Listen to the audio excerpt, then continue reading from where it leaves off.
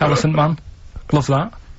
Go on then, do a film review, quickly. Right, well today on, film review, we're doing, classic films, and today we're looking at, Elephant Man, John Merrick, one of his better pieces of work. It's a sad film. I've never really been able to watch it all the way through. Sorry, John Merrick's better piece of work was him being the Elephant Man, played by John Hurt. Yeah. Go on then. Sad film. When I was younger. Tell us a bit about it. What is it about? Who's John Merrick? It's about a fella who's got a funny head. Right, tell us this. And, you know, he lives in, I think he lives in London, in like about the 1930s or something like that. And he's being picked on all the time and stuff. And, first time you watch it, you'll probably cry a bit. And then the second time you watch it, you're just sort of thinking, God, that would be bad. Sort of having a head like that being picked on all the time. Then the third time you watch it, you might think, you know, oh, how does he get his jumper on? Then, don't know, I'm probably bored of it the fourth time. but it's well worth watching, so, Elephant Man, brilliant. yeah, see it. Brilliant. I think if you want to get on TV, Carl, you'd be better as the subject of maybe like an omnibus documentary. Living with Carl. Or maybe one of those, appeals in Comic Relief. It doesn't all go to the people abroad, you know. There's some people in this country that need our help. Christmas. I think there's often... Carl with his Victoria Plum. I want to see a Victoria Plum. I want to know what it is. Does it look like a little gnome? It's a woman gnome. A female gnome? Yeah. A little gnome. Yeah. Did your mum collect gnomes? She likes anything gnomes, she likes fairies, she likes, Indians. She collects all that stuff. Yeah, and it doesn't matter what it is. What do you mean? You know, like a proper Indian with all the headgear on. Or a Native American. She likes anything with them on, like, you know, it can be a fridge magnet, it can be, just anything. A lot of Native American wisdom is around the fridge magnet, because they think it has special powers of adhesion. Yeah. Yeah, I've heard that. You read some of their writings, the great works. It reminds me, talking of gnomes, he said to me in the week, he went, "Oh, did you see that programme on telly last night about dwarves and fellas without legs nicking cars?" And I went, "No." He went, "Oh, it's amazing, right? Because they haven't got legs and that. They scoot along and they can nip into a car like the Dukes of Hazzard." Explain more, Carl. No, you see, I didn't see it, someone else told me about it. Oh! That's what I said to you. I said, did you see it? Because I missed it. And it's about these little fellas, who, specialise in car nicking.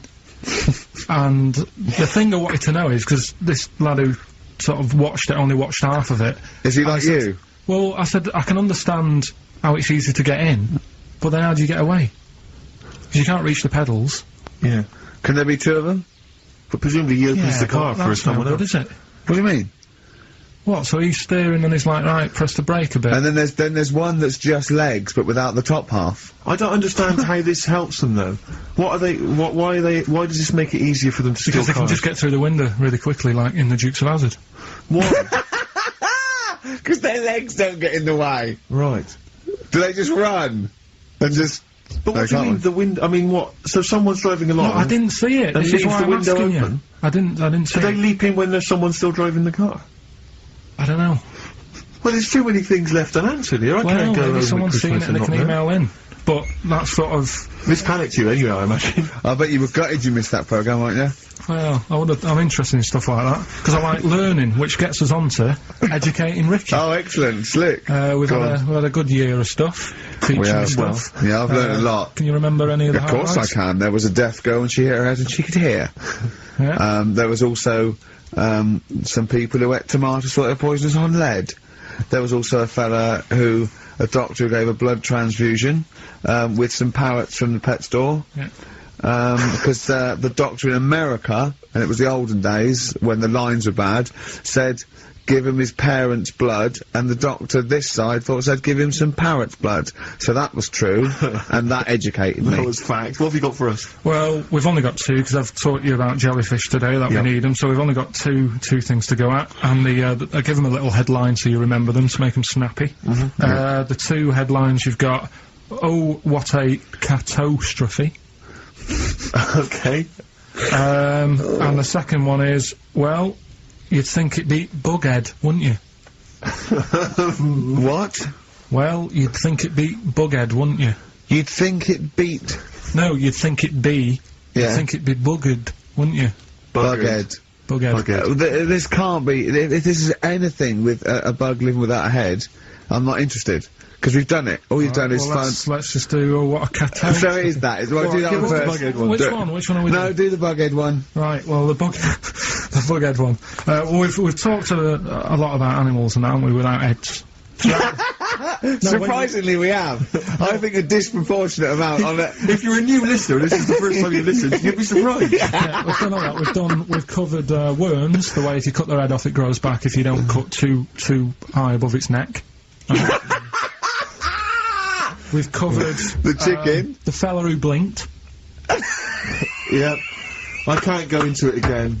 Right, let's not go into it again. We've had the chicken with no head that lived for 8 months. Yeah, and we've had and we've had the cockroaches living for a week without an head. Right, okay. Well, it's a bit more on the cockroach front, really. Right.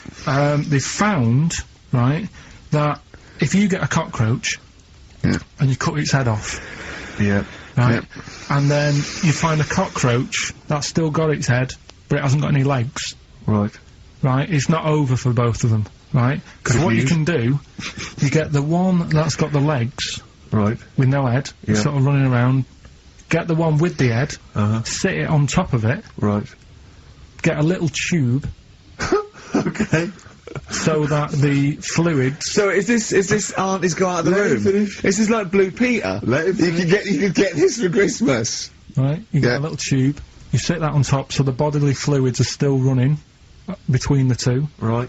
The head of the one on the top will control the feet of the one on the bottom. Okay. What about that? Good. And, will it continue to live? Yeah. Okay, you don't know that for sure, do you? That was just a question out of the blue he wasn't expecting. What do you think of that? Good, yeah, it's great. Yeah, just a primitive nervous system that can, yeah. Did you expect us to be more impressed and excited by that?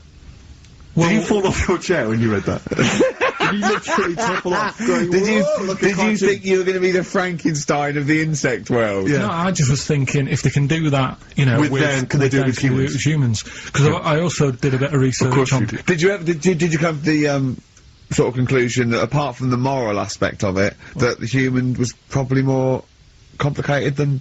Yeah, but... Do you know what I mean? Things move on, don't they? Do you know what I mean? Science, Rick.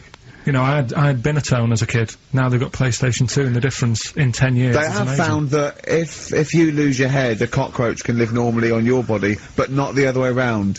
Your head on its cannot control its legs, because it's too complicated for your brain. So, yeah. Well, so... Then other research... because I thought, if you don't learn from that, I'll give you something else for free, right? Go on. Free. That they can clone people.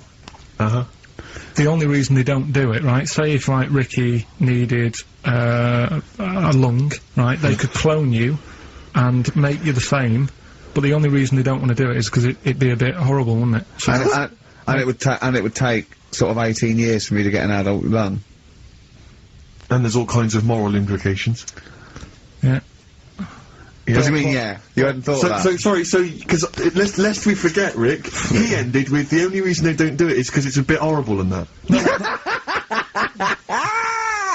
Which scientist said that? Right, that's a quote. Right. That's not it. That's not the other one. That's it. No, that was just, you know... We've got another one to come. Oh, I can't wait. The headline again? What was the headline again? The headline, oh, what a catastrophe. Looking forward to that. Mark. Yeah, a bit more counsel. This is from his covers album, which is called Snowbird. He's so happy. Do that. Have you got it? Have you got something that will that's something that I won't know that's correct and that will interest me? Yeah, there's loads of stuff. Is it anything to do with monkeys?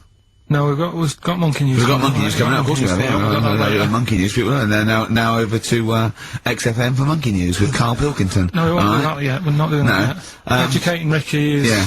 Well, let's do it. We did it ages ago. Educating Ricky. Oh, that's interesting, and it's correct. Hang on a minute, though. What I do is, I tease you, don't I, with headlines.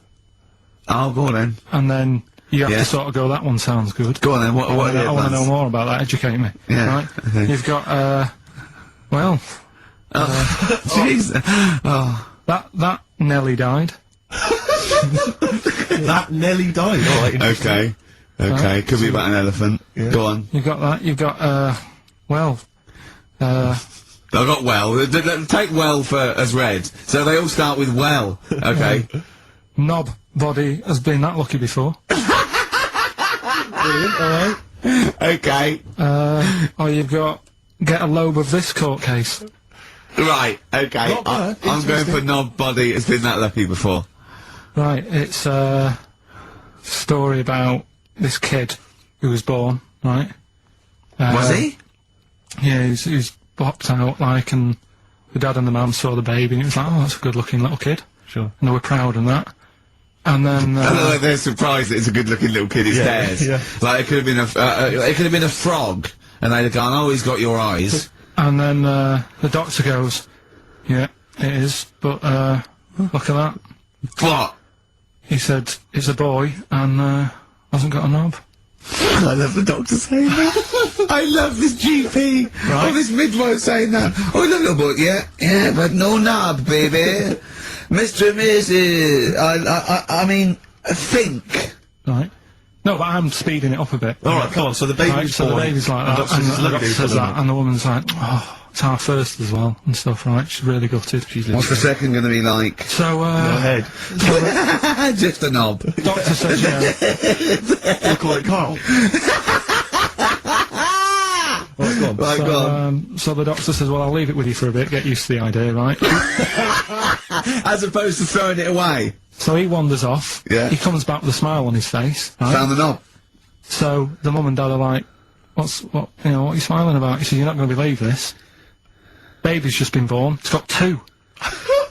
Right? You can have one of them. And they did a little operation. Where did you get this information from? That's in a book. What book? Is it the a same as the joke book that you carry round with you? No. With the woman with 3 legs, the juggler with 9 arms, and the bloke who found shagging a chicken under a rock. Is it in that book? Weird though, isn't it? Well, it's not true. It is true. What, in the same hospital, there was a baby born without a knob. Luckily, it's KARL. It happened. You're not. You swear to God, you're not making. The it up. doctor making it came up, back honest to God. smiling, because you won't believe it. There's a baby there with an excess of a knob. It happened, honestly. I'm not, all these things are not made up, the educating stuff. That's why I do it, innit? Teaching you stuff. Always teaching you stuff. All right. If anyone can confirm the baby with no knob, they're the going to baby with confirm it, two. because they're going to go to the same dubious website that KARL got it from. I always try to be level-headed and reasonable in these situations. And it's You always ignore it. Guatemala or Mexico. Rodriguez there was born without a knob. Luckily, baby next door and was got 2 knobs. What a load of shite. Play a Thank you. record. There's still more to come. Oh, I'm looking forward to. Was it Nelly? Nearly dead. It nearly died. Nelly died. Bones. Radiohead off the Benz album. I mean, might be my favourite album of all time. You said it before, yeah. I Yeah. can't say I've ever really got into it. I remember when it came out, it was just so ubiquitous everywhere. I never really bothered listening. I can still listen to it every day. I mean, that might be. aren't familiar with this. It's when KARL looks on the internet and finds a weird story about, the double knob, fun, and tells me about it, and it's usually not true. Okay. If it is true, I know it already. Go on then, KARL. They're not really weird stuff, it's just stuff that's gone on. That's interested me, that's all it's Yeah, about, and I go on. educate about it. I should just confirm that we've had a number of emails that say the baby born without a knob and then having one transplanted from a baby that luckily enough had 2 knobs Yeah. is apparently true. Yeah, no, listen. So- I don't question that you could be born with a deformity and get someone's, fingers, knobs, What I'm saying is, it didn't happen with a doctor goes, I'll leave with it. I don't believe it. That baby's got 2 knobs. Exactly. What a coincidence. I bet that little bit of information isn't in there, is it? Sure. That he went out the door, I'm gonna get a coffee, came back, bloody hell, hold on, look, there's an extra knob, I found an extra knob. We'll put that knob on there. Perfect. Right, well you've opted for the headline, it nearly died. Right? Yeah. It's about this elephant. Yeah. 80 years old. Yeah. In Africa. right? It's had quite a good life and that. But then what happens is, I don't know what it's been eating, but its teeth fall out. Yeah, that's what most elephants die of that because they grind them down, the teeth, until they can't chew anymore, and most elephants of dying of old age with an elephant is the fact that you haven't got teeth anymore. Well, it's had a good innings, it was 80. Yeah. Right? So anyway... They used to pop the food up and feed it to it, and it lived quite happily. No, what they did was, the village got together, said, Choose the food for that's it. sad, isn't it? Made it some false teeth. Made it some teeth. Out of wood. Wooden teeth. For this elephant, that's 80. What do you think of that? I don't know. I don't know if it's true, I don't know, I mean... No, it is, forget that. You've been proved wrong once. It is true. What do you think about that? Oh, Carl, it's like saying, yeah, my Auntie Nora saw a ghost. What do you think about that? There's no comment. I can't comment on it. Would you have gone to the trouble, is what I'm saying? To build an elephant some It's teeth? 80, it's 80. Yeah. With all the problems Africa's got and that, and they're messing about making teeth for an elephant. What problems have Africa got? Well, there's not enough food to go around, so if an elephant's dead, that's a bit more food left. Do you know what I mean? Why? Yeah, but you're assuming this is in the middle of a village where there was famine and starvation. It might have been, it might have been South Africa, Kenya. You don't know. It's not all Ethiopia. If it was a busy city, people in the village wouldn't have time to be messing about with making teeth and that, would they? It was a little village. Little village. Yeah. And a local elephant. The local elephant, like a local post office. I'll meet you by the elephant. No, to be fair, Rick, I think I saw Bob Geldof on TV saying, please, people, stop making elephants' teeth. They are eating all the food, we're sending it over there. F the number, where's the teeth? I don't know, it's possible. Send us the I mean, teeth. it's possible. It's possible they've made this elephant some dentures. It is possible. Wouldn't it Yeah. have been easier to just... Pulp it. Exactly. I'd Mash have thought- it up, serve it some soup or whatever. Yeah, I mean, if you're making its teeth, you know, it's really, so I'd have thought, I wouldn't have thought it would work for very long, and I wouldn't have thought the elephant would understand that it was teeth, so I wouldn't have been able to thought that villagers could do it. I mean, top veterinary surgeons could have done some, but I think they made it all goodwill, but I don't want to thought it worked, so they probably ended up dying or pulping it like I suggested. But, you know, thanks very much, play a record. No, but didn't you say something about wooden teeth? Someone you know had wooden teeth. Well, I don't know, I think that was possibly my grandparents. They had wooden teeth. Yeah. Well, I don't know if it was wooden. I think the palate was wood, and then the teeth were as you would normally That's expect. like from the 16th century, though, isn't Well, it? it was the They used 1940s. to hammer them in without anaesthetic. Really? Yeah. Just that put into the roots, so it wouldn't. Oh God. That's a rubbish time, isn't it? To leave. That's all. And under the people's teeth, obviously dead people's teeth, you could replace it. Just bang it in for a while. Oh. Oh God, unbelievable. Oh dear. Play a record, Carl. If you've had your teeth, if you've had teeth hammered into your gums, Placebo. English Summer Rain on XFM 104.9. Right, okay, you got the final educating Ricky, Carl. Get a load of this court case. Yeah. What happened was, right, Allegedly. fella's in court for something that he shouldn't have done, right? Yeah. You got all the detail then at your fingertips. And the jury says, he's guilty, right? And the judge went, what, he's not guilty, off you go then, right? He misheard it. They couldn't do anything about it, because once the judge has sort of said, you're not guilty, off you go, you can go home. And the jury were like, what are you doing? He said he's guilty. And he's like, What do you think of the Thorns album? I'm quite a big fan, Rick. Yeah, I like that sort of alt country sound. I think I it's, know. I like that compilation you made me. That was that sort of thing. really good. The Jayhawks. Thanks for that, by the No way. There was the Yes. hanging one, wasn't there? There was the hanging one that happened. Are you still there? What bands have you been checking out recently? Any new things? Just exploring all kinds of stuff. Obviously, you know, I like dipping back into the old stuff. I'll tell you I've been appreciating a lot recently, Rick. Billy Bragg. Oh, brilliant! Yeah. Great guy. Great guy. Isn't he playing? Isn't he playing Playing soon? in March, yeah, you might want to try and You heard check about out the hanging one when What's this when the stuff? fella was Sorry, mate. Go on. when the fella was hung. Well And, hung. He was hung and Ung. he Sorry, what's Ung? he was hung by a rope. So isn't that no? I think it wasn't he a Chinese emperor? And the Ming wasn't he Ung? Yeah.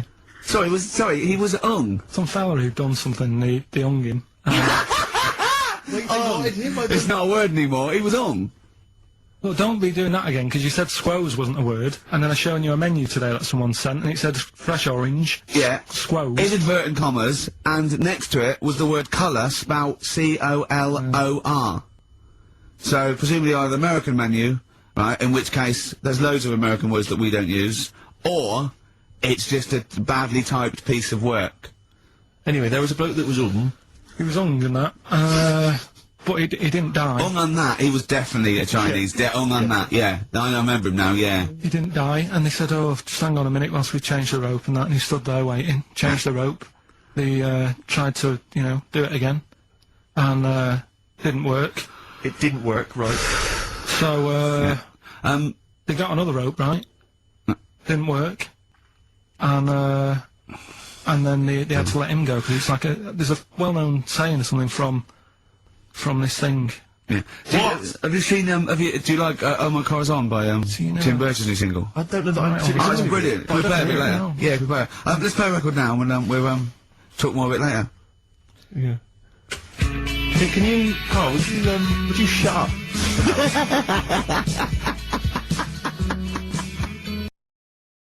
If you get, I mean, I think I read that, like, a big chunk of ice, fell off one of the ice, what do you call them? Caps. Ice caps. Something like I think they said it's the size of the Empire State Building or something. Right. It snapped off and went into the water, and it's melted. And they say, oh, it's bad news, you know, that something that size is melting.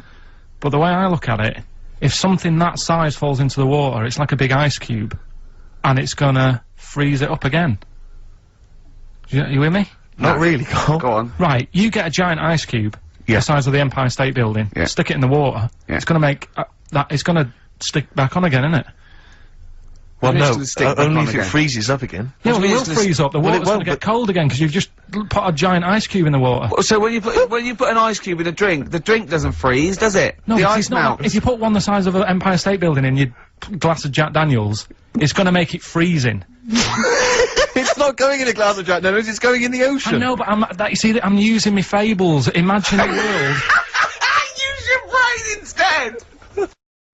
This is a bit of a bigger issue. We're always making more and more stuff, right, in the world. You know, big buildings, big planes, big boats and that. Will we ever get to a point where all this is too heavy for the world to handle? Right, what error has he made there, Steve? What physical, scientific error has he made there with that question? I can't begin to explain it. Carl, we're not getting the rocks from other planets. It's already here. It's like having a big pile of books in a room and then moving them over to the other side of the room and build a thing going, oh, can the room take it? I'm building a lot of things out of these books. What about plastic? Where's that come from? Other chemicals that existed on the planet. Yeah. Do you see the point? Hang on a minute, though. What about a little tree? You plant that as an acorn, it grows, Rick. That's bigger, that's more stuff. Yeah. Don't listen to him, Carl. He's patronising What you. about acorns and that, though? Right, they grow from minerals and proteins already in our atmosphere or in our, the mass of Earth. What about a cat, Carl? Right, you get it, it's a very tiny kitten, but it grows up and it's bigger. Carl, he's doing it on purpose. Elephants. Baby Elephants, they're very small to begin with, but they get bigger and bigger and bigger, and so they get heavier and heavier. Mind you, dinosaurs have gone. You know, but you... but you know, These are milestones in human evolution. The opposable, the forward-facing eyes, the upright. These are massive things in taking us out of the animal kingdom. and one day, Carl, you'll walk upright. But what do you mean about eyes facing forward? You mean before we got here, there was people whose eyes were looking in their head? I don't understand. Is that what you mean? No, because when we got sort of binocular vision. Do you know Anne Frank? That's all I know about Anne is. There's no point pretending here Anne! that I know stuff. Yeah. Right, Well, tell us everything you know about Anne Frank. she was in a cupboard. Yeah, what else? If she didn't do that, I wouldn't know about her, seriously. That's all I know about her. Yeah. So what did she do? But how do you think we know about we know about her cupboard because of her book, don't we? But hang on, what, in the bigger scheme of things, why was she in a cupboard? I don't know. Right. I honestly don't know. You don't know anything else about Anne Frank beyond the fact that, to quote you, she was in a cupboard. Well, what's she done then? You tell me, why should I know more about her? Firstly, I don't think she was in a cupboard. She wasn't in a cupboard. She was in an attic. Alright. Yeah. So what was she doing? She was hiding from the Tidying Nazis. She was hiding from the Nazis. But isn't that the first place they'd look? Sort of... work from the top down. Carl, they weren't specifically looking for Anne Frank. They weren't going, where is she? Where's Franker? If she gets that book out, we are in the deep shit. We've got to stop the book. And then we went and had a look at the volcanoes and that. They've got 36 of them to look at. How many did you look at before you realised that you know, pretty much, you've seen one volcano, you've seen them all? Probably about 6 or 7. Really? And then when you got to the 8th, you thought, no, I know what this is going to be, Suzanne. This is going to be like a mountain with a hole in the top. Yeah. Really? But it happened years ago as well. It's like, just keep a couple, fill the rest in, tidy it up. Fill the rest in! Yeah, no, Well, getting some builders. No, seriously though. Okay, 4 million tons of concrete, please. They're an absolute death trap. Yeah, what? Yeah. What do you mean, fill them in? Do you know what a volcano is? Just hole, isn't it? That's happened. Well, it's more than the happened back hole. It's in- more a portal to the magma in the centre of the Earth. Back in 1730 it happened, and they still haven't sorted it out. Well, when you say it happened, volcanoes were made a lot longer ago than 1730. No, but the one that did Lanzarote, Right. sort it out. What would you suggest? How tidy can they up. fill it in? It's joined. It's all joined. No, but what I'm and saying is, it was the a- big it was- plates of the Earth are all joined. It All was the a disaster, magma's wasn't it? joined. With the trade centre thing, that happened. They cleaned it up, sorted it out, they've moved on. That's what I'm saying. Whereas Lanzarote have just gone, leave it. It happened back in 1730. You misunderstand me. How, in the name of God, can you fill in a volcano? You ignorant twit. No, but it's not just the holes. They've actually left the lava everywhere. That's what I mean. It's not just the big holes. There's lava everywhere. But it's molten rock. They can't just pick it up like they're like a carpet. Put it in the holes. The holes are there ready. Just push it all in. That's what I'm saying. You know, like the monkeys peeling potatoes. Right. That's never happened. They go and put nuts in the salt water to salt the nut. Whatever. How does that get to peeling potatoes? But because in your head, they were working in a canteen. Making chips. Yeah, definitely, yeah. It doesn't matter what the food is. I'm just saying how they know how to sort of prepare I that love food. the fact that you don't care what the fact is. When you're discussing facts, that's all that matters. Otherwise, on Mastermind, they just go, who wrote Much Ado About Nothing? Dickens? Yeah, close enough, whatever, someone did. The fact is what matters. Yeah, but with that question, that's got a straightforward answer. What I'm telling you is the way that animals work.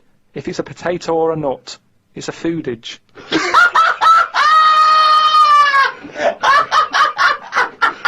And once again, I return you to my question as before. What's your point? What point were you making? It's either a chimpanzee with a typewriter with an infinite amount of time. He would eventually, by definition, mathematically, type everything ever possible. Okay, or it's an infinite amount of chimps with typewriters, and one of them will type it first time. But already that's sort of... That's not right. You either need to have What do one you mean? monkey. What? You mean Let's hear his employment point. laws? He What do you mean can't- it's not right? Let's hear him out. Please. If it's one monkey Yeah. with a typewriter that's got loads of ink in it and that, right? At least it knows what it's done in the past. Don't. It's not. Keep going. Crime. If you've got a load of monkeys, it's like if you have too many. What's that saying about too many chefs? Too many spoil- chimps spoil the soup. Right. Well, it's the same thing. It's like, well, I didn't tell you to put salt in it. I was going to put salt in it, and it messes it up. Whereas if it's just one, they know what's gone on. So what I'm saying is, Honestly, leave him go. I can't be bothered. I want Steve. to hear- I want to hear the rest. This blows my mind. He doesn't know what this does to me. It's a mathematical I problem. want to hear the rest. well, it's just I just don't think it will happen. What I do you mean you don't think it'll happen? Infinity works it out for you, by definition. But not Shakespeare. Oh! Shut up! You know- idiot! Rick, do you know what he said to me? I said to him, I explained it to him, I said, God. you've got an infinite number of monkeys, infinite number of typewriters, they will type the complete works of Shakespeare. He said, have they read Shakespeare? You're an idiot! Play a I said record, no. 'cause I'm not having this They're not doing conversation. it When are the exams? June? Something like that, yeah. We're trying to register next week, and I reckon you can get an A or B. In history. I'm In busy. history. No, don't worry about it, it's just easy. You get your Brody's notes. If Heat magazine, they love you, Carl. They could probably sort something out. They could probably pay for a tutor. They got a lot of money, they sell a lot of magazines. I mean, it is always, almost always, and you found that out, I discovered this, it's always the Tudors and Stuarts. There's no fear for that, they're not coming up. Now, what do you already know about them? You must already know stuff about Henry VIII and Elizabeth. No, because it's too long ago to even get interested in. Do you know what I mean? You can't. Is that why you relate to didn't- it. Okay. The Anderson thing, it was like, God, you know, I bet my mum and dad were in an Anderson shelter. You know, this is interesting. What, when they... Oh, my granddad would have, like, had something to do with this. But the Tudors, it's like, I don't know even if they had a family back then. Play a record! Is that it? Is that the answer? Just cavemen in front of dinosaurs and that, they sort of went, oh. And then... Well, it wasn't cavemen in front of dinosaurs, was it? Because cavemen weren't alive when dinosaurs were alive. There was a couple knocking about. Right, okay, fair enough. There was a crossover point, surely. Not dinosaurs like you're 15 thinking of. million. Was the yeah, probably the Ice Age. There were still big I reptiles. think it's fairly common knowledge that the dinosaurs did not exist. Well, who gave the when- dinosaurs the name? Well, no. Well, no. gave the dinosaurs No, I don't the know. names? He's Hang on. Here's something I've learnt, remember? Go on. Back to, like, show 4 or whatever. Go on. What is it? What? The flea can jump over the London Eye? No! No, it can jump the equivalent of if it was a 6-foot man. It can jump about 6 inches high. A flea cannot jump over the London Eye. Yes, it can. Yeah, it can. And Tell your kids that. Carl. Oh, remember. Oh, a flea can jump over the London Eye. And an ant can lift 3 Volvos.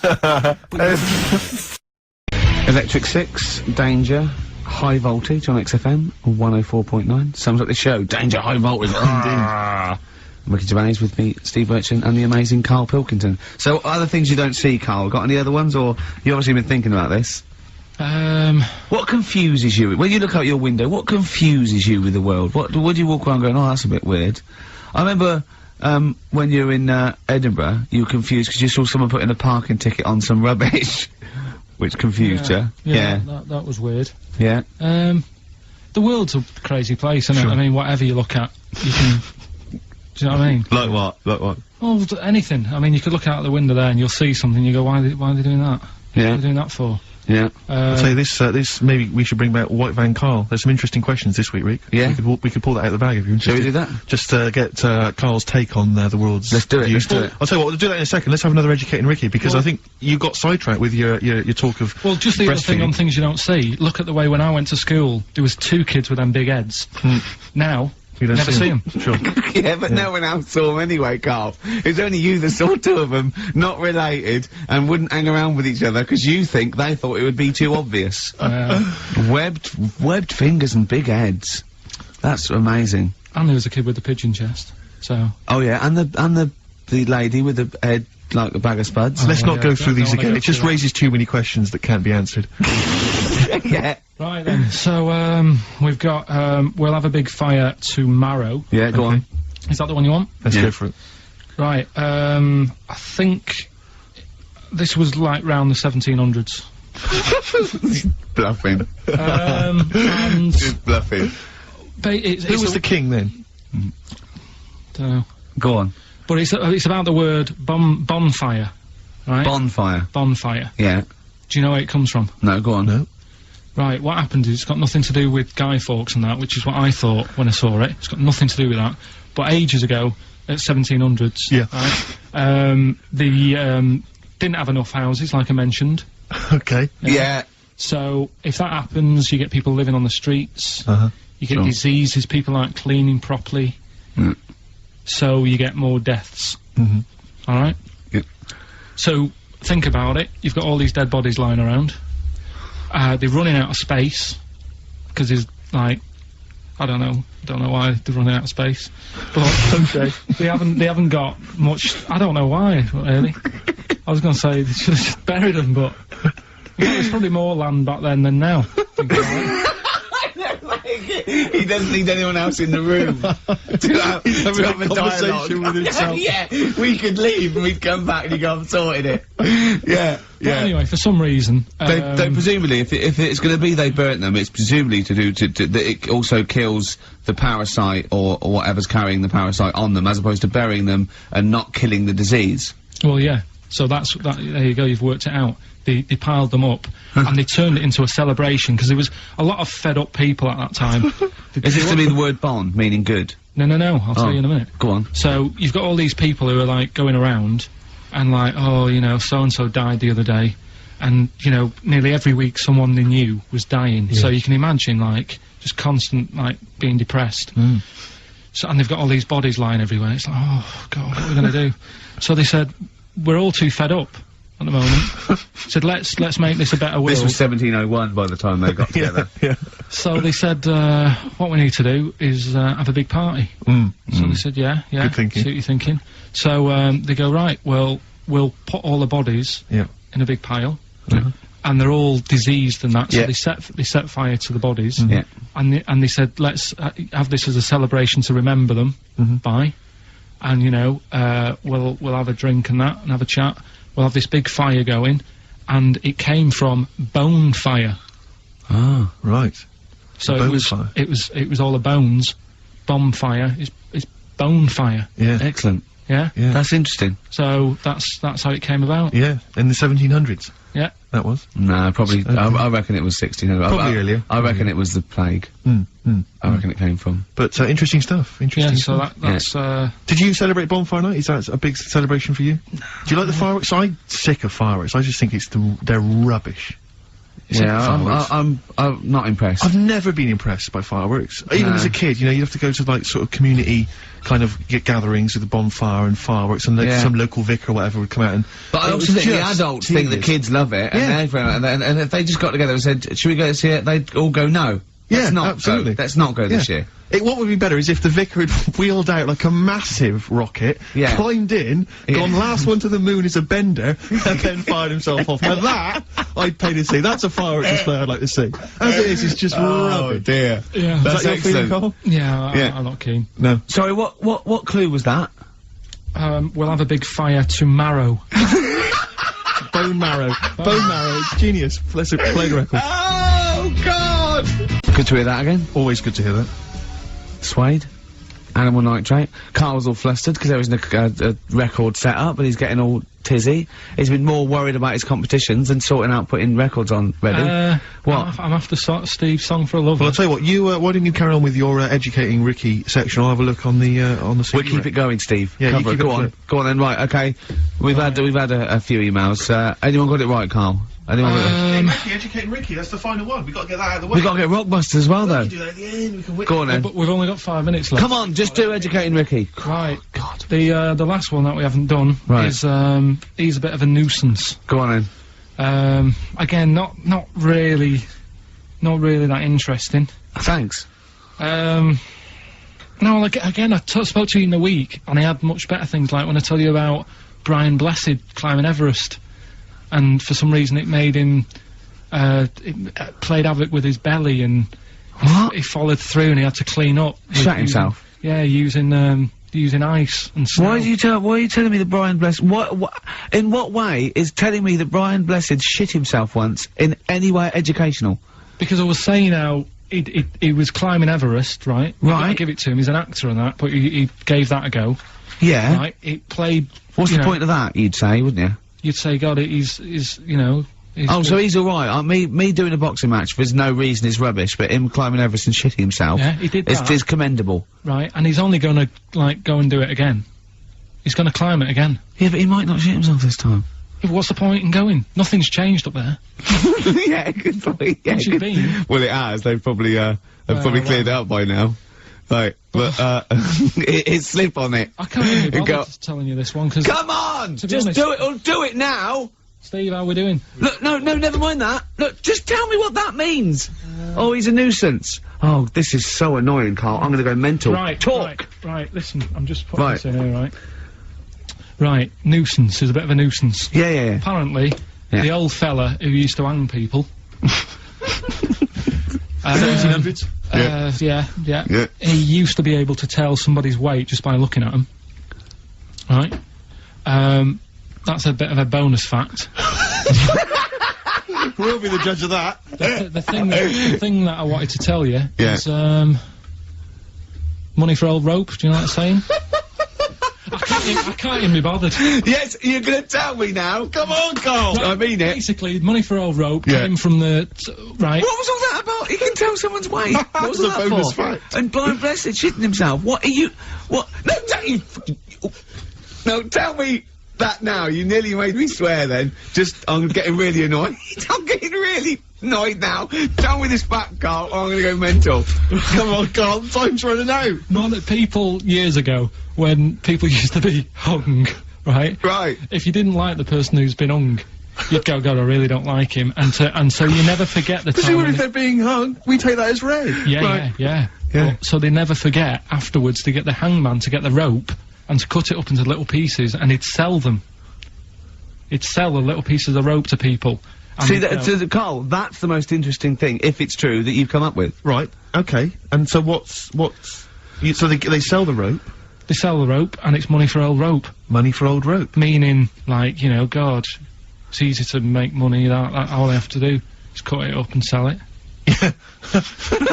I'm cynical. I'm not so Right, convinced listen, now. we're really tight, we haven't even got time for a last track, we've got an ad break and we've got to give out... Okay, give the answers then. This is Right. ridiculous. So, Steve, on. do you want to pick a winner? I've got the winner when you give us the answers. Okay, so the first clue was, that army has got some well nice trenches. Yeah. That was DW. Who's that? Dandy Warhols.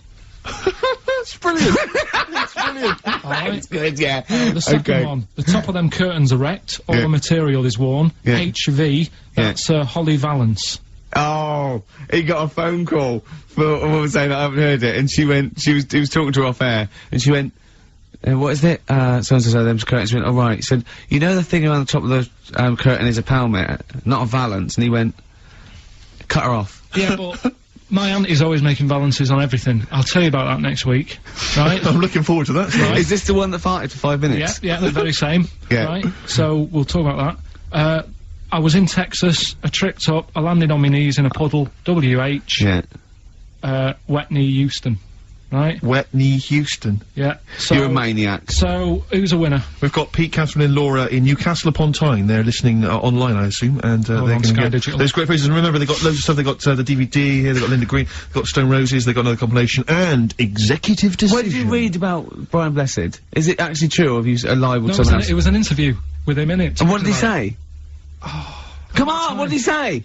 He said I climbed Everest and I played Havoc with me belly. Let's talk about it next week. We've really run out now. Oh, you're a fool. You too, Electrical Storm.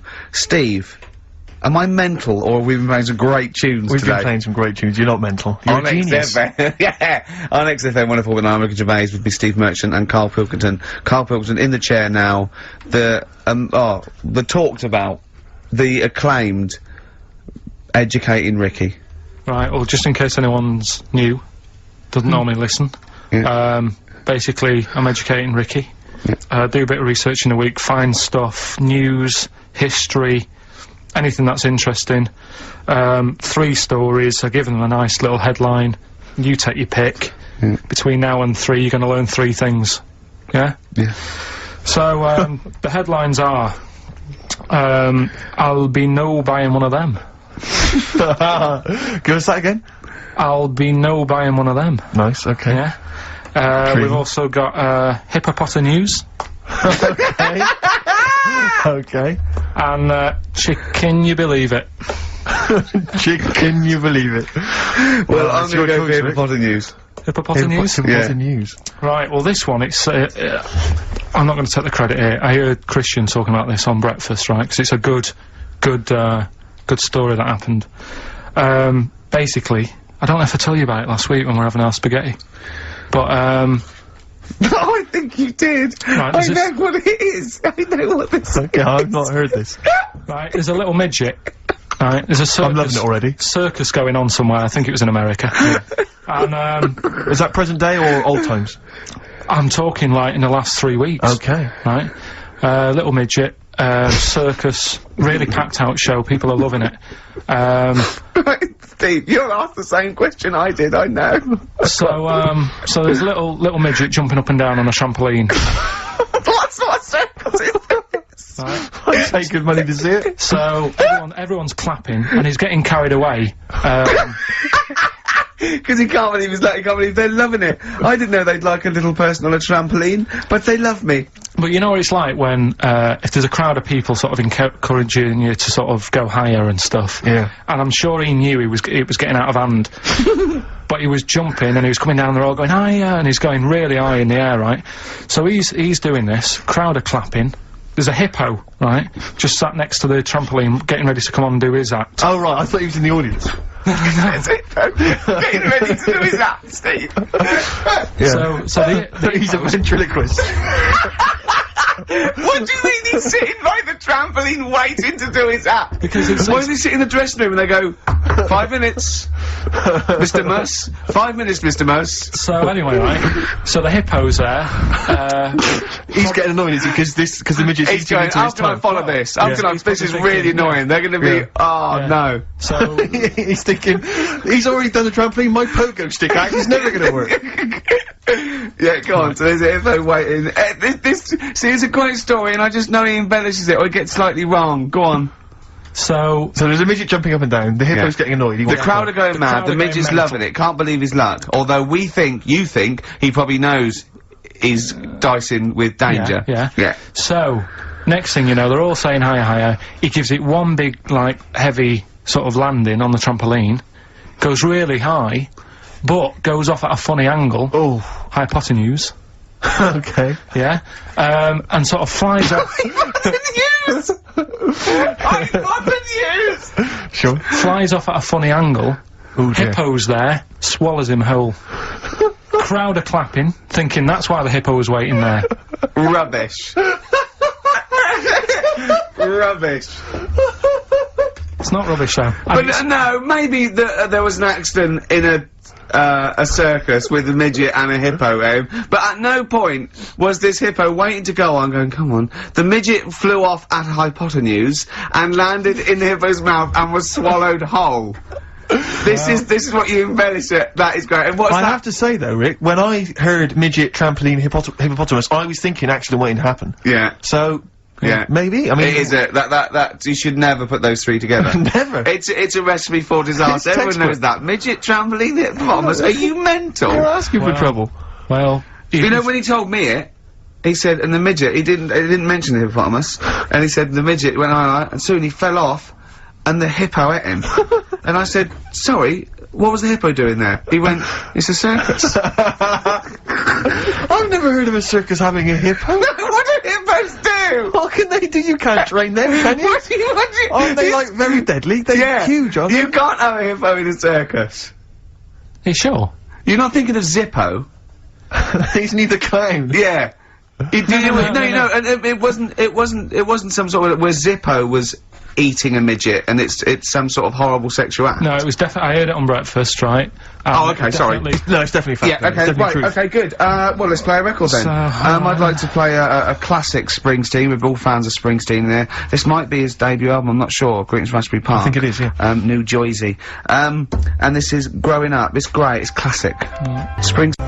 Lost Cause on XFM 104.9. Wow. Carl, we haven't had a lot of emails, they're tough. I'm struggling. Yeah. I've Any got ideas? You got one, and I'm struggling with two, but I know one of the words, but I can't think of the band that fits it unless the clue's wrong, and I've got no idea with the first one, E. Give us some again. So just Just give 'em quickly recap. Number one, the fella has only got one badge left. That's E. Second one, the unmarried lady is a friend he out with. That's MD. And the last one, I really, really love that woman. I love everything she does. That's M.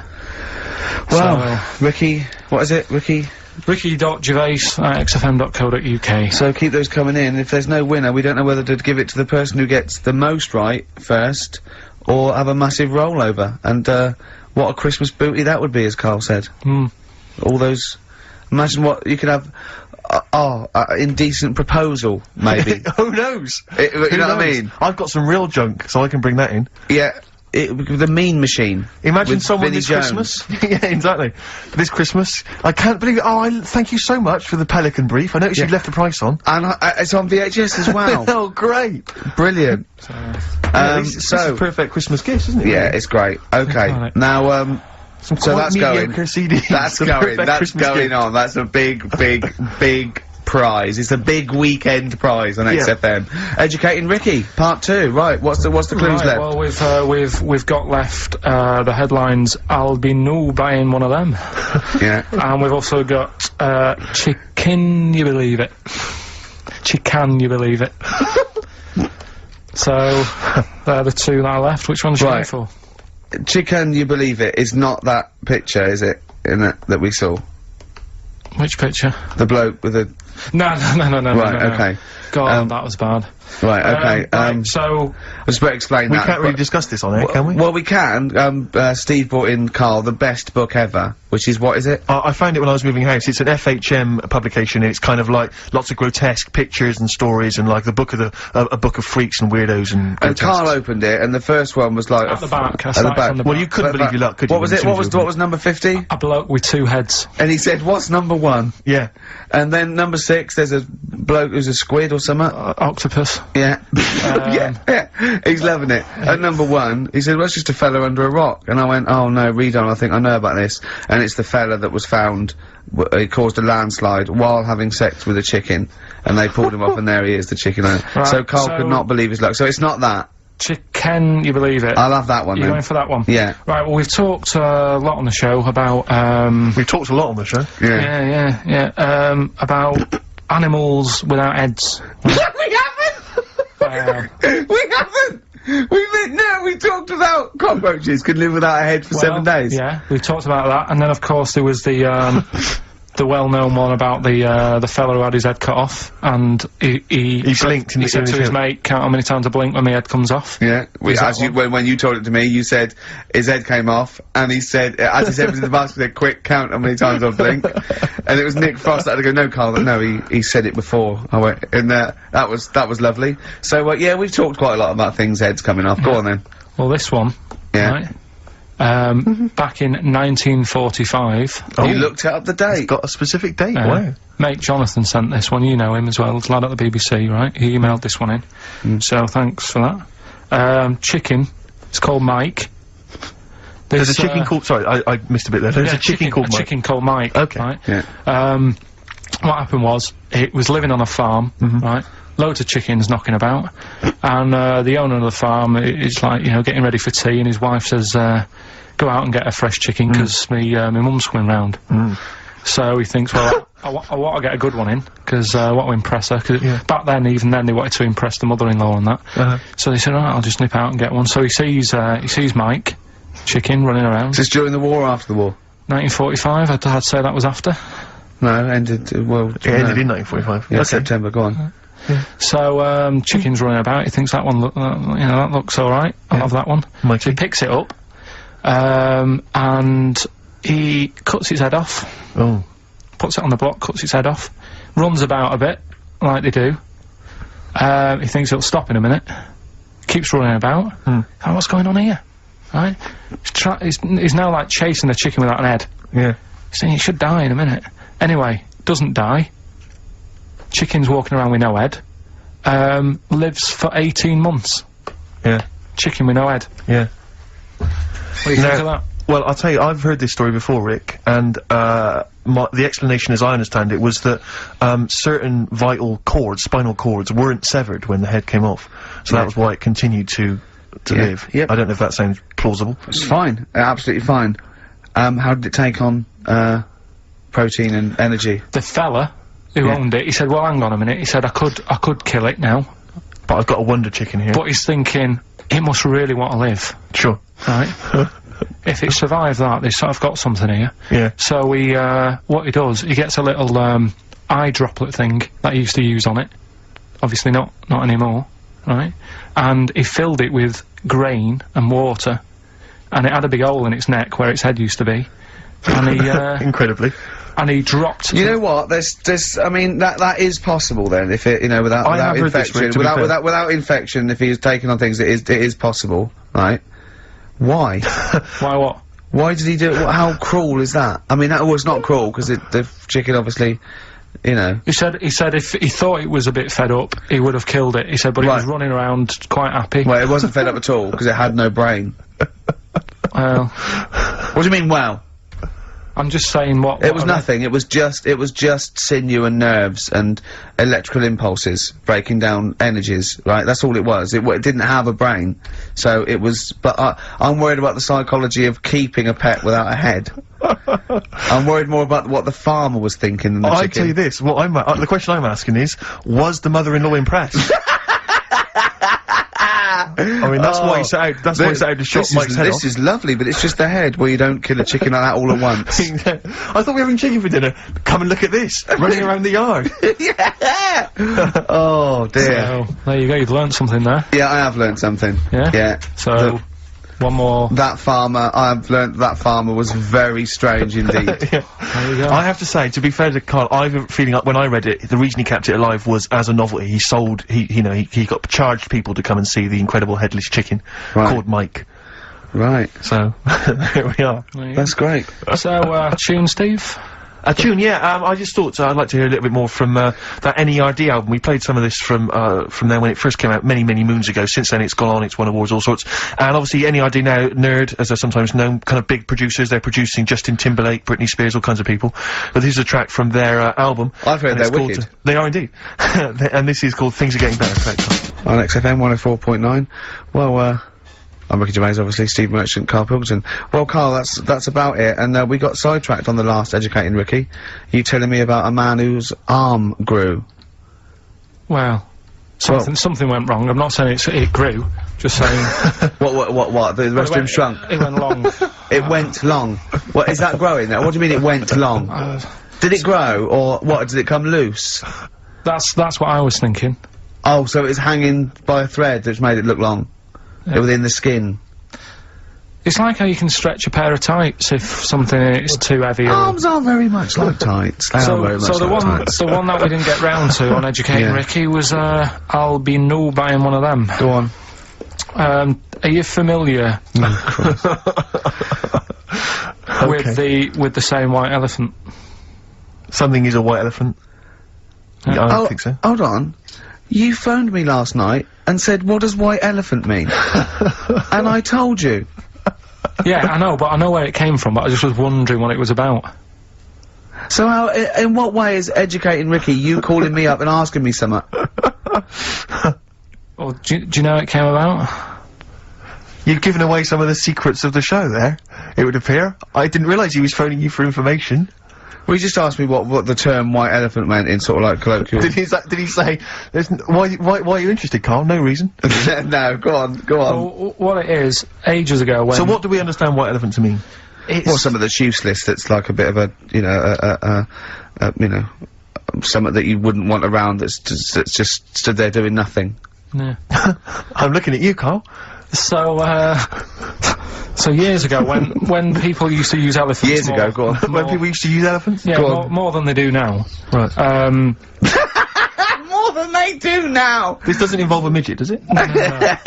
So you know, they'd use them in the workplace and stuff. To sort of- Yeah, as factories. sort of, yeah. To move stuff Tea around ladies. and that. Yeah, security guards. Yeah. Can't trust them with the buns, though.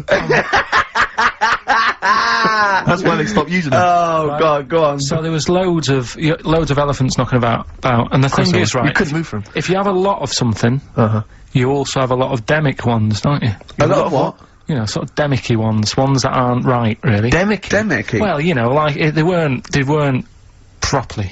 They weren't properly. Sorry, what, Carl? What are you doing? Right, I'm getting to the story. So what I'm telling you is... They were a bit demicky, so they weren't Basically, properly. what- Have you started making words up? Right. Yeah, you Stanley Unwin. Listen. Reincarnated. Demicky? Yeah. There was a lot of albino elephants knocking about. Where? Where is this? Olden times. Africa. Yes! Should we say Africa? Yeah. Yeah. If an answer's got a question mark at the end, I'm not Well, sure it's an either answer. Africa or India, but I'll give you a clue. Well, these elephants, do they have big ears or little ears? I didn't sort of notice the size of the elephants. What I noticed is they were white because they were albino elephants. Okay. Right? So, that's why they're heading, I'll be null buying one of them. Okay. So, what would happen is, people who didn't know what they were doing, like, you know how you get people making a mistake buying cars that are full of problems and that. Back then, when people were buying elephants, they'd go up to someone, say, I'm after an elephant, and the fellow would say, yeah, I've got one here for you, this is a nice one. And it was all white and stuff, and it had, like, blue eyes. You should never trust a used elephant salesman. This elephant that's white with blue eyes. Right, so, this is great. So, Yeah. so a fellow who didn't know what he was doing would buy the elephant, and he'd get it back, and it'd be all sort of lazy and stuff, Oh, and the what we're worst doing kind, and stuff. And he'd say, what's up with this? And his mate, who's a bit of an expert with elephants, and go, oh, where have you bought that from? And he'd say, oh, I got it off that fella, and he goes, oh... All this embellishing nonsense he does with the story. You shouldn't have bought that. So he goes, why? And he says, it's only albino, innit? And he's like, what does that mean? And he said, oh, it gets tired. It's not that good at doing work and that. You shouldn't have bought it. It steals from you. But elephants back then were like a god. You know what I mean? Right. You couldn't say, oh, I'm sick of this, then I'm going to abandon it or anything, because elephants were seen as like pretty high up on the chain of things. So they'd end up being stuck with an elephant that's an albino. Yeah. Couldn't do much, gets tired, basically gets in the way. So they said, that's where they're saying, like, you know, but a bit of a white elephant there. What do you reckon, Rick? I feel like I haven't been educated. I feel like I've lost something. So at that time in my life I can never get back. I feel like I've sort of been soiled, and I don't know where to start. I'm angry. Do you know what I mean? I'm angry. Sure, yeah, I can see that. And all that rubbish around. Look at his little face. Well, What was that? All that shit about a second-hand elephant salesman and his mate knew about elephants. What is it? What are they had blue eyes. What are you? well, there you go. Albinos have red eyes for a start. Oh, that's it, we've run out of time. Oh, again. what? I mean, what are you going to do about this next week? Are you going to actually do some educating next week? And what about Rockbusters? Are you going to make the clues proper cryptic clues? Well, that's the teaser, isn't it? That's what we'll leave them with. Will it be any good next week? Tune in and find out on XFM 104.9.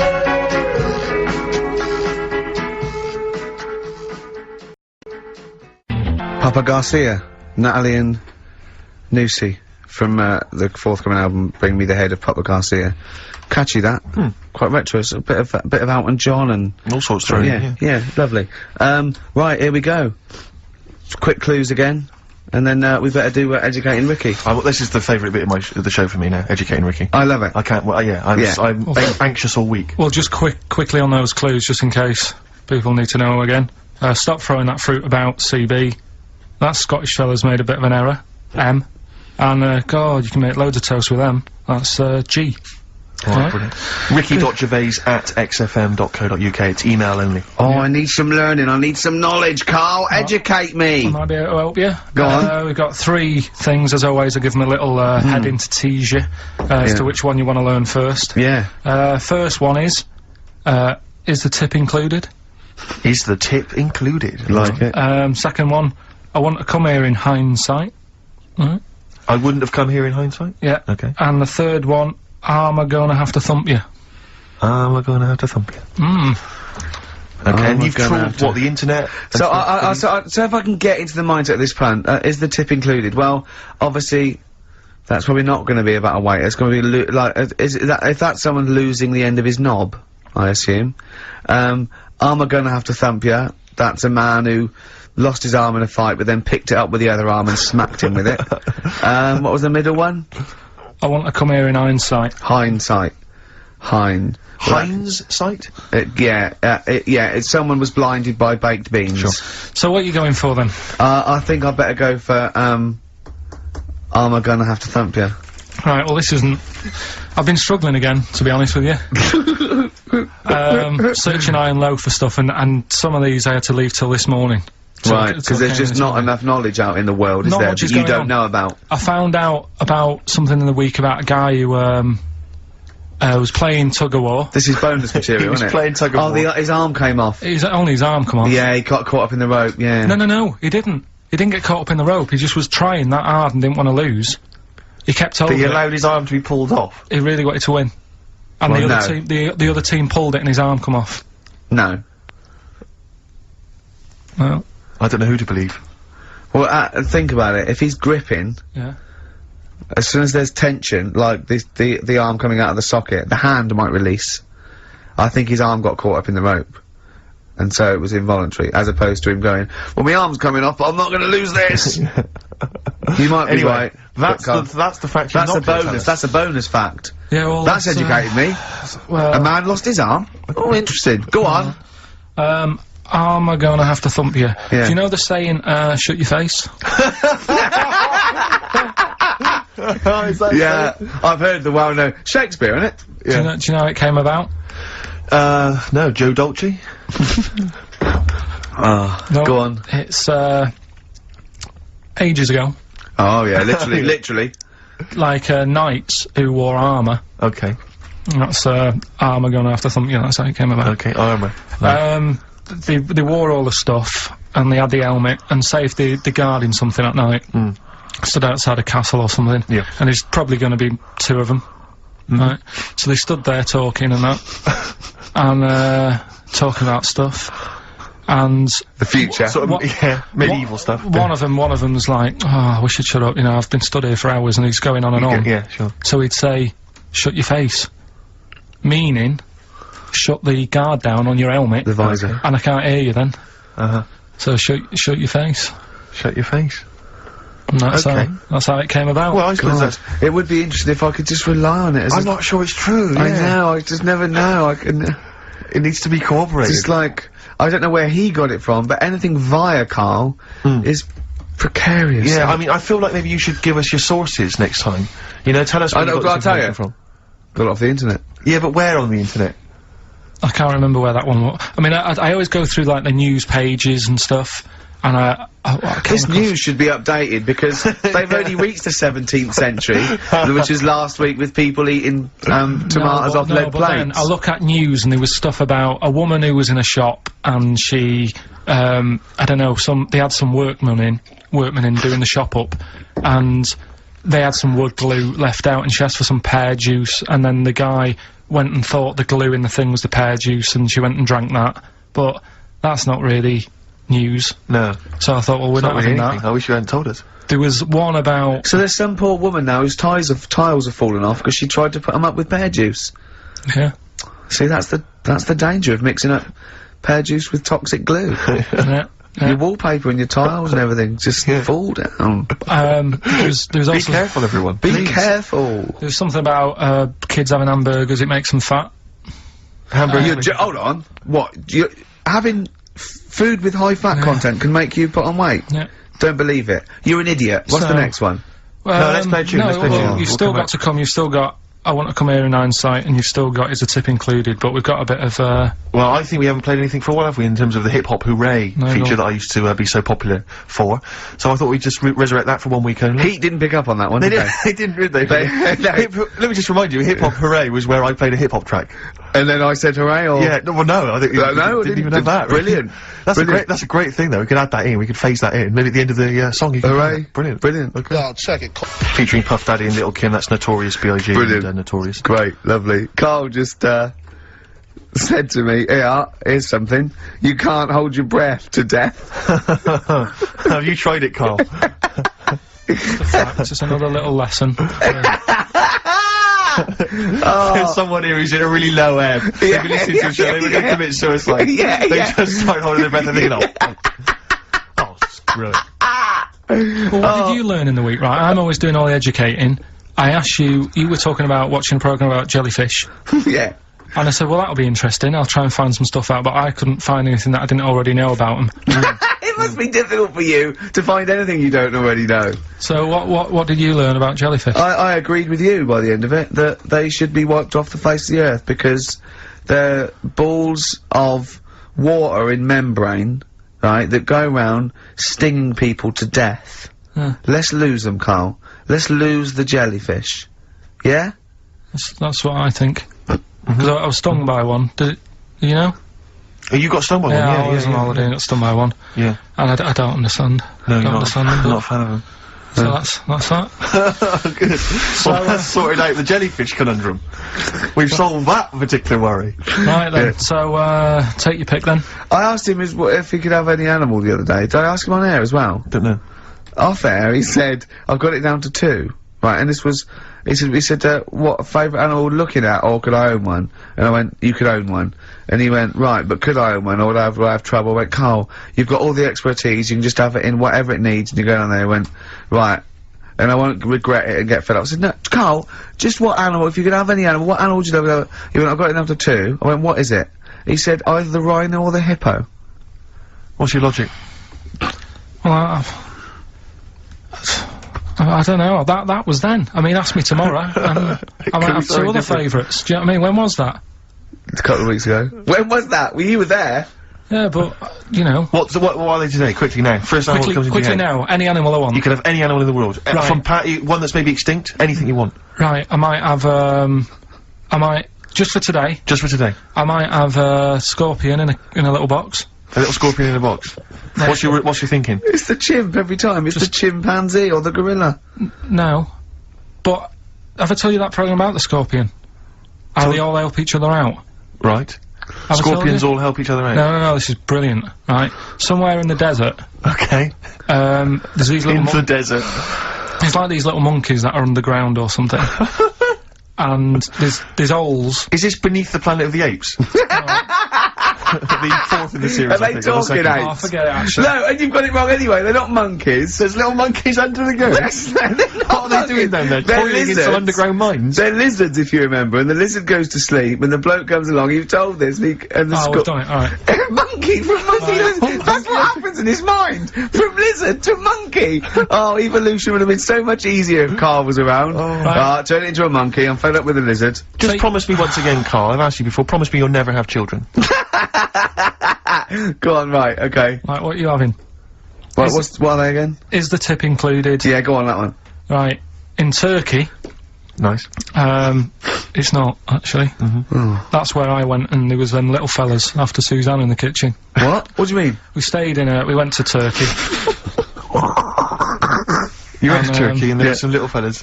Well, they had quite a few sort of midgets working in the kitchen. Why? Is it a theme? No, Was it a it's theme just- holiday? I don't know. Might get them cheaper or something. Was it So they You were get them working. cheaper? They were working in the kitchen, and one of them fancied Suzanne and kept sort of eyeing her up, and she was winding me up saying, "Oh, not iron up and down, just eyeing her up? Yeah. fancy." Anyway, no. So What anyway, was she doing in the kitchen? no, it's like a pick what you want to eat type buffet, but you have people clearing the tables and that ready for you to come along, Are they low tables? and you know, he was just keeping an eye on her. What did he say though?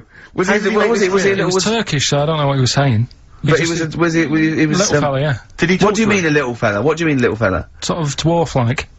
What do you mean dwarf like? He had magic powers or he was 4 foot? No, What do you just mean, A Carl? little bloke, just like a normal bloke, but small. If you stood him in the desert, you wouldn't know. But he'd be hot and nothing around thirsty. him. Right, Carl. You should watch out for the monkeys. Yeah, underground. Those underground monkeys are look, dangerous. you can't just say there was a little midget fella who was eyeing up my girlfriend and then leave it. What do you mean? What was happening? This is a story to us. This is much more interesting to us than, and she was deaf, right, and she hit her head. That's much more I don't interesting. understand how how it manifested itself. Did he come over and say something? No, do you know when it's like girls know, don't they? When someone fancies them. What do you mean there was lots of them as well? Do they? That's worth knowing. Listen, right, come on, right, so you went to this holiday, yeah? Yeah, And wasn't you that went good? into the dining room or something? Yeah, downstairs. And in you the looked dining You over thought, this is all, there's no one serving. Yeah, and they go, Wait a oh, minute. hold on, you looked down and there was a little waiter. room. There was loads of them running around busy. Why, though? Why did Because they it get was those- summer. What do you mean? Because it was There's in loads of them. summer. They had more of them They on. come out in summer. They come out in summer. What do you mean they had more, what do you Because mean? it's busy, isn't it? no, but they So- hibernate in the why winter. were they all midgets? I don't know, maybe it doesn't heat stunt your growth or something. No! Well, they just happened to, maybe it was a thing that they did for tourists or something, I don't know. I just got on with my meal, it was a holiday, do you know what I mean? Go on. Right, So some midget serving. I'm not going to ask any questions. Right, okay, yeah. So they're all little fellas running around, and this one always was like, you know, oh, do you want a new serviette? You know what I mean? Going out of his way to sort of... for turning on Oh, the yeah, charm. Yeah, he was going Oh. out of his way, the others weren't. Right. I think what was happening is he'd been working with Santa all sort of winter. Yeah. This is Or sort of little summer break. This one He was hadn't your seen a girl. waiter, and so he was being polite to you. Maybe. But what did Suzanne say then? When Well, she was using it to wind me up. What was she saying? Oh, he's... Oh, just like, you know, look, he may be small, but he's well, built like a... Yeah, he's all man. so... Were you jealous of a midget then? You were jealous of him? It is a bit annoying, isn't it? Why? It wouldn't bother me as much now, because I've been with her for ages. Right. But at the time, that might have been one of our first holidays, and it's like... You don't know, want to be what's going on? I've paid for this holiday. Yeah. And then you get off with a midget? Yeah. Oh. So anyway... But it doesn't matter, because you got chatted up by a bearded lady, so... Tell you what, no, that's got nothing to do with that. What were you going to say? What were you going to say? I was going to say the hotel was half board, and maybe... Oh, right. I thought you were going to say it's just one of her shortcomings. So listen, right? Play a record, Carl. Right. Badly drawn boy, born again. Right, just get this educating Ricky out of the way. So, Turkey, yeah. So what is this again? This is educating Ricky as a tip included. Right. Apparently a fella was on holiday in Turkey. He's just having a normal holiday, weather's good, you know, he's having a good time. And Waiters are all normal height. Yeah. He's having his meal. He hears a load of screaming going on in the kitchen. Hold on. Has his girlfriend wandered in there? And they do, With a stepladder. Yeah. the circumcised people in the kitchen, and apparently... What are you talking about? Whoa, slow down. We were Sorry, sidetracked there for a minute. what are you talking about? Well, I'm excited about two things at once here. One, they circumcised people in the kitchen. Two, I guessed it was someone losing the end of their knob. He did, yeah. I started thinking like Carl Pilkington. Extraordinary. That is amazing. Apparently it was going on. It wasn't just a one-off either. Well, when I say a one-off, I mean they did it more than once. Yeah. Right? And there was, he was there for a week, and apparently the first night it was quiet, and then the rest of the week, every day, it'd be like having his breakfast, or even his lunch, or even his tea. Yeah. He'd be doing it all day. Oh. You'd be hearing Lunch and screams. breakfast, fair enough, really. Yeah, Circumcision at tea time. Don't do that. And apparently it's a tradition over there. You can't even make a complaint about it. It's like, well, you should have, you know, found out before you come over See, here. I can't believe this is So true. I'm a little I bit can't lost. believe this is He was in a true. restaurant, in a hotel, and there were people having circumcisions in the kitchen.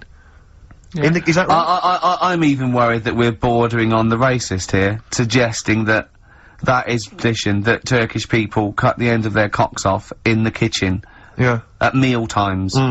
I think you're wrong, Carl. This just sounds ludicrous, Carl. No, I don't think it happens everywhere. Right. I think this Just in Oh, this this in this hotel. certain places, Certain hotels. certain hotels. What, it's- is it like 2-star? Yeah. No, I don't. That, Why did he go to the Foreskin Inn? It was his own fault, wasn't it? so that's Sorry, that's it, is it? Have they closed? Sorry, no, wait. That's the story. You educated me, right? Once a fella saw some Turkish people cutting the tip of their knob off in the kitchen. Thanks very much. Thanks very much, Carl. Got any more? Well, there's things you can learn from it. Either don't go to Turkey, No! don't have calamari when you're over there. Yeah. Carl, you've done it again. Well, You too. I love that one. On XFM 104.9. I'm Ricky Gervais, Steve Merchant, Carl. Okay, Carl, one more. can't we just... Don't get the just because so far you've come up with nothing. What's the last one? Give us the teaser clue It again. was, I want to come here in hindsight. I wouldn't have come here in hindsight. Yeah. Right, what give you're me some education. This will be the thing that teaches me something. I can feel it in my bones. Come on. There's a kid in Kenya. He was messing about with some beans. Magic. We guessed that as well. You did, yeah. He's fed up because we've guessed his puns, I think. They put one of them in his ear. Yeah. The mum or the dad said, oh, what have you done that for, or whatever. Yeah. So I'll have to take you to the doctors now. So they took the kid to the doctors, and the doctor said, oh, he said, I can get that out, I can sort that out for you. So, he took it out, and the doctor said, right, that's £3.50. And the dad said, I've only got £2.70 on me. And the doctor said, right, well, and he put the bean back in his kid's ear.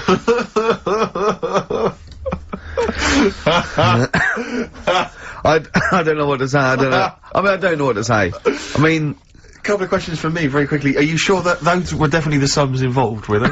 Well, the equivalent of whatever the deal with in Kenya. Yeah. It was the equivalent of, you know... £3.50. oh, so what currency was it, Carl, that you translated into sterling?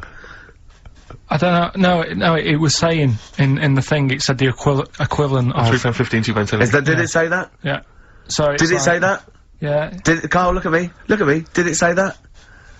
yeah. It said that was the Did it say that? yeah, yeah. It did. It definitely said that. Definitely. Yeah.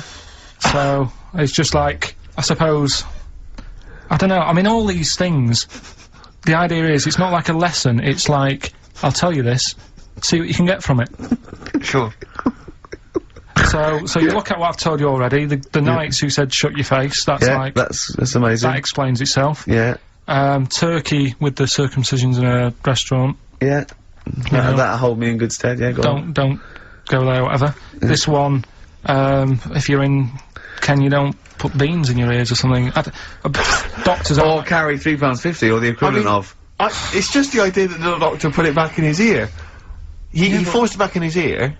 So is it still there to this day? I mean, is there any update on that story? Or did he go back with the 350?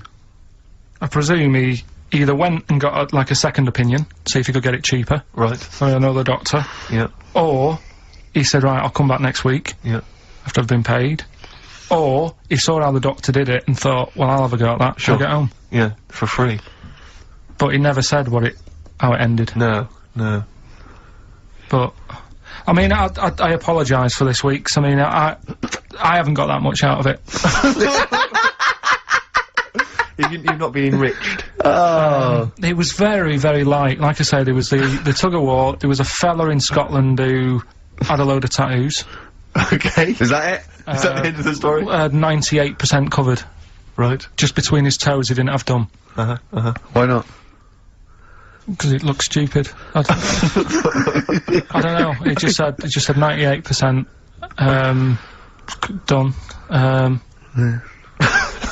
What else? Are you gonna drop the feature? Are you worried? I'm thinking about it. Don't drop the feature. To be honest with you. Heat have probably written about this already. This has been a classic. I'm concerned because it's my favourite part of the show. I'm wondering, is there something else we could? What could we do to help you out? Because I hate to see it go. Well, we can't really, and he's moving this week with the old fella, so that'll take him about 4 days. I'm worried that you're not looking in the right. Why don't you go to a library? Quick question for you, Carl. Who is a possible guest on next week's Pilkington? What are you gonna lined up? investigate? I mean, what about your removals man? Right, listen, if you've had a experience, it can be anything, right? It doesn't have to be you've seen a ghost, it can be that you think you're gonna live forever, or you can, do any mentalist out there. If you're slightly, wrong, if there's something wrong with you, just, email Carl. Is it carl.pilkington@xfm.co.uk? Yeah. carl.pilkington@xfm.co.uk. Would you like to be interviewed on next week's edition of Pilkington? If you are a mental of any description, just lonely, bewildered, stupid, just something wrong with you, right, and you've seen something that's, interesting to you but absolute bollocks, then please call Carl. Yeah. Carl.Pilkington. Don't let that put you off, by the way. Don't think, oh, they're going to take the piss out of me. Just if, in any way, if it's, fodder for us, then call up, because Carl will like you. You'll be friends with Carl, won't you? Quick, the clues. What's the answers? We always do this. We're running out of time. Don't worry, we've got a tune, and then we'll come back with the answers for Rockbusters. A lot of great prizes. Alright, then. We'll have a bit of cash. Johnny Cash, one of the prizes we're giving away. Oasis, Live Forever on XFM 104.9. Right, we're in the swing of things. It's mine and Steve's favourite bit of the whole show. This is what we do this show for now. Educating Ricky. Yeah. Go for it, Carl.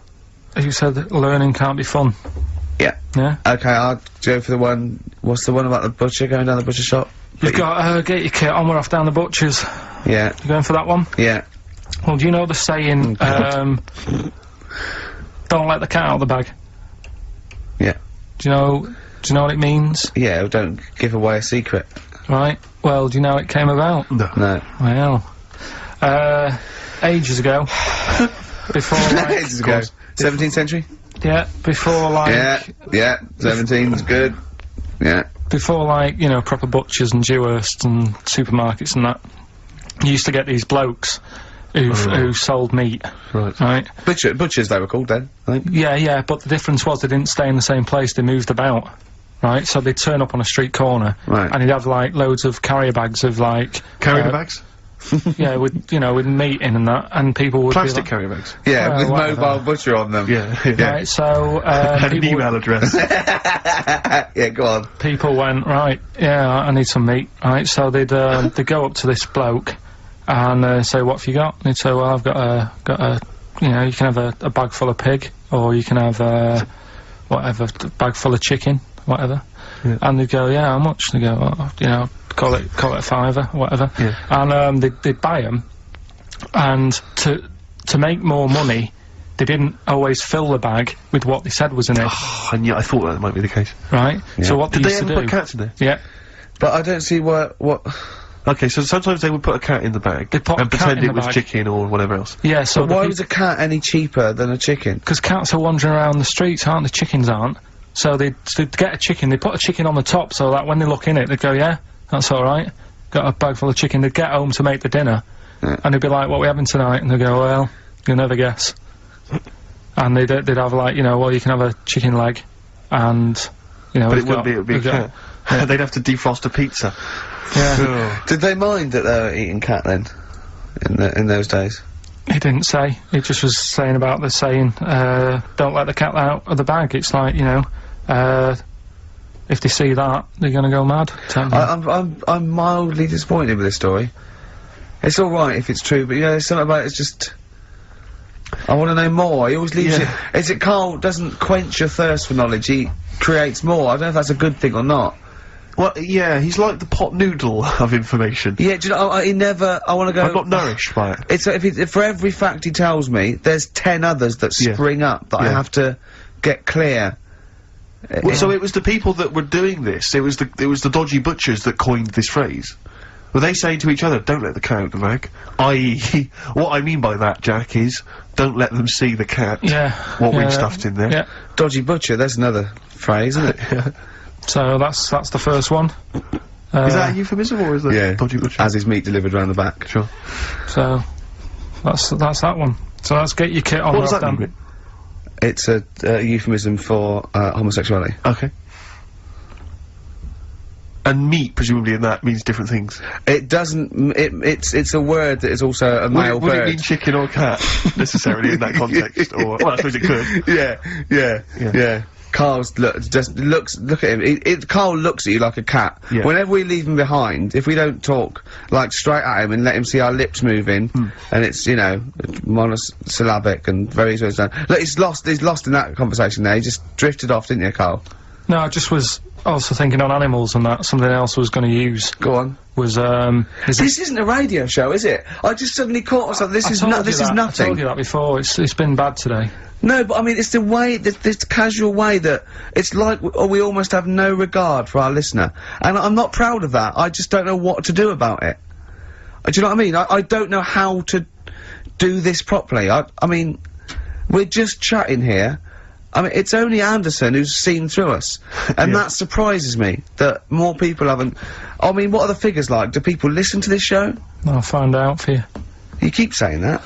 But yeah, there's this parrot, and apparently it I lives mean, in- Rick, it's unique, if nothing else. I mean, when you wake up with Wogan tomorrow, you're not even gonna hear him start a line with there was this parrot. Go on, there was this parrot, yeah, go on. and it can talk and that. Someone's obviously, you know, taught it how to speak and that, and it flew away, and it's living in this church, right? And people are at the church doing hymns and that, and then Trouble's brewing. in between the If that hymns. parrot was owned by an old miner who used to swear a lot, Yeah. Well, then the vicar In is what going to was be really annoyed. That vicar, Yeah. that vicar's gonna go on. I just hope it stays quiet, Rick, during the vicar's sermons. Yeah, go on. have you read it? No, go on. You read it. No, go on, no, go on. because that's what happens, Go right? on, tell us, Carl. During the hymns, it's sort of effing and jeffing and stuff. Jeffin. Yeah. And everyone's like going, oh, you know, it's quite funny really, you know, it doesn't know what it's doing. Everyone's having a laugh. Yeah. But it's causing a havoc at funerals. When did this happen? Not years ago. John was a much loved man. Yeah. So anyway, so that was another What story. can that you say about Uncle John? Bollocks.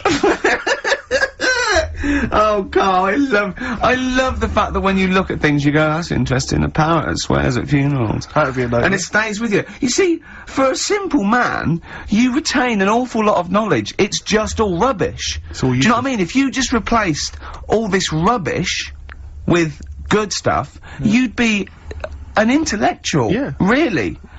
Because, I mean, your retention is fantastic. Yeah. So Did I lose you again there, did I? Was it the word retention? we've still got, Wash Up With You. Yeah. Should we play a record and do Wash Up With You? Yeah, we'll play a bit of Aqualung then. Aqualung! From the album Original Pirate Material, it's obviously The Streets, and an album track from that, It's Too Late. Fantastic, isn't it? Yeah. I know everyone's raving about it being, you know, one of the albums of the year, but it is, I think. It's great. That's brilliant. I love the backing as well. It's just so good. The lyrics, the things you go, they're my favourite band of the year. Next week then, we'll do all our favourite songs of the year, shall we? No, I think it's got to be 2 weeks' time, hasn't it? 2 weeks, is it? Yeah, We'll do I'm the away Christmas. next week as well. What do you mean you're away next week? What are you doing? Zoe Ball show? I'm going up north again. Why? So Claire's gonna be here with you. Okay. Yeah, at least What are you doing up north? she does her job. Just, Suzanne's dad's birthday, so... I bet he's a party animal. I bet I've read that they really kick off, don't they? Is it? Yeah. When? So, You gonna be raving? can't concentrate now. Oh, well, he's all stressed because the lady from MTV's here. She's going to film his little face. So the things he said in the week, he was so worried. He's got worried about the spot on his head. That won't come out. Just you got your best side. It's on that side, that's alright. Yeah, the camera's out. Look, he's getting nervous now. Okay, Carl. Ignore the camera. Okay, just ignore the camera. Okay. Now, me and Steve have done our research for you, and we've got 2 amazing things to tell you. What should I tell them first, about the baby or the... Well, they're crab? both equally fascinating, so you choose. I'll tell you the crab thing first, right? Steve actually saw this thing in The Guardian the week, about our research thing, and then we looked it up, we looked into it on Friday, and it is incredible. Right, listen to this. There's a thing in a bay in, New England, right, where it's like the biggest, they make silicon chips and stuff for computers, right? And because of the data protection thing, after they've done them, because they have to destroy the plates, right, well the information's sort of put onto them, but there's still flakes of silicon, they sort of grind it down straight away, and some of the flakes got into the bay, okay, but some of the information's still on even the slight granules of silicon, anyway, gets in the water, and silicon is rather like, a carbon derivative. They reckon if there had been life on another planet that wasn't carbon-based, it'd be silicon-based. Because that's simple sugars and it's just COH and that, and it can work with silicon, right? Anyway, the crabs have been taken up, it's in the water, and they looked out on the beach, and, over years, the crabs have started, sort of putting themselves in formations, like geometric format, and they couldn't work out why they were doing this. And, when they put them in the experiment, they sort of like chopped them up, and they found they'd taken on silicon. And it had sort of got into their brain, and they were downloading information. They picked up little things, because it's just chemical, you know, like, electrical impulses that got information off the silicon chip, and they were interfacing it. But, this is the amazing thing, one bloke sort of thought of this, and he thought, well, if it's a simple computer with a brain, if it's just a simple sort of electrical thing, then maybe there's sort of, you know, we could get it down. So what they did is they made a thing called a biointerface, and they put it into the crab's brain, just a really simple brain, so it's measured avant-garde, right? And it got impulses from it, and they were getting, like, computer, that's just flashes of, like, symbols and geometric things right on this screen to read the crab's brain, and it was stuff like, you know, fragments of a, what made them do this in the first place? because they saw the crabs behaving differently. They were behaving differently to each other. They were just like, they were, you know, intelligent.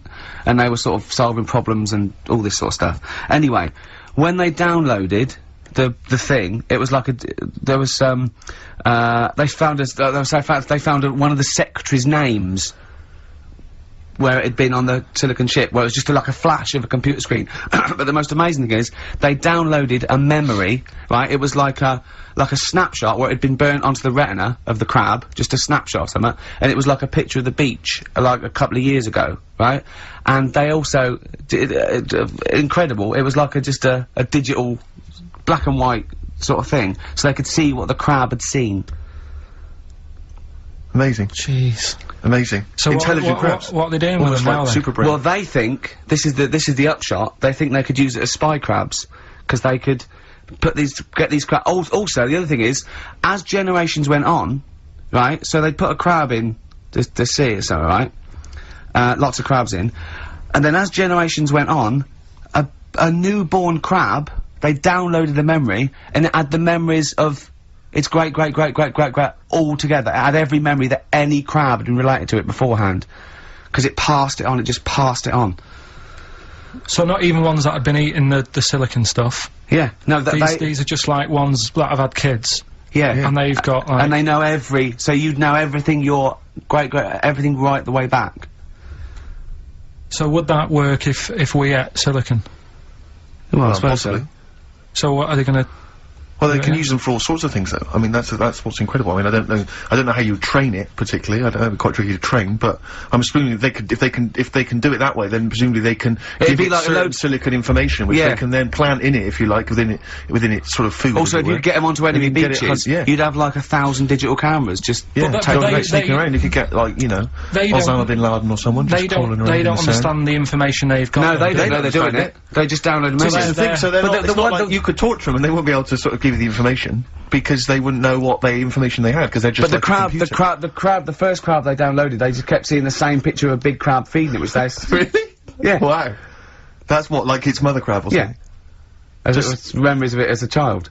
But they're not in colour, presumably, No, because it's all in black and white. they're all in black and white. It's just a digital camera, because it's just they don't see in black and white, so it's just like a, I don't know, I think it's burnt onto the retina or something. And, the only one that they kept were the ones they saw a lot of the time. Wow. I mean, in a way, some of the educating Ricky I've got for you today is on the similar lines. Right. Oh, you've got to be impressed by that. You've got to No, be no, impressed no, by that's that. pretty good. I mean, I'm interested to see, you know, what they do with it. What they do with what the crab developments are. But yeah, no, that's pretty good. Yeah. But I mean, amazing, Yeah. amazing.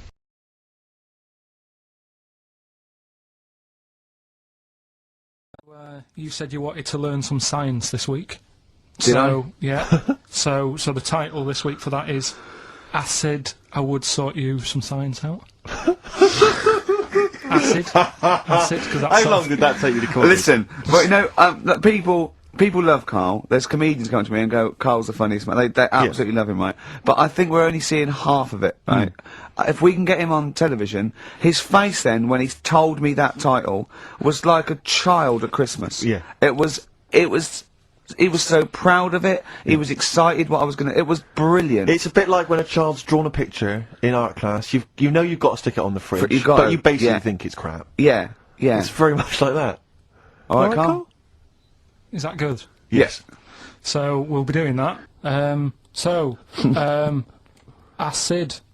I would sort you out with some science. Brilliant. I forgot the puns in mind, didn't I? I forgot the puns. Yeah. Go on. Right, so, yeah, you asked to sort of be taught some science and that last week after being taught about war, so, Yeah. did some research, and, there's a few things, I think we'll just cover one of them now. Go on. We've talked a lot about hairy kids.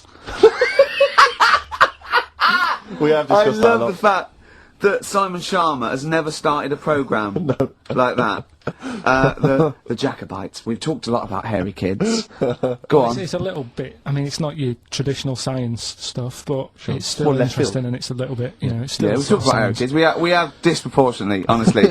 I think this show's talked about hairy kids more than any other radio Yeah. show. Well, it's one that... Sorry, I noticed both of you there dropped the H, or the H, or however it's I pronounced. had to, 'cause So it- airy, airy obviously kids, yeah. hairy, Yeah. hairy children, not Yeah. sort of airy, kind of light-headed or... Yeah. Well, there was the case of the one who lived in China, Yeah. and Which was weird for two reasons, wasn't it? yeah, Well, go on. one was like he was covered in hair, That's all really weird. and the doctor sort of checked him over and said, "Well, yeah, he is hairy, but he's quite healthy. Apart from he had a little bit of eczema and a boil." That was the main bit of the story, wasn't it? Yeah. But this one, right? We have sort of talked about it, and you weren't having any of it at the time. What? This next bit of science I'm telling you about. Go on then. Right. Remember when I told you about a lad who was living at home with his mum and dad, right? Everything's, you know, normal life, go to school, that sort of thing. Yeah. Then, I think his mum and dad had an argument, and it kicked off a bit, and he thought, I'm sick of this. It's happening all the time now, they kept having arguments, so the kid ran off into the woods. Oh. Yeah. right? God. Now, he left, he went and ran in the woods, and he ended up living with some monkeys, Right. right? And he thought, this isn't a bad life, you know, there's no arguments going on. Sure. He was getting on with them. And the weird loved thing bananas. is, this is where the science bit comes in. Oh, yeah. Sure. He grew a load of hair on his body. That's not true. It's not true. It is true. It's an acquired characteristic. I bet someone will back me up on this. But no, you can't. You can't grow hair like that. You might get a little bit more down here. They might the erectile tissue might, you know, they won't fall out as much. That would, you know, but you don't actually grow a big mane if Well- you're cold and you're a human. Well, he did. He did. This lad did. I know it sounds a bit strange and that, but he was living with the monkeys, and because it was cold, his body reacted to it. Listen. He was no hairier than he would have been if he was walking around naked on a cold day, with or without living with monkeys. The fact that he was living with monkeys makes no difference. No, I know, but I'm trying to get, you know, picture it in your head what it's like, Although Mickey Dolenz was always pretty hairy. right? So he was living with them, and he went into town or something one day Oh, yeah. to get some food, and the people there were like, hang on a minute, that isn't a monkey. Well, he went in naked. No, he was there covered in hair. Yeah, but naked, but covered in hair. So it was decent. It was. Yeah. But that was a weird thing. They thought it was a monkey in the shop. And then they So went, presumably he had a big long beard as well, because he couldn't shave, could he? no, it's just covered. He looked like a monkey. And they were happy to serve the monkey, were they? There's a monkey, he's How buying did he a walk? newspaper and How some did he milk. walk? How did he walk, Carl? Did he walk upright or whistling along? The, Just to help? the picture that I saw on the internet, he was on all fours, but I Course don't he know if was. that's when he was Course he running was. away after he did sort of, you know, realised he was a kid. But this was a picture. So he was a kid as well. He wasn't even like an adult with the beard. No, he was a kid. Brilliant, brilliant. And the people beard went- kicked in a little bit. So earlier. listen, so the Go on. people caught him. You're an idiot. The people caught him. Yeah. Shaved him. Right. Got it all off. Didn't grow back again. Right. It just. You're an grew. idiot. Well, like I say, people will have heard this story or read about it. You're an and idiot. they'll email in. They don't let me down. And they'll agree that you're an And idiot. no, they'll have seen the story. You're an idiot. So that's a little bit of science. Right. Okay. So have you got anything that is science as opposed to nonsense? Well, Kid went off with some monkeys, grew hair, Yeah. came back, shaved him. It didn't grow back. I mean, just think. Right. Something else. there's a few things I found. Yeah. There was a fella Oh God. who had hiccups for 69 years. That was a bit annoying. Yeah. Yeah. Yeah. There's the dog with the wig that we've discussed. Imagine if you just tuned in. Yeah. There's the dog with the wig that we've already discussed. Did we discuss that? Not really. Did I not tell you what he said? I did, didn't I? Yeah. Oh, yeah. Yeah. What else have we got? Well, there's something here that you sort of know. Is this going out live? At the Yeah, moment? this is happening, right? Right, go on. But remember when you talked about sponges? Yeah. If you get a red sponge and a blue sponge, You liquidise them, pour them back into a tank.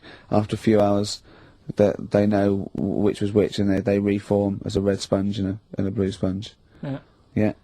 I thought that was weird when you told me. Yeah. Looked it up, did a bit of research. Yeah. Thought that's sort of sciencey. Yeah. You can do the same thing with a mouse's brain. Okay. Explain a bit more. No, you can't. If you get a dead mouse, Yep.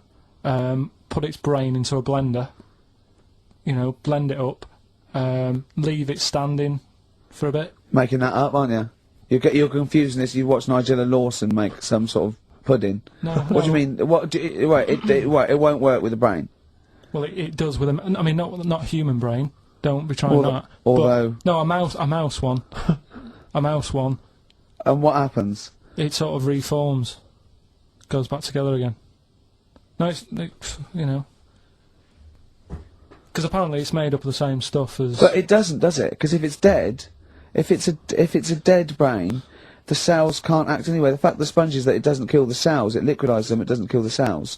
Yeah. So it couldn't be a dead brain anyway. It would have to be a live brain taken out from a live mouse for the cells to be getting oxygen and working and being sensitive to each other. And that, I don't see how that could work like it does in sponges. I mean, do Do you know what I mean? You're not a scientist. I've Sure. just sort of read it and gone, oh, that's interesting. I'll tell Ricky and Steve about it. Yeah. You're you've quizzing not me queried as it. if I have come up with it. No. It's someone else has done it and said Yeah. it works. Sure. So I'm not. Do you I'm not, think ghosts are behind it, or do you think there's a scientific explanation for it? no, it's just one of them weird things, isn't it?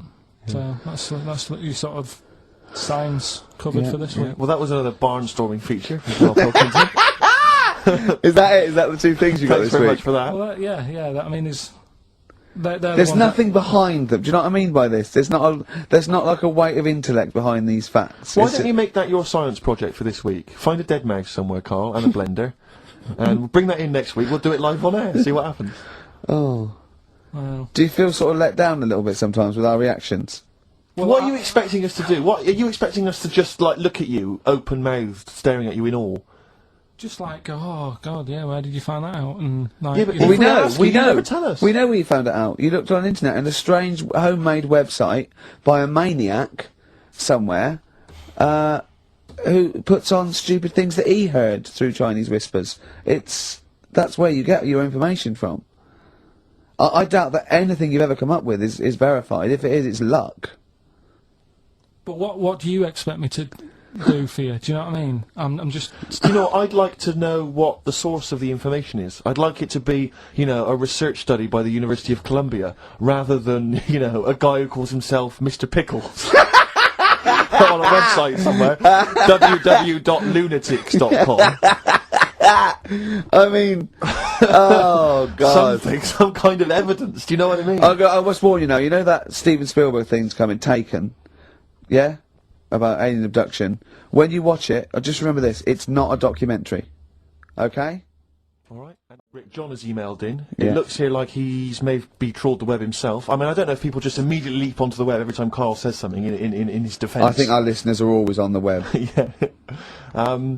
Anyway, he seems like he's reprinted here a news story, which seems to confirm Carl's Monkey Boy story. Yeah, what was the news Doctors story? baffled by boy 6 covered in ape-like hair. Doctors in Kazakhstan are baffled after finding a 6-year-old boy covered in ape-like hair. Yeah. The boy, called Ablay, was found in a remote mountain village close to the Chinese border. He's covered in thick hair from head to toe and has an oval-shaped skull. Doctors suspect nuclear radiation or a genetic disorder may be responsible. Fine. But it's an interesting bit But, here. but sorry, it's not that you could have genetic defects. I've seen lots of people born with long noses, 5 feet, etc. I'm saying You've that been he to wasn't Bristol, normal. he wasn't normal, and then went to live with monkeys and grew the hair. Well, That's no, my true. point. But it says his mother and father are distant relatives. Such marriages are common in the Kazakhstan mountain hamlets. Now, the village elders were consulted as to what to do with him, right? Now, these are the village elders. These are the wise men of the village. These are the people, presumably, that all year long are telling the village how to live, how to survive. Yeah, you're what in to charge do. because you've lived longest. Yeah, exactly. You presumably are solving any kind of moral conundrums, Yeah. any sort of awkward things. Do you know what they suggested that they do with their hairy son? Go on. Send him to the circus. The Carl's nodding. Put him in the circus. That was what they suggested, and the mother actually wanted him to go to school. Instead of I don't instead of know, a school or circus, I don't know. We don't know what's better for him. Exactly. I'm not sure. We must consult the elders. What do you think, Carl? It's not a bad life, is it? What, the circus? Yeah. Well, you ran Kids away would from love it. Kids Yeah. would love it. But remember that thing that I saw about that fella who I don't know if we should talk about it really. It's a bit, Go on. Tell us now. You've hooked me. Come on. You can say it. It's okay. What, are you worried that it might be insulting to someone? well, it's not nice, but. Well, you're you not taking the make mickey out of it. You're most telling us. Go on. It's just, it was in that book again that you got me. You know, the book full of weird people. Go on. And things that are wrong with them, and airy people, and Yeah. lad with 3 legs and that. There's a fella, basically just a head and a little body on a skateboard. Yeah. Right? Picture of him having a shave. And he was shaving with his mouth bit like that. With his tongue. Like that on the radio. Yeah. Just like- He shaved Carl his is tongue. now doing an impression of a man shaving with his Yeah. mouth. Well, it's just a head, bear in mind. He's doing an impression. Imagine a head with a very tiny body on a skateboard shaving with its tongue. That's what Carl was doing. And he was depressed because he kept getting hats for Christmas. But if you were him, you would just grow a beard, wouldn't you, rather than Oh, rather than go through all But you that get hassle. it caught in the wheels of his skateboard. Do you know the other week when I came up with like a different idea of how we can sort of make the world run and that? Can we just have a quick recap of that? Because I seem to remember it was a load of old arse. It was ridiculous. It was he was saying that the world is overpopulated, so the system would be where people were living too long and stuff. So what happens is people live till 78. I don't know how he can enforce that, right? Yeah. But when they die, they've got a little baby in their stomach, like a pip in an apple, that then carries on when they die. Right. It wasn't a theory. It wasn't an idea. It was the ramblings of a mental You're case. saying it's stupid, but someone's emailed in and said, "Oh yeah, that's pretty good." Good Yeah, place." and okay, I'm asking you again. Was the letter written in shit? But anyway, listen, right. I've been Did it say the mental home, Mars? I've been thinking about it, right, and if we can't do that, right, if that's a no to that, right. Well, it's not a question of whether we Yeah, can but do I'm it just, or not. just saying, if Go on. if that's a no, right, I've been thinking. It is a about, no. This is no, gonna be because there's a brilliant. lot of weird. I mean, You could win the Nobel Prize no, for this. But listen, there is a lot of ways in the world that some creatures and that go about sort of moving on. If you know what I mean. Evolution, you mean? Yeah, there's a lot of like on that David Attenborough program that he's doing at the moment. He's always showing you little insects and what they've got to do. And there was one about a wasp, right, that had to fly about, right, for ages, looking out for a certain type of spider, right. It lays its egg in the When I spider. saw it, it whizzes down, Yeah. right. It lands on its back, so that he's got to get that right. It lands on it. I don't think the spider's up for anything.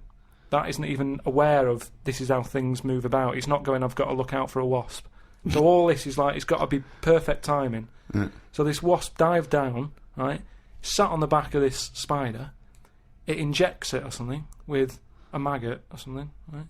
And then that maggot then lives off the spider for a bit. The spider knows it's got a maggot in it. No, it doesn't. It does. No, it doesn't. And it's making a web for it. It goes, I've got something to look after here now. I've got responsibilities.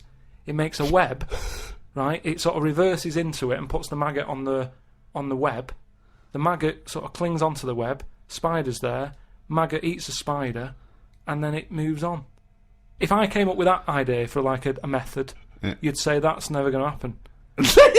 No way, Carl! It's not the fact that you came up with the idea, right, for an old lady dying at 78 with a baby growing in her that then lives on. It's nonsense. It's no idea. It's how can it be enforced? It's like, so even if scientists thought that was the best idea in the world, how would they enforce but it? what I'm Who's saying going to is- go, that's a good idea, we've never thought of that. Yes, but what I'm saying Get in is, Elsie. Who told the wasp to look out for that spider, to go on its back, to do, What do you We've mean who explained told this the wasp? before to It's you. evolution, it's natural selection.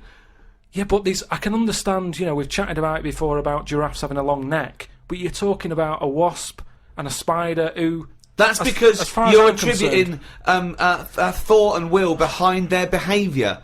Behaviour in humans is linked with a free will. Yeah, but most of what we do, say like how we have a kid at the moment, you don't just jump on the back of a woman and go, there you go, love, and then a baby pops out. You do if you come from Bristol.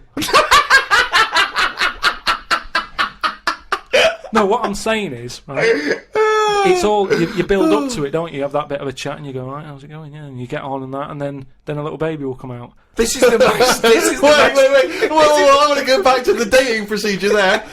You have a chat, you go alright, and then a little baby comes out. That's This is extraordinary. amazing. No, I'm Man sorry. alive. This I is tell you- incredible. I tell you, This- two-bit radio's gain was secondary school's loss. It really what was. I'm saying is, This is my first Pilgrim book. Unbelievable. what I mean is, we all get on. What I'm saying is, at what point is a wasp ever going to have a chat with a spider or meet up with it?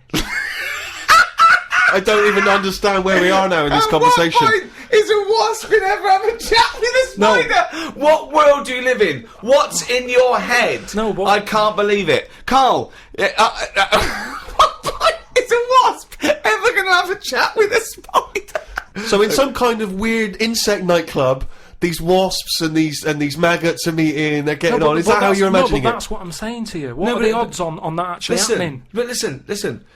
You're thinking because behaviour in lower forms of life is purely chemical. It bypasses any form of consciousness. Right? There's a parasite that's like a flatworm, a platyhelminth, or it might be a nematode. It's some sort of invertebrate.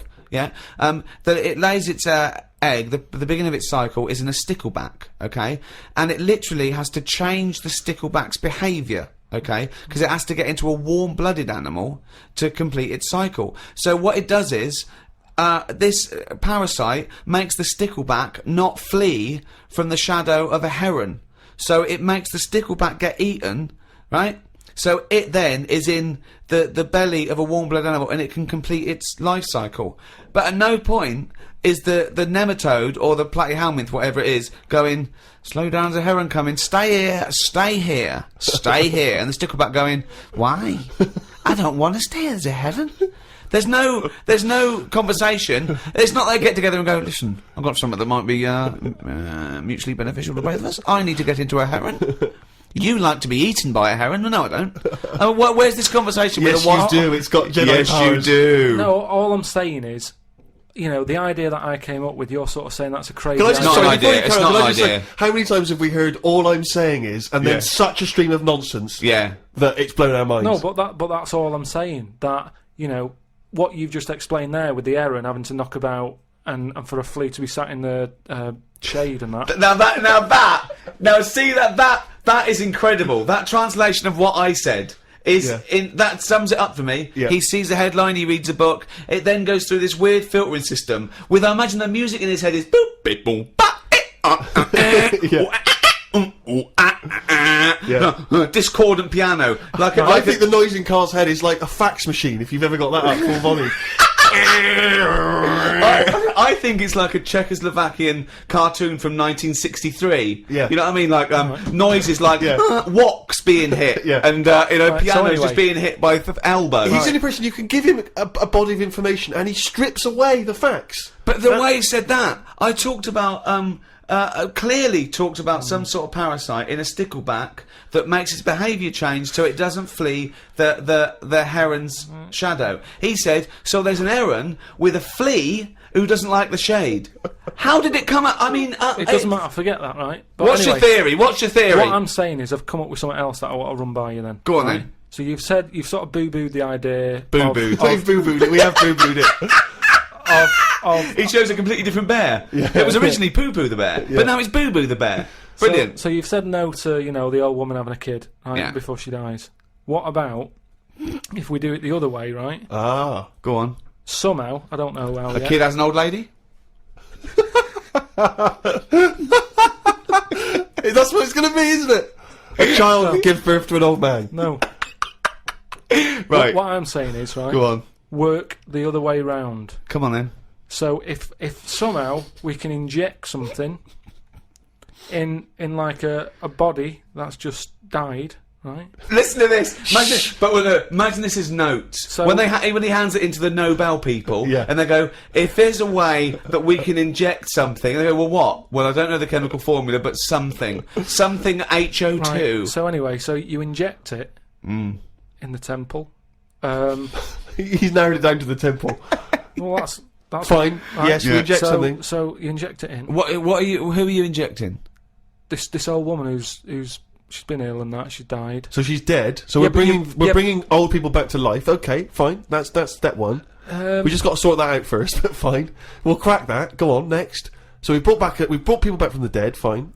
Yeah, but next. this is a way of controlling population. Remember, they can't be having it away and having kids. This is just the way we're going to Okay, work so from now. there's an old lady. So we start now. We start now as the world is now. So what happens?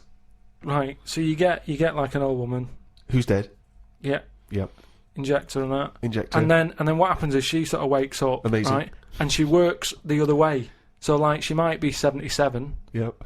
And then she'll have a birthday. She's 76. And she's working that way. Right. If you know what I mean. Okay. Are you with me? No, keep it. Because the thing is, you've got. No I'm idea. really scared. Yeah. I'm really scared. This is the maddest thing you've ever said.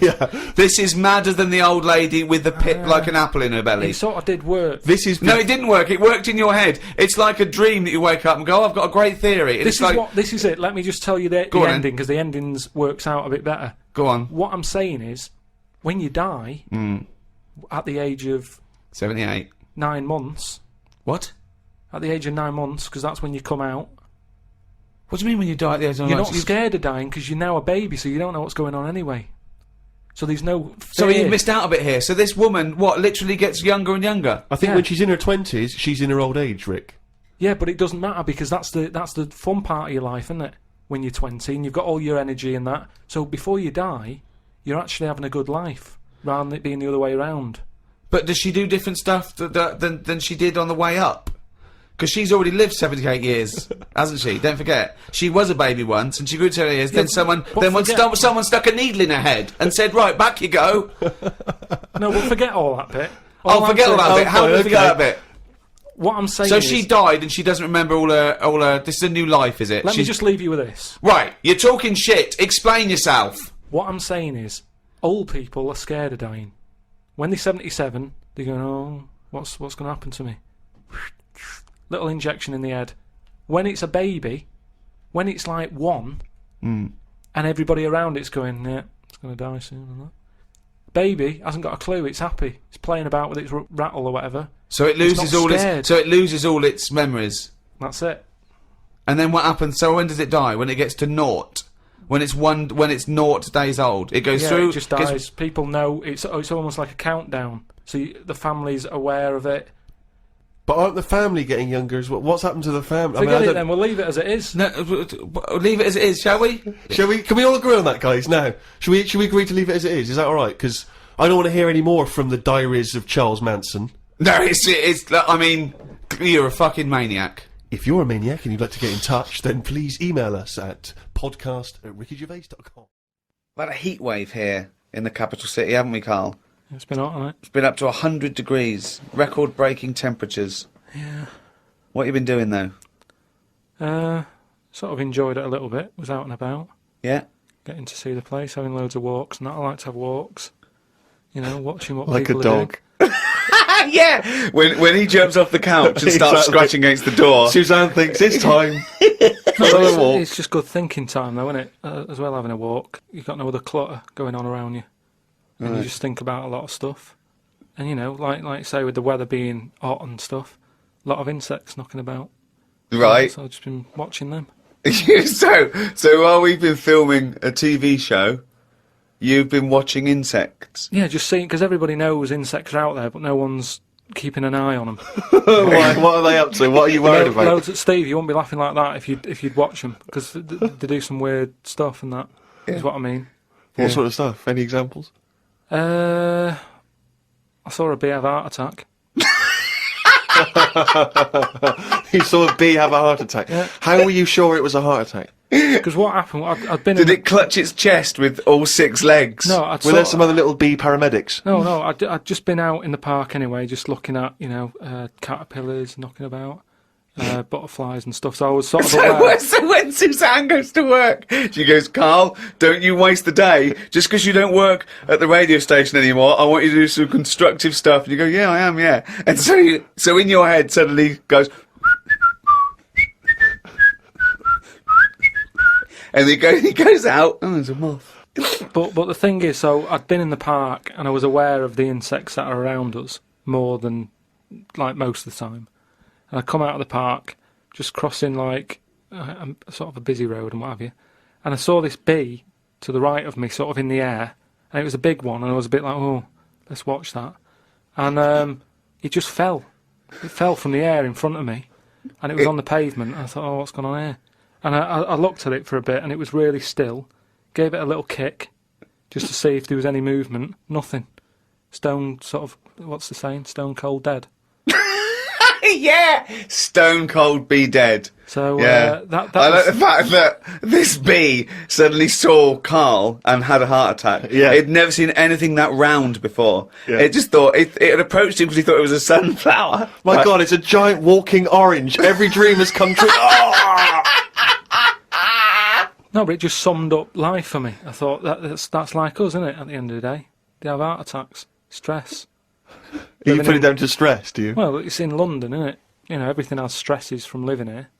And they are bald, aren't they? They've got fur all over, but they lose the... And always overweight. It was a fat, bald bee. So what did you? It fell to the floor, and you instantly you just kicked it. You didn't No, attempt I to waited revive a second it. and just looked at it to see if there was any, leg movement or wing, and there was nothing. And then when I sort of kicked it, it was sort of hard. It had hardened already. It's just Rigor mortis had set in. rigor mortis had set in. Did it put you in a bad mood for the day? Because I know things like that can just send you over the edge for the day. Death and that does a bit. Suzanne doesn't like me talking about death. What riveting conversations do you come up with? No, just things like one of our mates has had a baby recently, and I just was saying, oh, when that's sort of our age, we'll nearly be dead. Think of that. That's the first thing he says. There's a new life brought into the world. I know. But when he's our age, we'll be dead. Yeah. No, it's Maybe weird. they'll let you do the speech at the christening. Yeah, it's just, so like I say, just insect life and that, it's interesting. You say it's interesting, but do you care about really finding out about them? Do you really care about what bees do or what ants do? You look at them and you make up your own world. For example, it had a heart attack, it's stress, it's overweight. You know nothing. I could probably, won't you look something up? Honeybees are fascinating. Honeybees, they've been around making honey for 100 million years. It's incredible. Their wings beat over 11,000 times a minute. And he's thinking, no wonder I had a heart attack. Yeah, exactly. But do you know bees, like ants, are actually like specialised wasps. They're sort of developed from the same Family. Family, like. Well, yeah. It doesn't surprise me. Doesn't surprise you, though. Does it interest you in any way? Well, everything's linked to something, isn't it? It's like how they say away from monkeys and that. Yeah. It's all the same sort of thing. Yeah. Well, yeah, I've been watching loads of stuff. I've been watching ants. You mentioned ants. I've had a lot of moths in the house. They're sort of sad. I mean, you say it like it was a garden party. No, Yeah. it's just all these things. You look at them. I mean, you go into the scientific bit saying, it likes honey or whatever. It doesn't like honey. The reason they store honey is to get them through the winter when there's not like nectar, or nectar's hard to get, and they store it. And they store too much, which is why we can skim a little bit off the top. We're like agents. Yeah, well, but all I'm saying is I look at more about what its life is like as opposed Well, no, you to... don't. You don't. You guess. You make it up. You don't look into it at all. No, but you can. A bit of guesswork is you're pretty close to the truth most of the time. Why? You're What do you thinking- mean? That statement sums you up. A bit of guesswork is pretty close to the truth. Because if you watch something long enough, is what I'm saying, you can see that it's a bit clueless.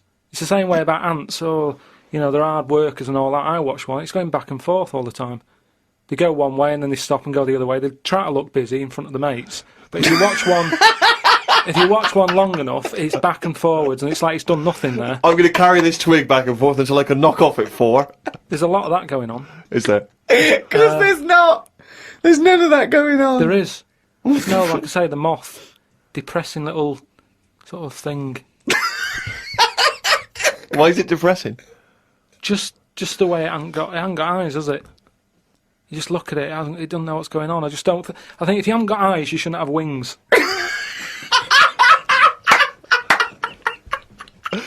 That's a rule. If we could put that into practice, please. That's a great rule. That's a fantastic rule, isn't it? Yeah. If you haven't got eyes, you shouldn't have wings. Certainly true of people thinking of becoming an air pilot.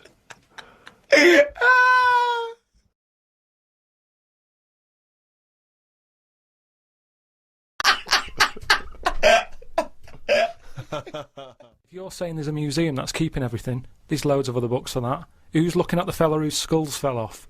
What? We see. It's interesting, isn't it? What do you mean the fellow whose skulls fell off? Well, that's what happened the other week, so I wrote about it. What? A fella's skull has fell off. What do you mean his skull has fell off? It's something to do with circulation. But what do you mean his skull fell Well, off? it's in the diary. We But might how look can at a the diary. skull fall off? Because it's surrounded by tissue and it's got a brain. How can just his skull? How can it detach itself from all the stuff surrounding He it? mislaid all his dreams. But all I'm saying is that's not getting a look in. No, because it's not significant or probably true. Good point, Steve. I don't. All know right. Well, what's let me anything just. based on. I'll just consult the diary quickly and find the moment with the man whose skull fell off. Oh, here we are. Yeah. Looks like the world's fattest man is having an operation to get rid of some of the fat. He has to have an iron bed because that's the only thing that can hold his weight. There's also a man whose skull has fell out. He's in hospital somewhere. I hate that. It would make me panic. The hospital is busy with people coming in to look at the head. What are you talking about there? That tells us nothing. Right, it's impossible for a skull to fall out. How are scholars in 10,000 years going to be... What are they going to decipher from that? They can sort of go... There's not enough incident detail. But how did his skull fall out? Circulation problems. But answer the question. How did his skull fall out? Fall out of what? He was at home, and I don't know if he was combing his hair or something, but it come off. What did? His skull. What do you mean, his skull? Do you know what the skull is? It's a part of the head.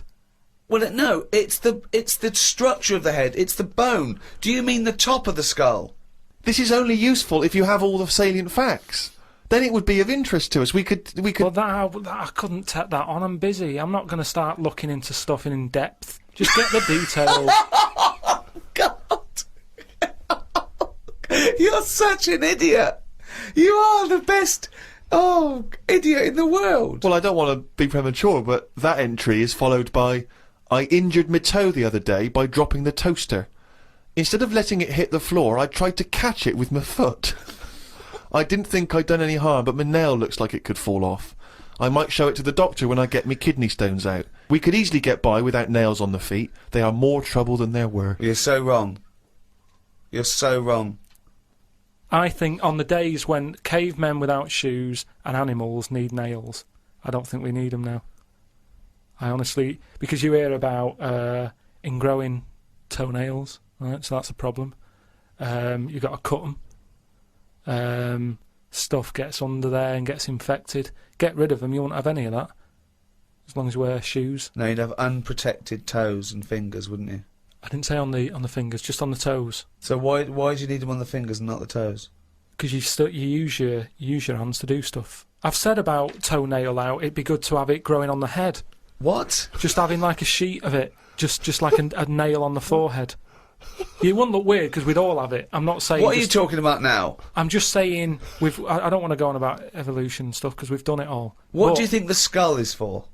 No, but I mean on the outside, so that when you bang your head, it's a little bit more protection. Like people, I mean, you're looking at me like that. Why do you wear a helmet on a bike then? Because the bike wasn't meant to be invented. We weren't meant to whiz along at 70 miles an hour with evolution. I know, but because life's changing, like you've said. But you can't go, let's evolve, let's re-evolve. Okay, let's assume we've got this nail on our head that's growing out of our forehead. So we look like one big thumb. Yeah. Which weirdly, Carl kind of, I mean, you can almost imagine it looking at Carl now. You can imagine a big nail there. Does the nail continue to grow? Do we have to trim the head nail? Yeah, in the same way you get a haircut. Why is that preferable in your mind to just wearing a crash helmet in instances where you might have something hit your head? Just because, for a start, helmets, you have to carry them around with you. That's one thing that's put me off having a motorbike. Whenever you see someone on a motorbike, it's all like the clothes you've got to wear. And it's like a big upheaval, isn't it? It's you know, if you have a car, you can get in with your shorts on, your flip-flops on. A motorbike, it's like you're an astronaut or something, and you're only nipping down the road for some milk. Do you know what I mean? So, what I'm saying is get rid But does it annoy you having to put shoes on every day, and underpants, and a vest, and I don't know... No, but once they're on, I'm not carrying them. They're on me. If I had to then take the shorts off for whatever reason and walk around holding them, I'd go, I can't be bothered. I don't like holding a bag. I don't like bags. We carry too much around with us now. I don't like carrying stuff. It's just a hassle, isn't it? It's just endless things that he doesn't want to do, doesn't like doing. It's like carrying bags. Who the hell has a gripe about carrying bags? Why is that a concern? Because it's stuff that's on you. I love the way that he wouldn't mind having a nail going out of his fucking head, but he doesn't want to carry a bag. What's good with it is everybody's got one of these. But it's not going to happen, Carl. And the most important thing in your body, apart from the heart, is your brain. So protect that, not the toes. The toes we can get by without the toes. People. But your head's important, isn't it? There's a lot of stuff in your head. And I know all this just after seeing the Bodyworks thing. I went to see it's a show on where there's a load of like dead bodies and that. And you can see how much stuff's in the body. And there's loads of stuff. There's nothing in there that you don't need. It's all doing stuff. Everything in your body. We've been telling you that for years. But you reckon you don't need the toenails? Yeah, that's on the outside. I'm saying everything that's on the inside of your body, right? You don't need the appendix. No, but doesn't that depend on what lifestyle you have? Well, it's a hangover of when we probably ate a lot more cellulose, and it's. Yeah, well, they might come back. Things are always coming back, aren't they? So if people start eating them again. What about male nipples? Sort of looks all right though, doesn't it? Because the chest is quite plain, so with nothing on it, you'd go, oh, what's this? It just balances it out. I think it looks all right. I think it works. So leave it. But what were we talking about? But wouldn't you rather have maybe a little like a rib cage around the testicles? Because you get a whack in them and it. Oh. Yeah, that's pretty good. Not an invention, Carl. It's not an invention, and we can't do it. But will you be able to sit down still? Because that's the good thing with them at the moment is movement. So it sort of works. But don't they say they said something about testicles at the Bodyworks thing?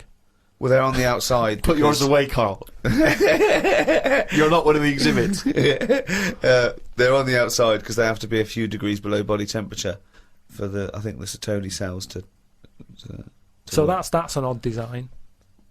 That they had to go there because it is it's a bit of an odd place to have them. Where would you suggest? Dangling from the throat? Sort of. I want to redesign you, right? You can possibly do this now. This is something you can actually do, probably. You could probably have your testicles anywhere. So where would you want them? You've got a giant forehead nail. Yeah. You could have that. It probably wouldn't grow, but we could certainly have that. I just mean like, because if all it's about is temperature, you don't want to get them too hot. Yeah. Well, they're getting hot down there because you're wearing pants and what have you. So have them nearer to the outside of the body. Well, they are the outside of the body. No, but we wear pants over them. So you wear pants over them because their testicles and polite society suggest that you don't show your testicles. That's the odd thing, isn't it? That's what's happened somehow. That we've said testicles shouldn't be seen. Well, then just cut a hole in your trousers. If it's only about, keeping them cool, and because they're too hot, why don't you just hang them out your shorts? Because there's too many sort of seats that are shared these days, isn't there? But what I'm saying is... Well, what are you saying? Where would you put them? Somewhere like, sort of under the ears.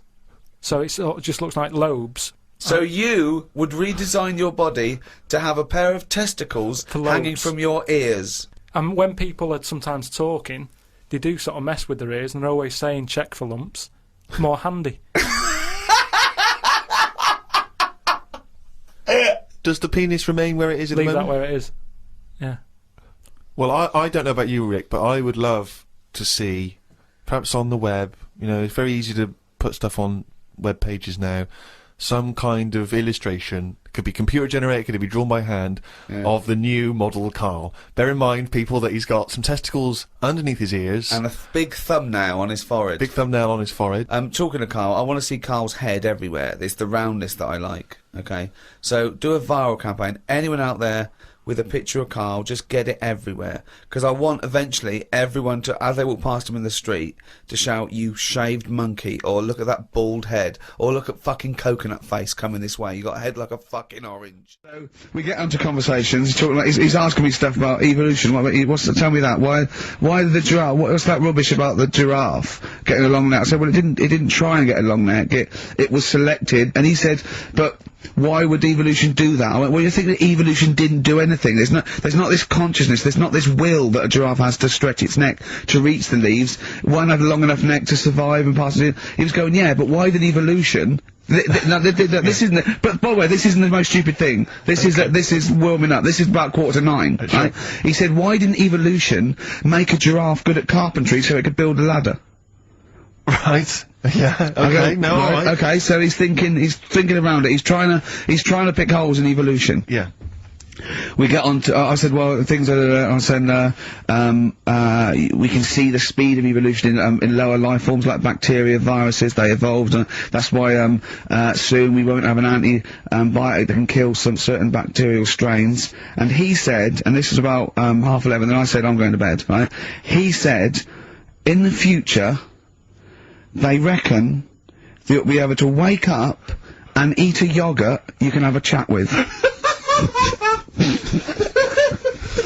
don't know what that means. Let's put a song on, right? and we'll come back to so it. you're going to because- explain that? Yeah. You've got an explanation. He said, they reckon, and I said I'm going to bed, he went, no, really, I said, no, I'm going to bed, Carl, there's no point now, because, I mean, it's just like, you're talking gobbledygook, you know what I mean? I might as well talk to a pot plant. Yeah. He said, in the future, they reckon, I don't know who they are, Sure. I don't know, people who post things on the internet that he reads, I think, the Telegraph.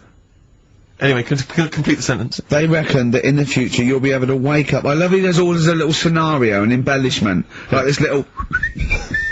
Oh, hello, darling. It's your yogurt. Hello. You'll be able to wake up and eat a yogurt you can have a chat with. Alright, well, you know, thanks for that, Rick. I'm looking at you. I'm going to throw that over to Carl now. Right, it's when I was away on holiday, right? I got, I don't normally buy the Telegraph, because it's too big and that, innit? So, but, they were giving it away for free on the plane, so I thought, Ding dong. might as well have it. And I saw a couple of things in it, and I thought that would be interesting. I saw this thing about the future, and it was talking about evolution and what have you, right, which I always find weird, because I always think that maybe we've sort of done it wrong anyway. Do you know what I mean? I sometimes think... You can't by definition, evolution can't get things wrong. Things change, that it's not successful, it can't pass on its, genetic material or, but if you're around, it's working. If you're around, it's working. Slugs are as evolved as they need to be. Slugs are as evolved as you. And Well, me. that's true enough. No, yeah. No disrespect, but it works. It works. Sorry, They're but around. anyway, what's your point, Carl? No, I mean, I think we probably would have been better off staying as a fish. Just because there's more water than land, isn't there? Right. And you wouldn't drown. This is why I went to bed. No, I can imagine. I'm thinking of dozing off now. No, but it went. Do you know what I mean? From what was it? It was talk. bacteria. It was Yeah. fish, mermaid, man, onwards and what have you. So anyway. So it was- Oh God! No, do you not there are a agree? few knowledge gaps in your theory of evolution. Alright, no, You generally got it right, though, so there you But I go. mean, basically, yeah, it went bacteria, fish, mermaid, man. What next is the big question. So it was telling you all about this and what have you, and saying how like we shouldn't have interfered because maybe if we wouldn't have invented planes and what have you, maybe we'd be able to fly and what have you if Sure, we really yeah. needed to and stuff Yeah, like that. okay. So we've interfered with evolution, you see. Right.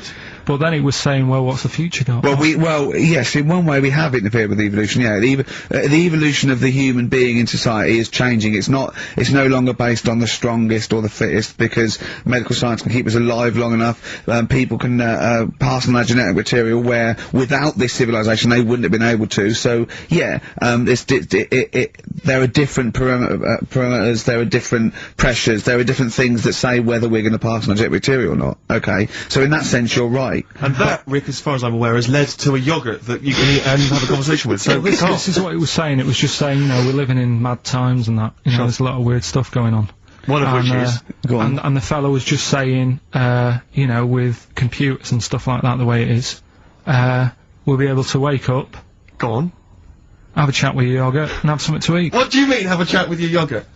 Because of the amount of, I mean, you have them yogurts already, those friendly yogurts. Those bacteria-friendly ones, so this is just a really friendly one. Yeah, they don't. Oh God! I might burst. Do you know what? Sometimes, Carl, I think that we're having a chat with a yogurt. Do you know what I mean? There can't be any difference. Yeah, but then I'm always reminded that would be more entertaining. That would be more informative. Read on the internet that heads are bigger now than they were years ago. Brains are getting bigger, apparently. This is because we're being told too much information. We are told too much stuff about things that we wouldn't have known about years ago. You've just made that leap, haven't you? Maybe heads and brains are getting larger, but the fact that it's because there's too much information cramming in them.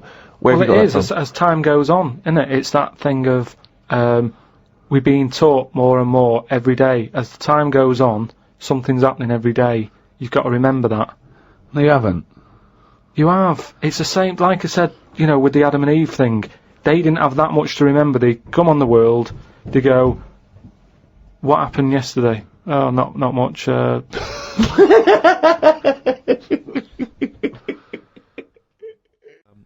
The headline is this: female kidney turns lumberjack onto housework.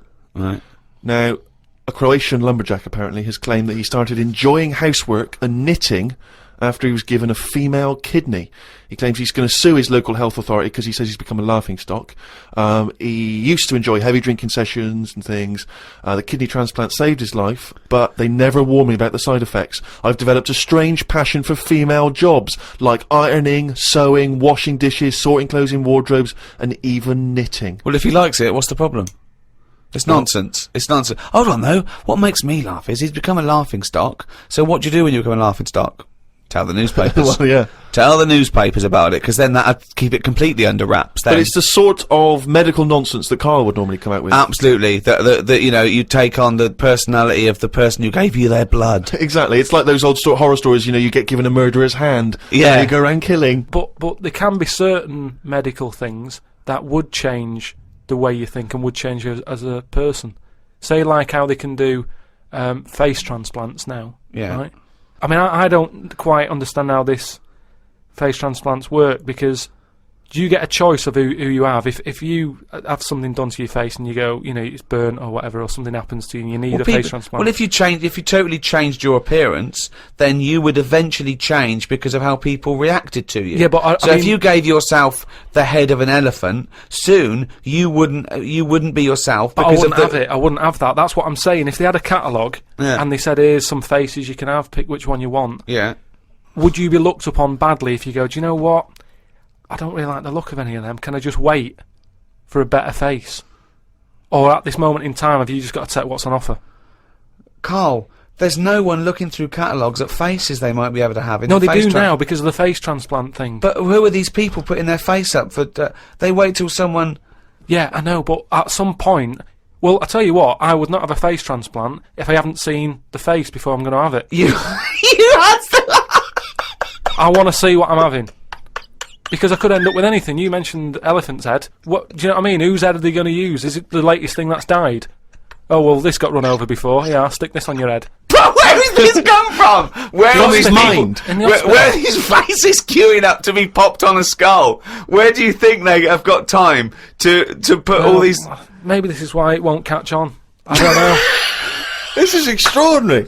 You've created in your own head the existence of this pamphlet, and now you're defending it, even though we don't know it even exists. And you're this skull on a hospital bed going, I'm not having that. I don't like the look of him. He looks a bit shifty. Oh, I don't like that. Oh no. Can I ask this now? Let's say we'd passed away sadly in something terribly tragic. The nation's mourned. You know, it's terrible. It's like one of the great national disasters. But you, at the same time, you survived the accident, okay, but your face is hideously disfigured. You can take either Ricky's face or mine to have. I'm surprised you're asking this though, Steve. I mean, it's just, it doesn't seem like any of them is like a great option. Oh, thanks. And this is what I'm saying about the catalogue. If those two were on offer, I might go, do you know what? Pop in again tomorrow. Bring in another booklet. Stroking a spider can cause its hair to fall out. What? Because it doesn't like it and it gets stressed out, or is it just that some people are rubbing too hard? No, I don't think it's they're rubbing too hard. I think it's something to do with it. I mean, what sort of maniac is stroking a spider anyway?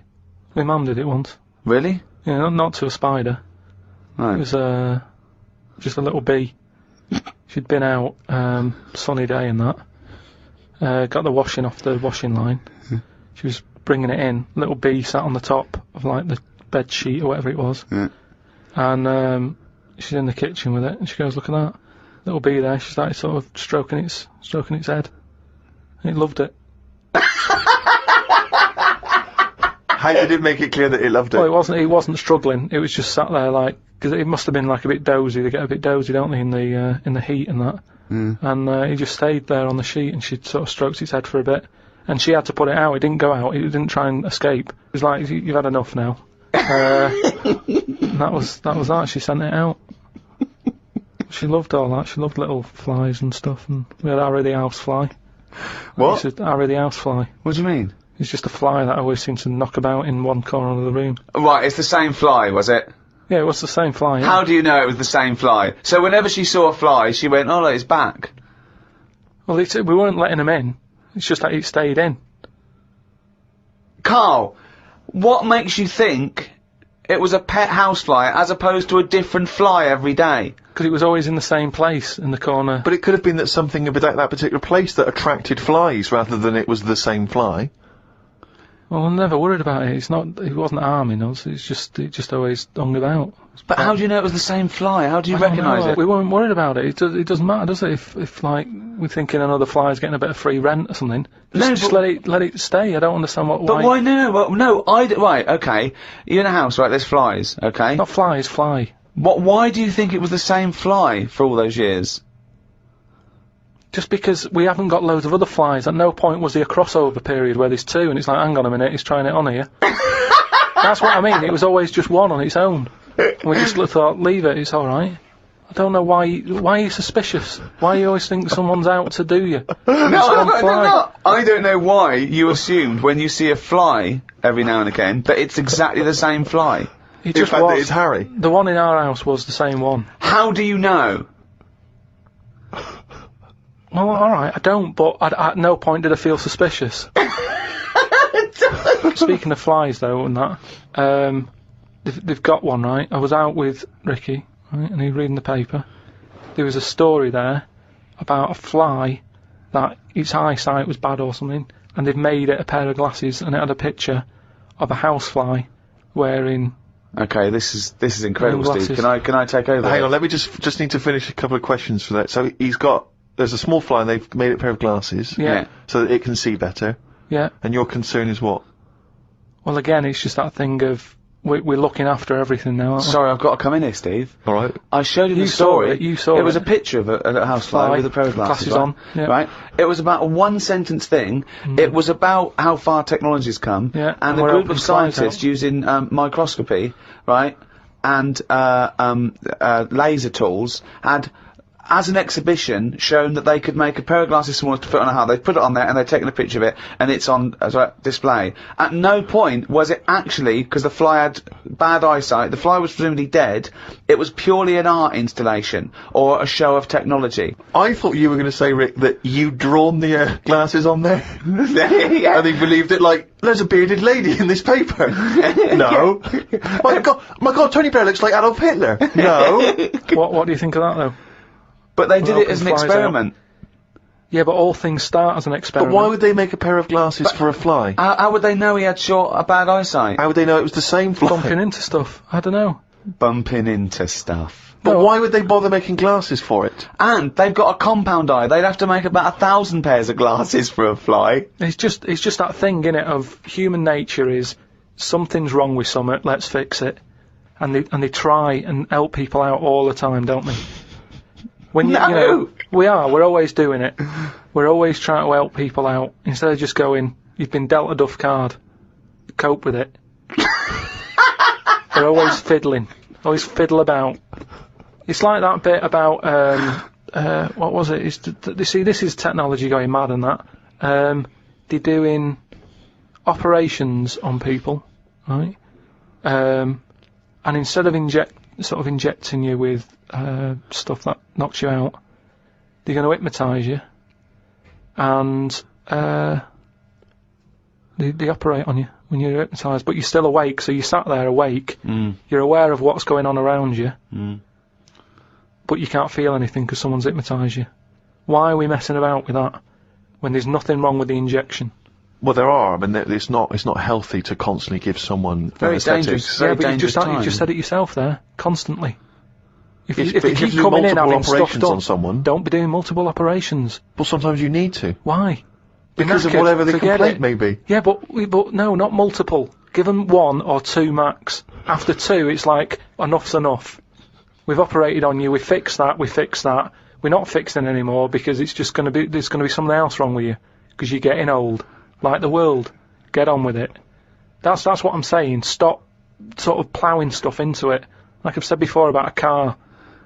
You know, the gearbox has gone. Alright, we'll replace it. Oh, exhaust. Well, alright, we'll put an exhaust on it. Oh, the oil filter. Forget it.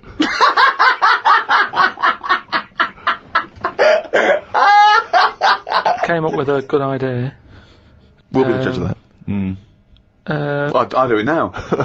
It's not a good idea. Okay. Okay. I'm sticking my neck out here.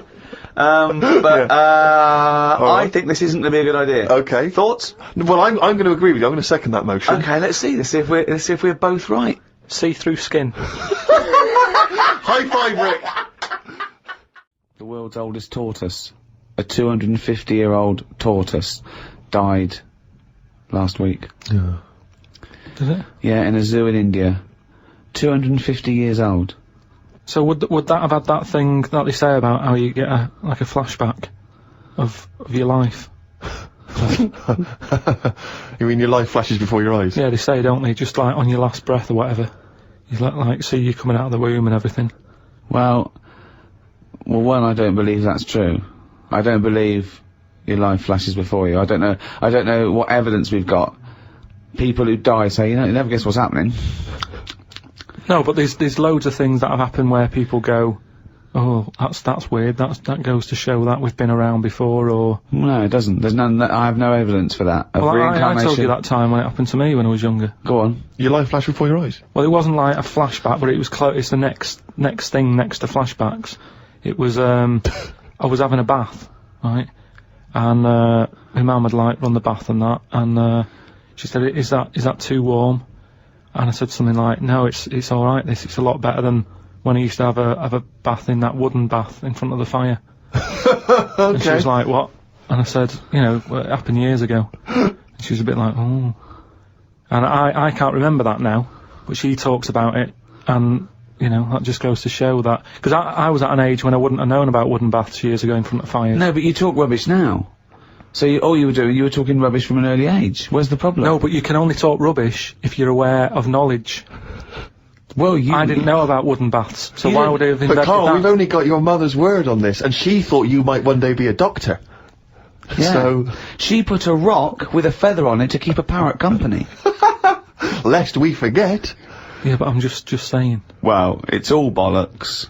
So have you researched this? You've tried to find out when little Karl Mark I and his wooden bath, when he was No, around? I don't want to go there, because that's when you start digging out all sorts It's of trouble, rubbish. innit? It's rubbish. No, it's not rubbish. Well, it is rubbish. What sort of stuff might There's you no discover? scientific evidence. No, but just like I've said about family trees and that. Don't be looking at them, because you're only going to find stuff you don't really want to know about.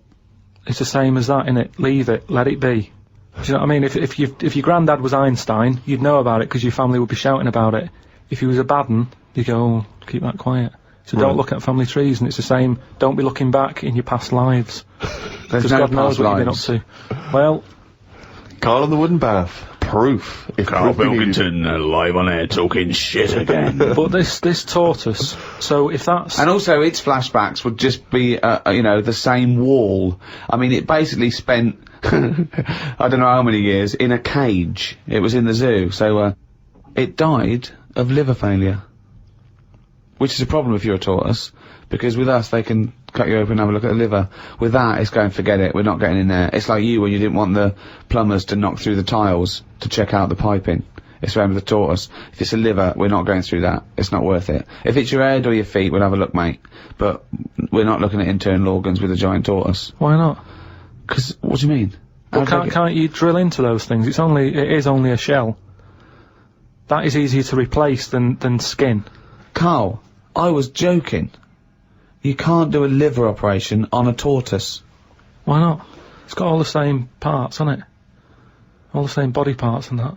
Well, I think that's the point. Well, not really, but, yeah, it's... But Loosely better speaking. ones in a way, because they live longer. So they're doing something right. Aren't they? Right. If they can live 250 odd years, our art can't do that. Right. Which is what I say about how a tortoise has got it right in a way, that it's taking its time on everything. We're rushing about, getting stressed out. That's just, getting on with it. It's not rushing. It eats healthy, doesn't it? It eats lettuce and stuff. Yeah. So that's probably doing it right, but to be honest, it's too much. I wouldn't want to live 250 years. Just eating lettuce. Let's not forget that all a tortoise does is eat lettuce. It's not like it's jet skiing weekends and then getting its lettuce on a Monday. That's all it does is eat lettuce. Yeah. And that appeals to you, does it? No, I'm just saying that it must be doing something right, though, Of course it's doing something right. because it's living 250 years. But all animals do something right, however long they live. Mayflies live a day, but they're doing something right. Well, they're not, are they? They haven't got a chance to learn how to do it right, and then they're dead. You know, that's from one extreme to another, isn't it? That just seems a bit mental to me, that living a day. I wouldn't bother, so forget it.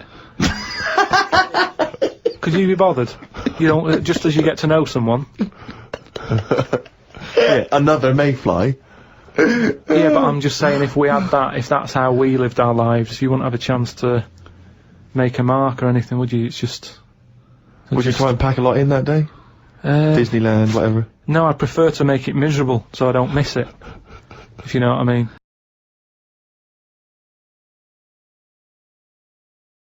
Yeah, Oasis. The Hindu Times. Carl just did his little screen test down the lens, and he went to, said, just look at the camera. He went, right, do you want to know about MTV? She went, well, it might be VH1. He went, right. It did Rockbusters, then said after the break, some Genesis.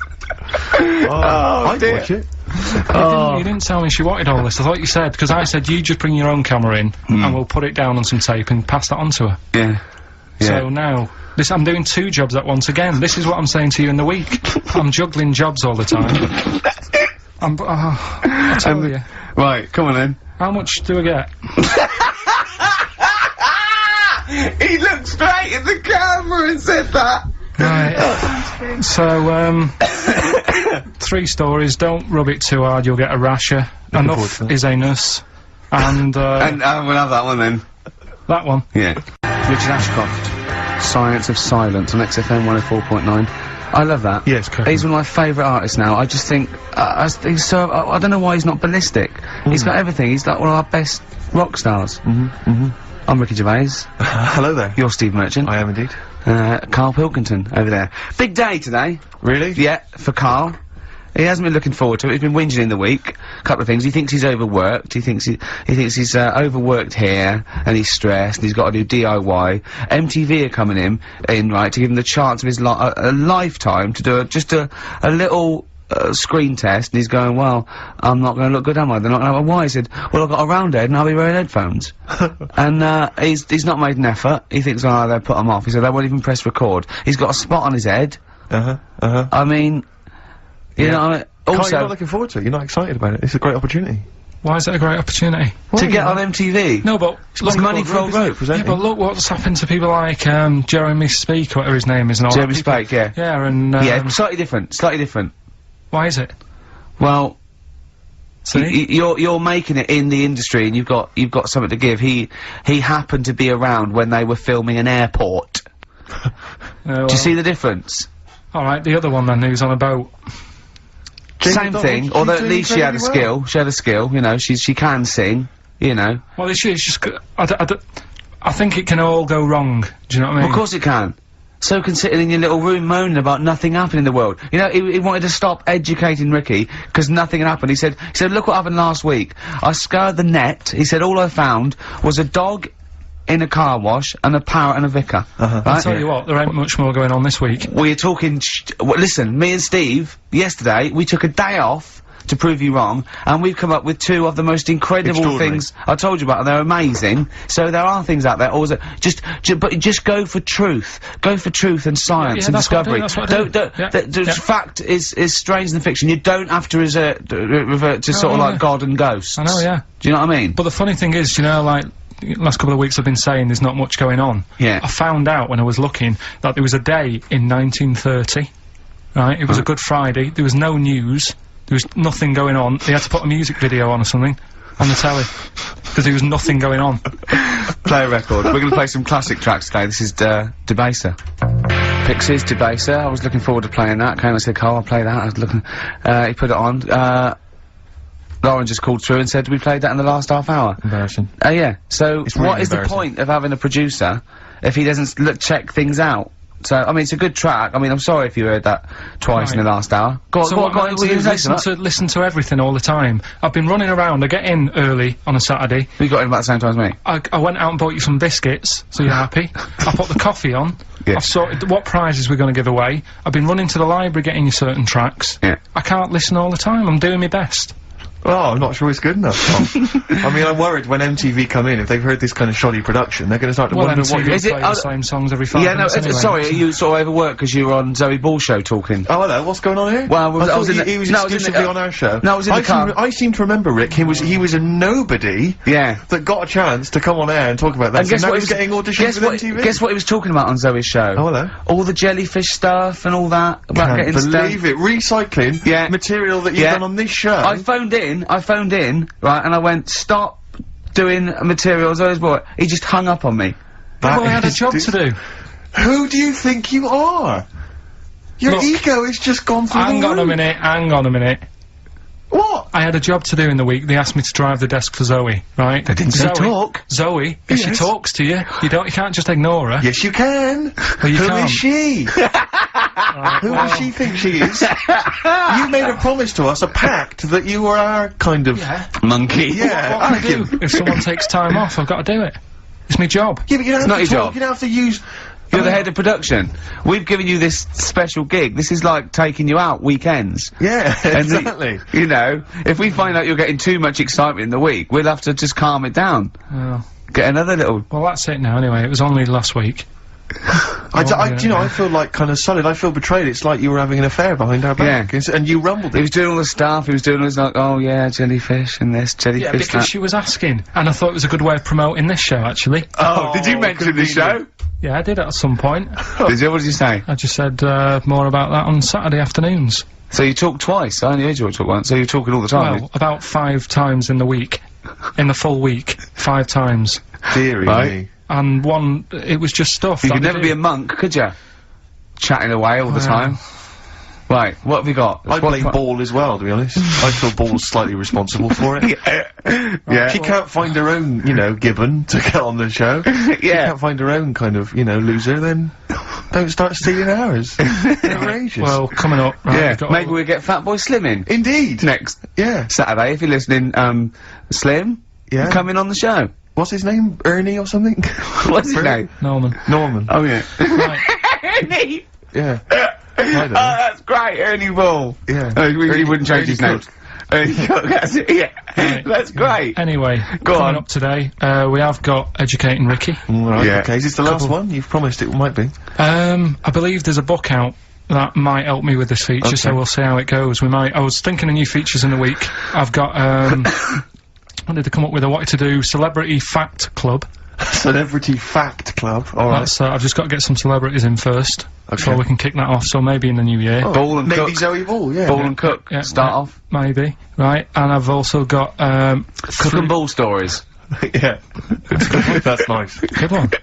Cheers. Thanks, Carl. Maybe you could sell that to Zoe's show.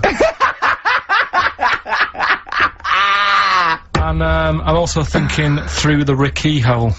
Through the Ricky hole, okay. What's that? That's, I'm quite... No, you just got the title again, haven't you? Yeah. Okay, play record. So, Rockbuster's coming up as well, Yeah. right? Yeah. Wu-Tang Clan, Gravel Pit on XFM 104.9. We're playing some great music today, Yeah, Rick. I wonder if we should maybe, you know, it's getting towards Christmas, to think about others. Should we dedicate the show to all the people in the world who maybe are less privileged and less, fortunate than us? No.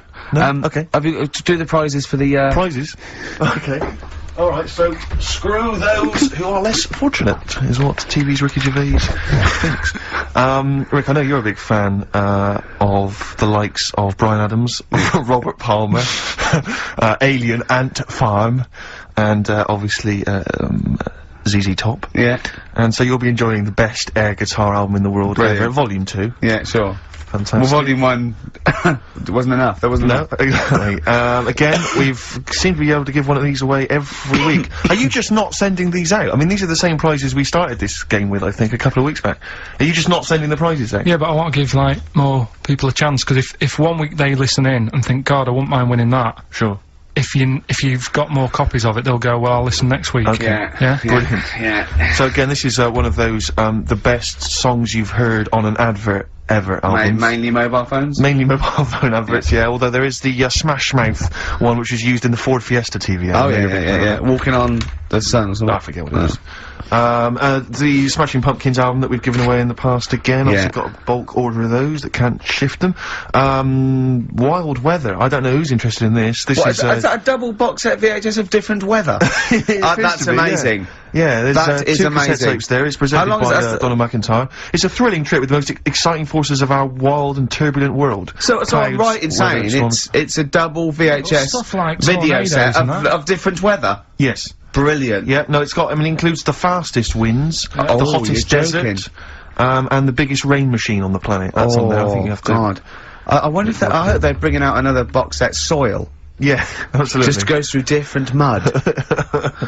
And this you may be of interest. I've read good reviews of the DVD of this. It's a 2-disc set. The Wicker Man, Oh, the classic right, a 70s great film, film, but yeah. it's got a bunch of extras That in is there. actually quite a that's good actually film. worth having. I would probably throw the rest away. But or the palm Wicker it Man, off get it on someone at DVD, Christmas. and it's quite very interesting. Yeah, but you'll enjoy that. So, So, what this Rockbusters, is it? Yeah, that's for Rockbusters. Brilliant. Well, I say get the ball rolling now.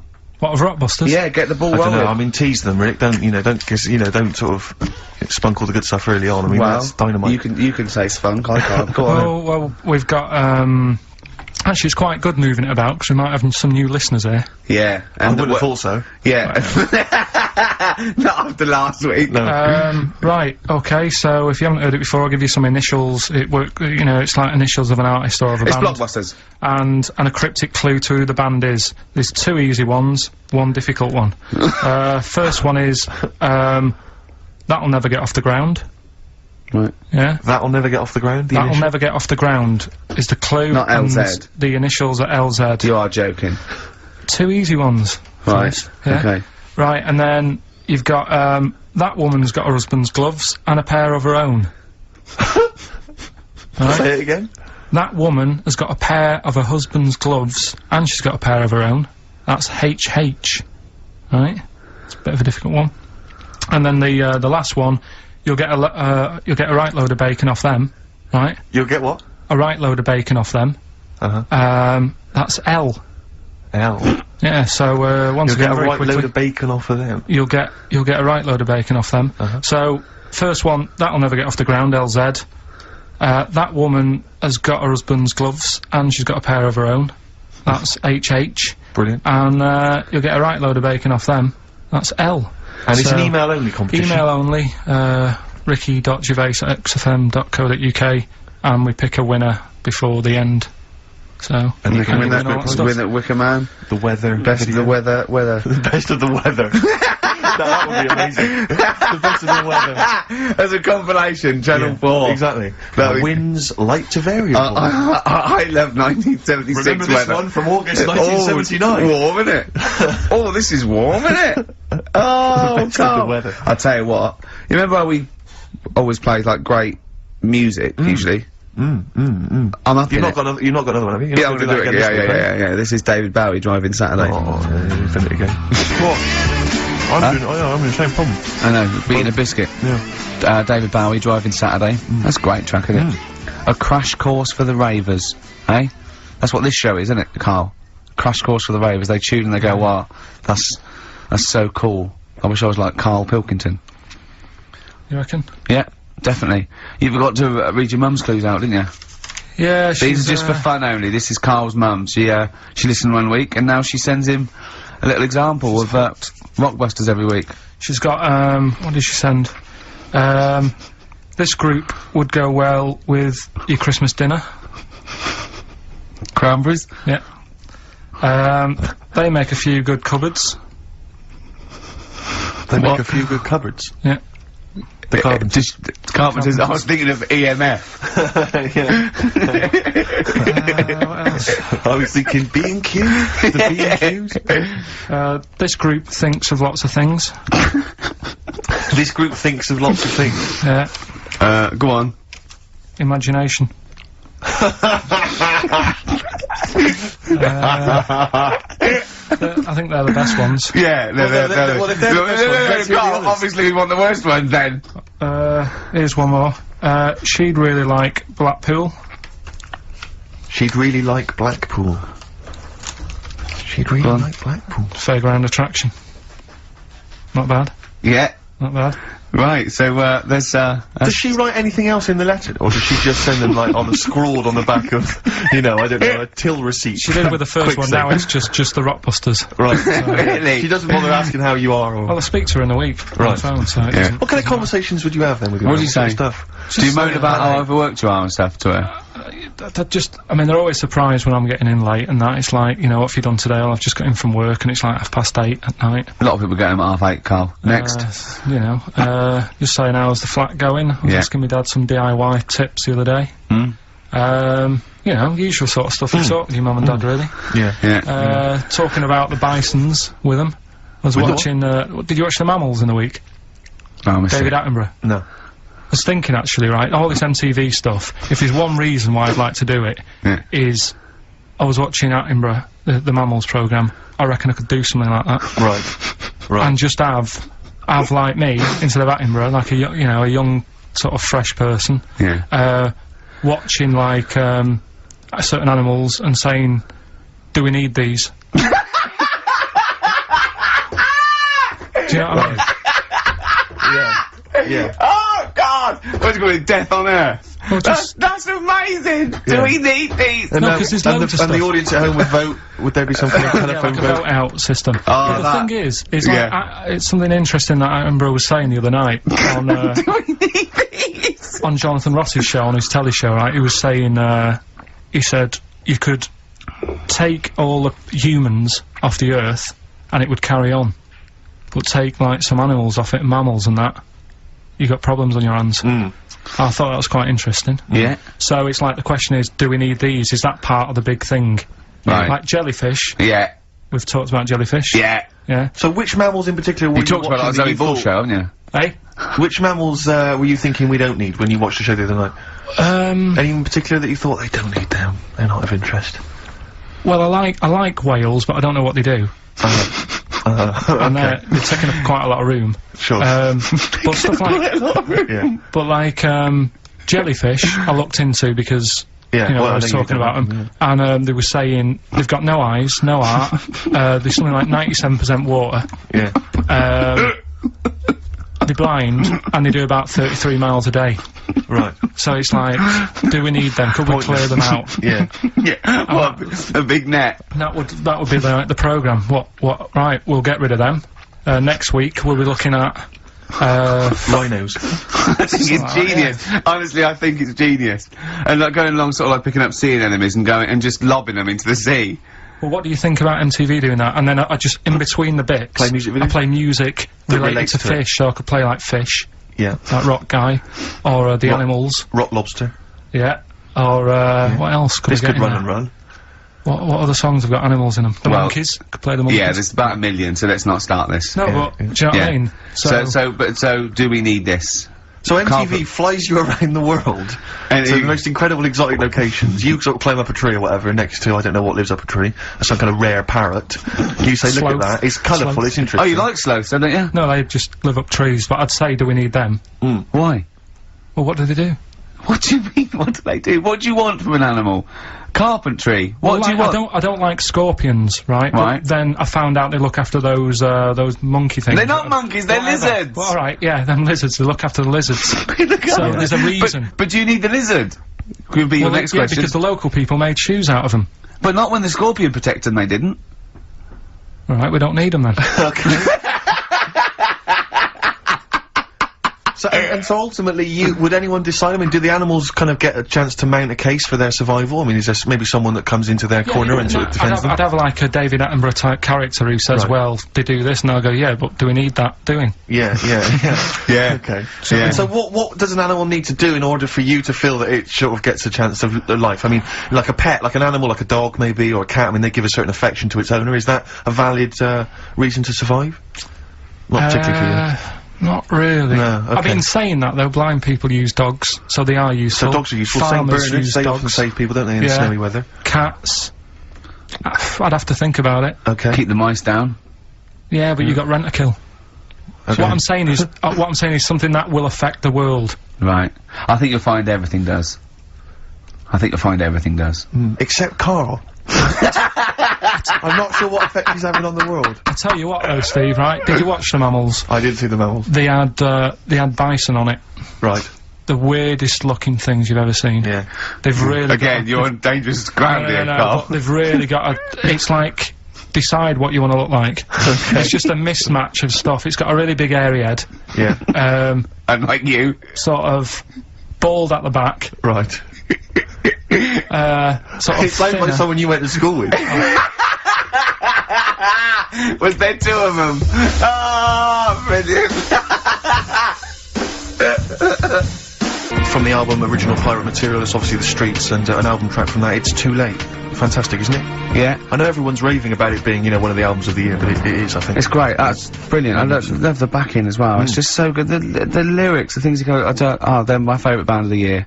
Next week then, we'll do all our favourite songs of the year, shall we? No, I think it's got to be 2 weeks' time, hasn't Oh, it? 2 weeks, is it? Yeah, we'll do I'm the away Christmas. next week as well. What do you mean you're away next week? What are you doing? Zoe Ball show? I'm going up north again. Why? So Claire's going to be here with you. Okay.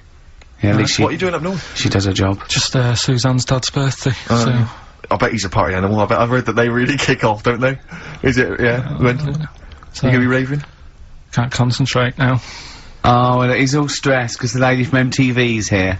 She's going to film his little face. So the things he said in the week, he was so worried. He's got worried about the spot on his head. That won't come out. Just you got your best side. It's on that side. That's all right. Oh, yeah.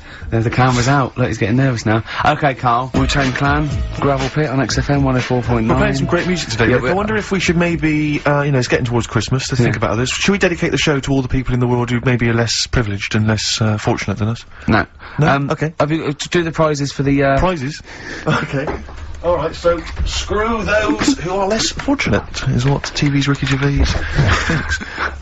Rick, I know you're a big fan of the likes of Bryan Adams, Robert Palmer, Alien Ant Farm, and obviously ZZ Top. Yeah. And so you'll be enjoying the best air guitar album in the world ever, Volume 2. Yeah, sure. Fantastic. Well, Volume 1 wasn't enough. There wasn't enough. Exactly. Again, we've seemed to be able to give one of these away every week. Are you just not sending these out? I mean, these are the same prizes we started this game with, I think, a couple of weeks back. Are you just not sending the prizes out? Yeah, but I want to give, like, more people a chance, because if 1 week they listen in and think, God, I wouldn't mind winning that. Sure. If you've got more copies of it, they'll go, well, I'll listen next week. Okay. Yeah? Brilliant. Yeah. So again, this is one of those, the best songs you've heard on an advert ever albums. Mainly mobile phones? Mainly mobile phone adverts, yeah, although there is the Smash Mouth one, which was used in the Ford Fiesta TV ad. Oh, yeah. Walking on the sun or something. I forget what it is. The Smashing Pumpkins album that we've given away in the past again, obviously got a bulk order of those that can't shift them. Wild Weather, I don't know who's interested in this. This Is that a double box set VHS of different weather? That's amazing. Yeah, there's That is two amazing. cassette tapes there. It's presented How long by is that? Donna McIntyre. It's a thrilling trip with the most exciting forces of our wild and turbulent world. So I'm right in saying it's a double VHS Stuff like video tornadoes set and that. of different weather. Yes. Brilliant. Yeah, no, it's got, I mean, it includes the fastest winds, the Oh, hottest you're desert, joking. and the biggest rain machine on the planet. That's on there, I think you have to... God. I wonder if I heard they're bringing out another box set, Soil. Yeah, absolutely. Just goes through different mud. And this you may be of interest. I've read good reviews of the DVD of this. It's a 2-disc set. The Wicker Man, the classic 70s film, but it's got a bunch of extras That in is there. actually quite a that's good actually film. worth having. I would probably throw the rest away. But or the palm Wicker it Man, off get on the bit on someone at DVD, Christmas. and it's quite very interesting. Yeah, but you'll enjoy that. So, what this Rockbusters, is it? Yeah, that's for Rockbusters. Brilliant. Well, I say get the ball rolling now. What, of Rockbusters? Yeah, get the ball I don't rolling. know, I mean, tease them, Rick. Don't sort of spunk all the good stuff early on. I mean, that's dynamite. you can say spunk, I can't. Go on. Well, we've got, actually, it's quite good moving it about, because we might have some new listeners here. Yeah. I wouldn't have thought so. Yeah. Not after last week. No. Right, okay, so if you haven't heard it before, I'll give you some initials. It's like initials of an artist or of a It's band. Blockbusters. And a cryptic clue to who the band is. There's 2 easy ones, 1 difficult one. First one is, That'll Never Get Off the Ground. Right. Yeah? That'll Never Get Off the Ground? That'll Never Get Off the Ground is the clue. Not and LZ. the initials are LZ. You are joking. 2 easy ones. Right. Yeah? Okay. Right, and then you've got, that woman's got her husband's gloves and a pair of her own. Say it again? That woman has got a pair of her husband's gloves, and she's got a pair of her own. That's HH. Right? It's a bit of a difficult one. And then the last one, you'll get a right load of bacon off them. Right? You'll get what? A right load of bacon off them. That's L. L. Yeah, so, once You'll again, get a very right quickly, load of bacon off of them. you'll get a right load of bacon off them. So, first one, that'll never get off the ground, LZ. That woman has got her husband's gloves, and she's got a pair of her own. That's HH. Brilliant. And, you'll get a right load of bacon off them. That's L. And it's So, an email-only competition. Email only, ricky.gervais@xfm.co.uk, and we pick a winner before the end. So, And you can win all that stuff. at Wicker Man. The weather. Best of the weather. The best of the weather. that would be amazing. The best of the weather. As a compilation, Channel 4. Exactly. That was- Winds light to variable. I love 1976 Remember this weather. one from August 1979? Warm, isn't it? Oh, this is warm, isn't it? Oh, The best of the Carl. weather. I'll tell you what. You remember how we always play like great music usually? I'm up You've in not it. got another one, have you? You're Yeah, not I'm gonna gonna do it. that again this week, Yeah. This is David Bowie driving Saturday. Oh, you've done it again. What? I'm in the same problem. I know, beating a biscuit. Yeah. David Bowie driving Saturday. That's a great track, isn't it? A crash course for the ravers, eh? That's what this show is, isn't it, Carl? Crash course for the ravers. They tune and they go, wow, that's so cool. I wish I was like Carl Pilkington. You reckon? Yeah, definitely. You've got to read your mum's clues out, didn't you? Yeah, These are just for fun only. This is Carl's mum. She listened one week and now she sends him a little example of Rockbusters every week. She's got, what did she send? This group would go well with your Christmas dinner. Cranberries? Yeah. They make a few good cupboards. They make a few good cupboards. Yeah. The Carpenters. Carpenters. I was thinking of EMF. What else? I was thinking B&Q. The B&Qs. This group thinks of lots of things. This group thinks of lots of things. Yeah. Go on. Imagination. I think they're the best ones. Yeah, well, if they're the best ones, let's hear the others. obviously we want the worst ones then. Here's one more. She'd really like Blackpool. She'd really like Blackpool. She'd really like Blackpool. Fairground attraction. Not bad. Yeah. Not bad. Right, so, there's, Does she write anything else in the letter, or does she just send them like on a scrawled on the back of, you know, I don't know, a till receipt? She did with the first Quick one. save. Now it's just the Rockbusters. Right. Really? She doesn't bother asking how you are, or Well, I speak to her in a week on Right. the phone, so it doesn't- what kind of conversations would you have then with your What do you mum? say? Stuff. do you moan about how overworked you are and stuff to her? I mean, they're always surprised when I'm getting in late and that. It's like, you know, what have you done today? Well, I've just got in from work and it's like 8:30 at night. A lot of people get home at 8:30, Carl. Next. You know, just saying how's the flat going. I was Yeah. asking my dad some DIY tips the other day. You know, usual sort of stuff you talk with your mum and dad, really. Yeah. Talking about the bisons with them. I was With the watching, did you watch The Mammals in the week? Oh, David Attenborough. No. I was thinking actually, right, all this MTV stuff, if there's one reason why I'd like to do it, Yeah. is I was watching Attenborough, the Mammals programme. I reckon I could do something like that. Right. And just have like me, instead of Attenborough, like a young, sort of fresh person, Yeah. watching like, certain animals and saying, do we need these? Do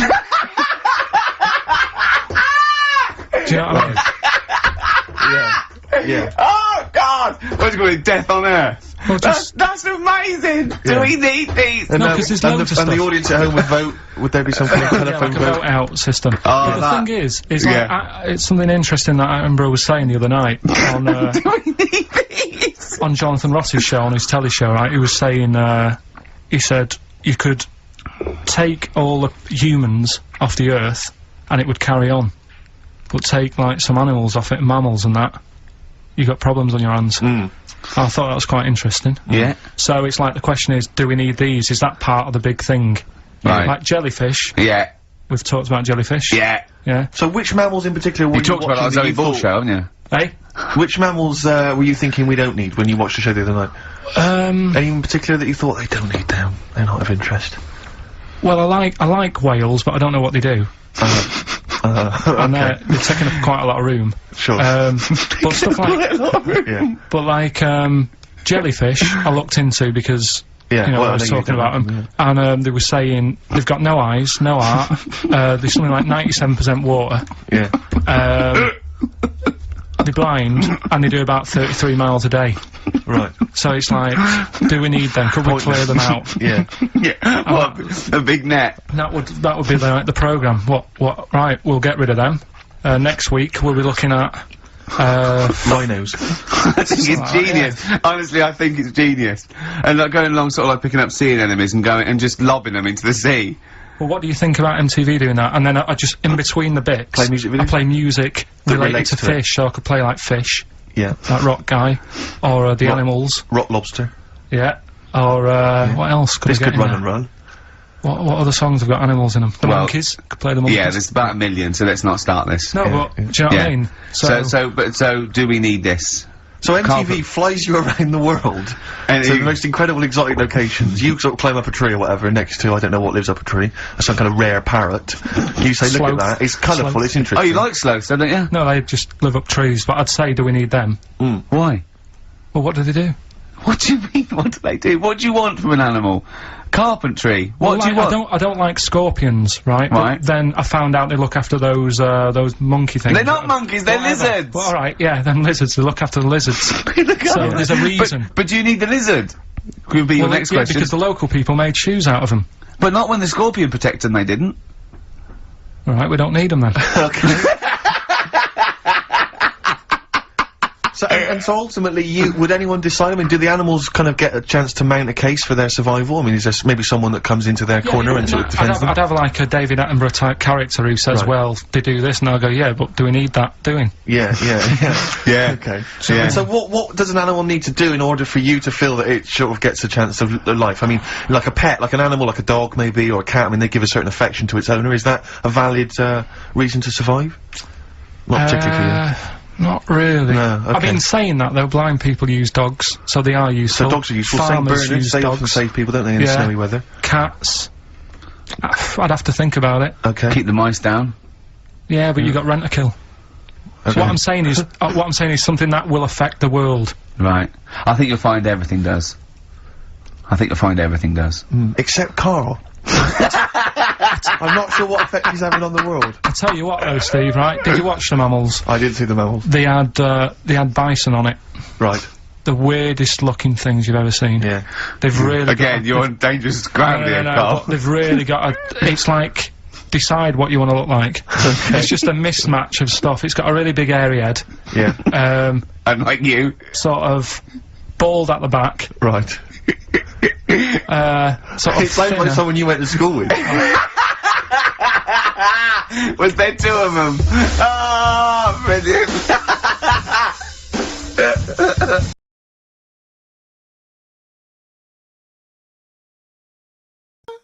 But that's what we were saying about bodies. I can't remember why we were talking about it. We've got to a point in science now that you can change your head.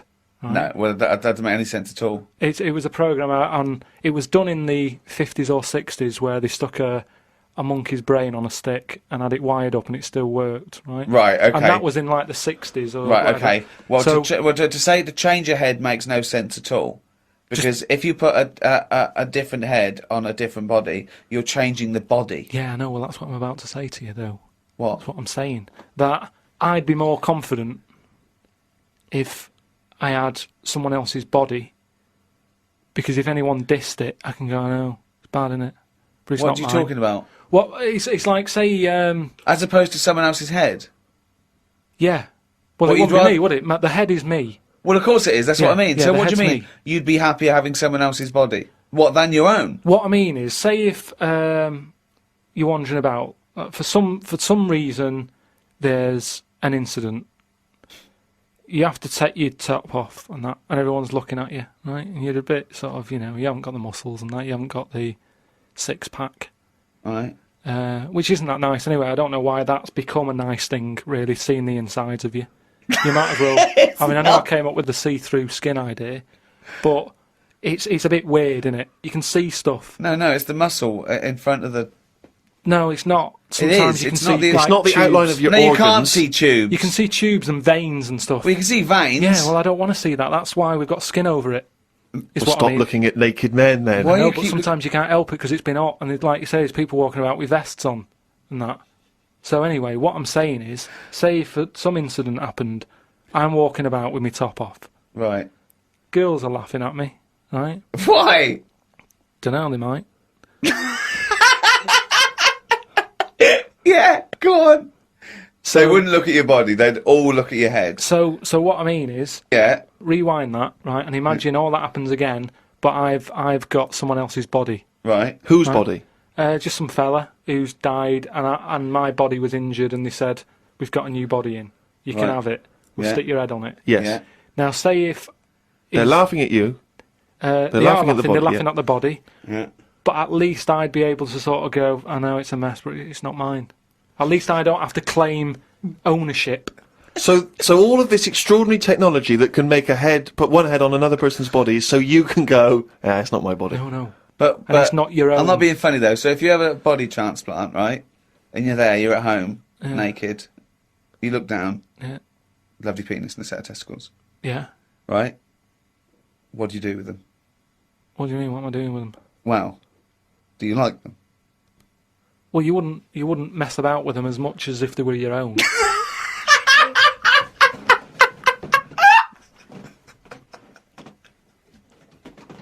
But if you did mess about with them, would you feel guilty that you were messing about with another man's testicles and penis?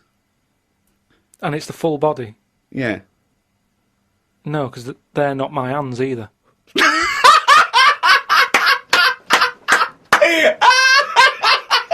You're a genius! You're a fucking genius! So what you're doing is watching someone else wank. Yeah. I had an email here.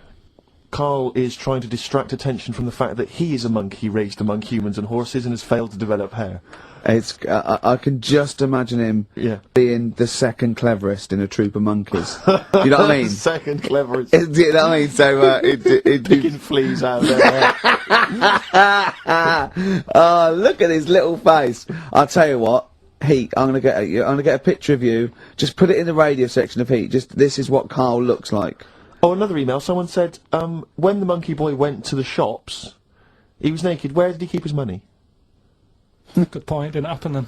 Right. Well, I just want a quick question because I'm a bit confused. Is this show 13 because we've just done 12, or is this show 1 of the all new Ricky Gervais show? I didn't know where we are. Show 1 of the all-new Ricky Gervais show. Right. Is it though? What do you mean? Well, that's like that question that I put to you about. Say if like we do something wrong to this world. Runs out of whatever we need. I don't know how it works. You put yourself down. I think you do, and I think you No, probably... just whatever Go on. the reason is. If it, You're talking, we run out of air. you are talking yourself out of a job with NASA, putting yourself down like that. I think you know exactly how the world works. no, but you know, just like say if we had to go to another world, Right. what year would it be? Yeah. I explained, told you, it depends. Because it doesn't matter where you start, right? It depends what a year is. A year is a year, because that's how long it takes our planet to go round our sun. A day is a day, because that's how long it takes the world to revolve once. I know, but you can't go to another world and then start changing everything, because people are going to be a bit unnervy about being on different soil.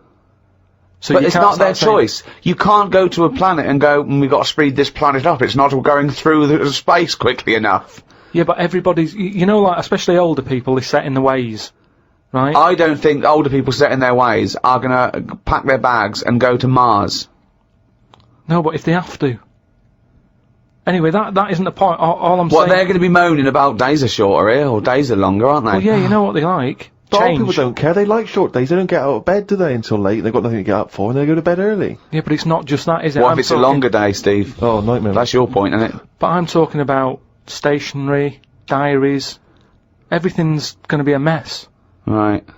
So what do you do? If I was in charge, Go on. I'd just say, yeah, carry on. It's 2007. It's September. It's a Thursday. Get on with it. Brilliant. I think because people are going to be 26 hours later, with a new day, And, Well, 480 days later, oh, it's another year, 2008. I was trying to explain to him yesterday, in a cafe, about, telescopes that can see back to the Big Bang. Why did you do well, that? I was trying to explain what a light year was, then I was explaining to him that, you know, you sit down, you put your telescope on, you're looking at a star, the star explodes, that star exploded 1 million years ago, and he couldn't have it. I was going, you're literally seeing it explode 1 million years ago, because that's how long the light got. And I started telling him that, you know, someone on another planet far, far away could be watching the 1980 World Cup final, if they had a strong enough telescope, because that's how long it took to get, look at his face. I can see his head bleeding. I just don't... So are you saying... Why did you start doing this in a cafe? Was it a 24-hour cafe? What were you thinking? But are you saying then there could be an alien fella? No, I'm not saying that at all. I'm saying that just like we can see things happening in other on other planets, other solar systems, that happened millions of years ago, there could be a little alien fella with a telescope watching the Battle of Hastings if he was far enough away. Do you understand the concept of what Ricky's saying, that light is travelling at a certain speed, which means it hasn't necessarily arrived here yet? So we could all relive history, though, is what I mean. No, we couldn't, because we No, but whiz backwards. well, no. One, you'd have to travel faster than the speed of light. Yeah, I know, but say if we can do all that... Well, that's the big thing. You can't. No, I know, but, you know, it's only a matter of time, isn't it? Why haven't we? No, but we're not in a rush to do it, because we can just go back in time. Well, but if time travel's possible, right, eventually, then it's already happened and they've come back. Yeah, no, but what I mean is, it's one of those inventions that we're not in a rush to do, because... No, what I'm saying is, if it's possible, then it will happen, and if it will happen, it has in the future. Yeah, but we don't know about that yet, do we? No, but you see my point? Not really. Okay. Yeah, but it's not that great just because you're seeing that far, because there's nothing in the way. You're looking at nothing. Space is nothing. What are you looking at? They say. What do they say? I don't know. If only you had a saying there at your fingertips. What I mean is, the universe, they say it's non-stop, there's no sides to it. No, they don't say that. Scientists have never said that. Do you feel like you're thinking in your head? Sometimes, like then I was. But I don't know if I am, because it's got a mind of its own, hasn't it? Out of all the people in the world to have a chat with, do you know, what's his face? That German doctor. Which one? The guy that displays the human body?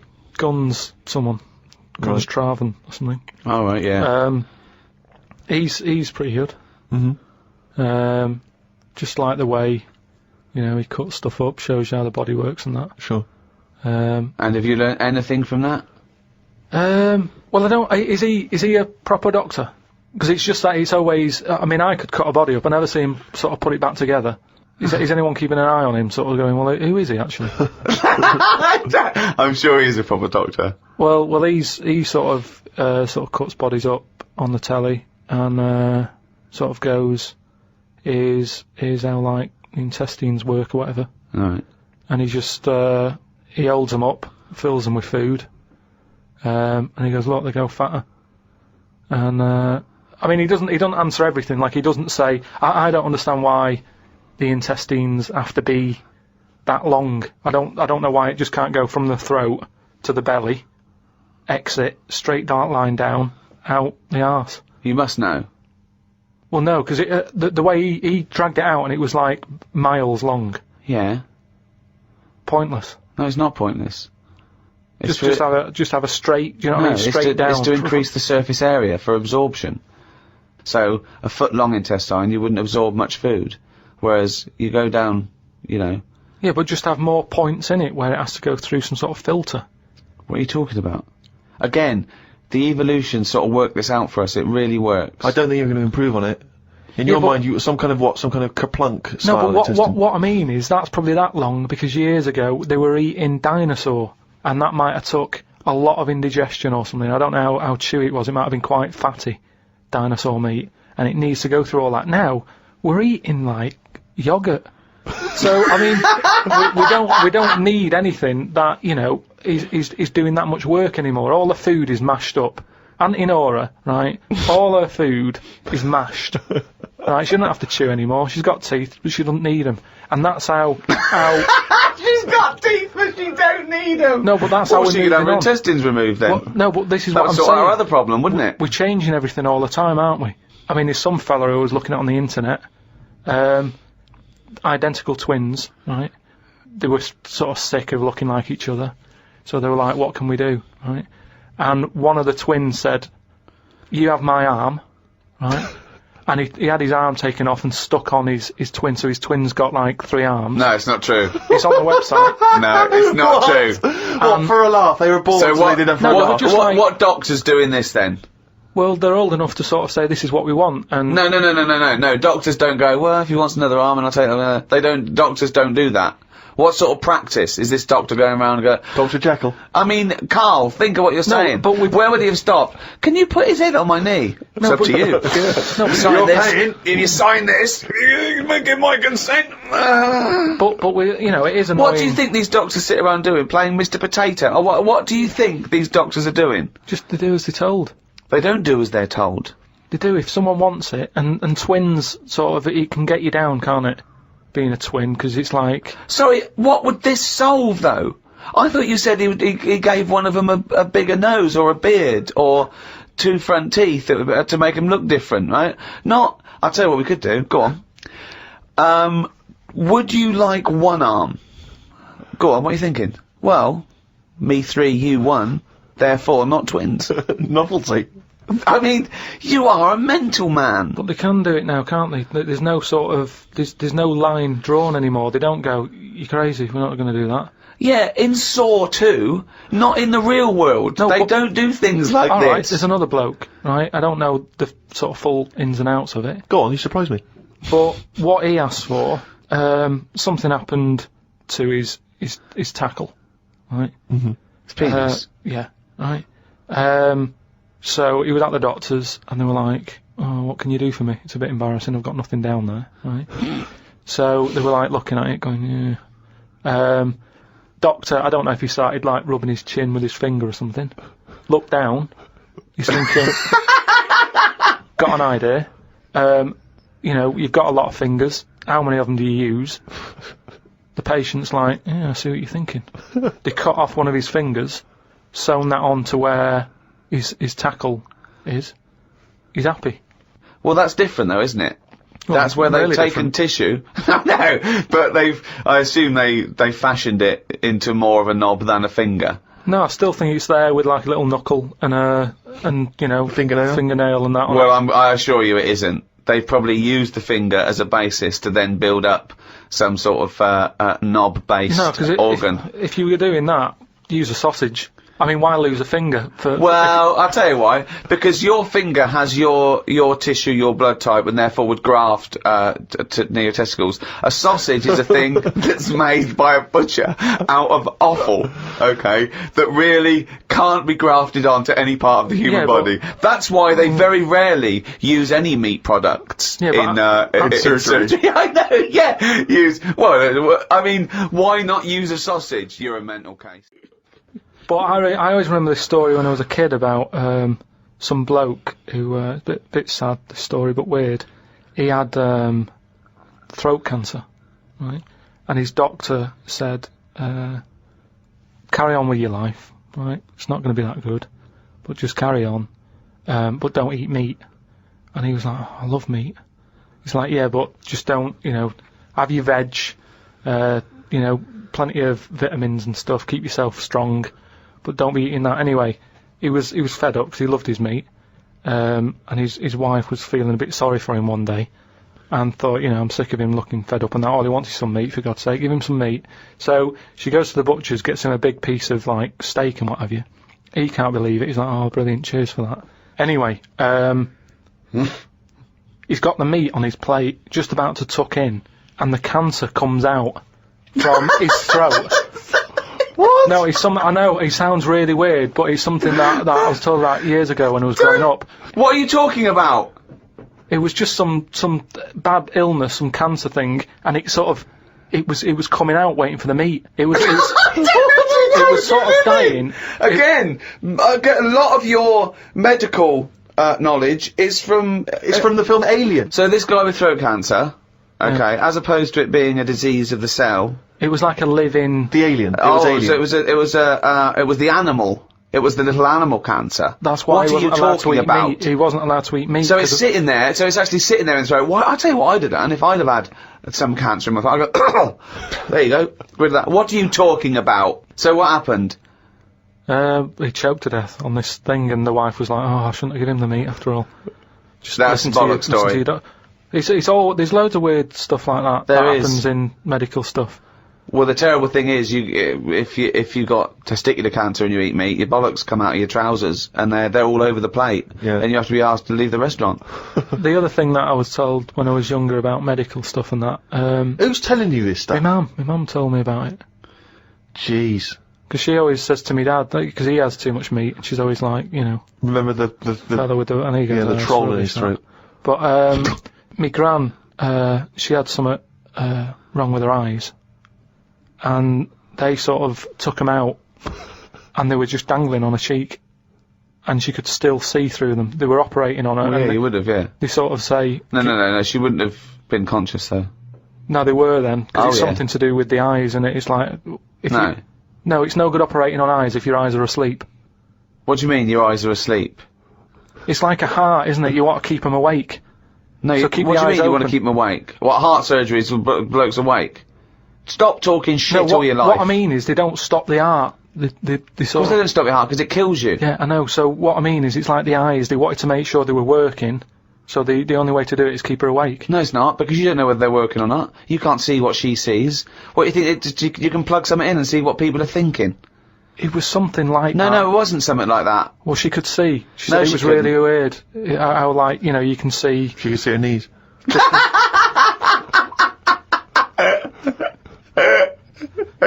That is bollocks. Had a good week, Carl? All right, just boring. It's a boring week. Because that sort of kidney operation I've had, it's just affected my life in a big way. How are you now, Carl? Are you feeling better?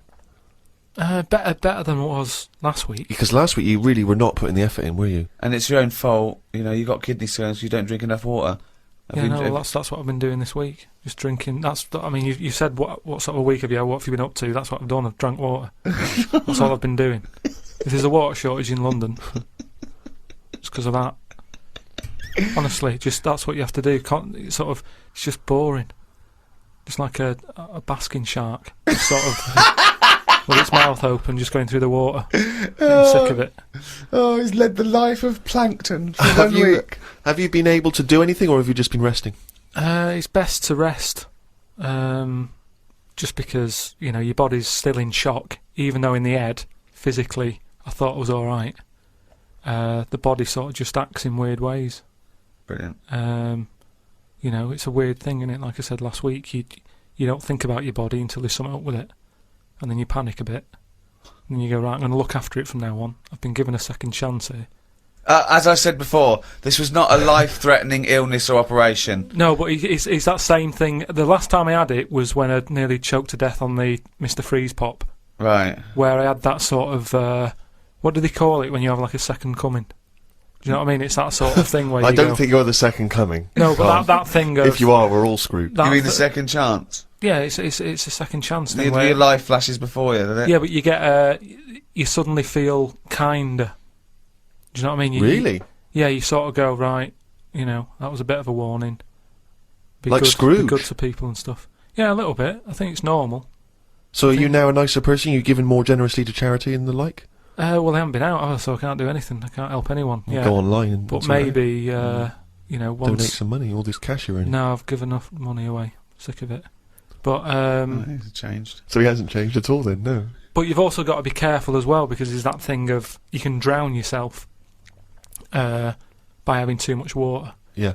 So it's just getting that balance right of not having too much and filling yourself up. And Well, at yeah, the it's same that balance, right, of not dehydrating and, you know, becoming like a desert jellyfish. like a little crisp, and drowning yourself. Yeah. You're right, it is a balance. That's exactly what you got to do. I don't know how you've managed it, Carl. It's very complicated. Yeah. No, but What I do is when I'm thirsty, I drink, and when I'm not thirsty, I don't. yeah, but that's the problem with me. Whatever it is that's in your head that says you should have a drink, I don't really have one. It's called a brain! It's called a brain. Yeah. It's the brain that tells you. But my brain's never thirsty. I only think of drinking when I'm eating. And I'm not eating as much because my kidney's weird. I don't want to put any pressure on it, so I don't drink. So now, if I have it in front of me all the time, I go, right, I've got to have that. Yeah. So yeah, so I feel, feel a bit better. Good. Just, it's just been a long week.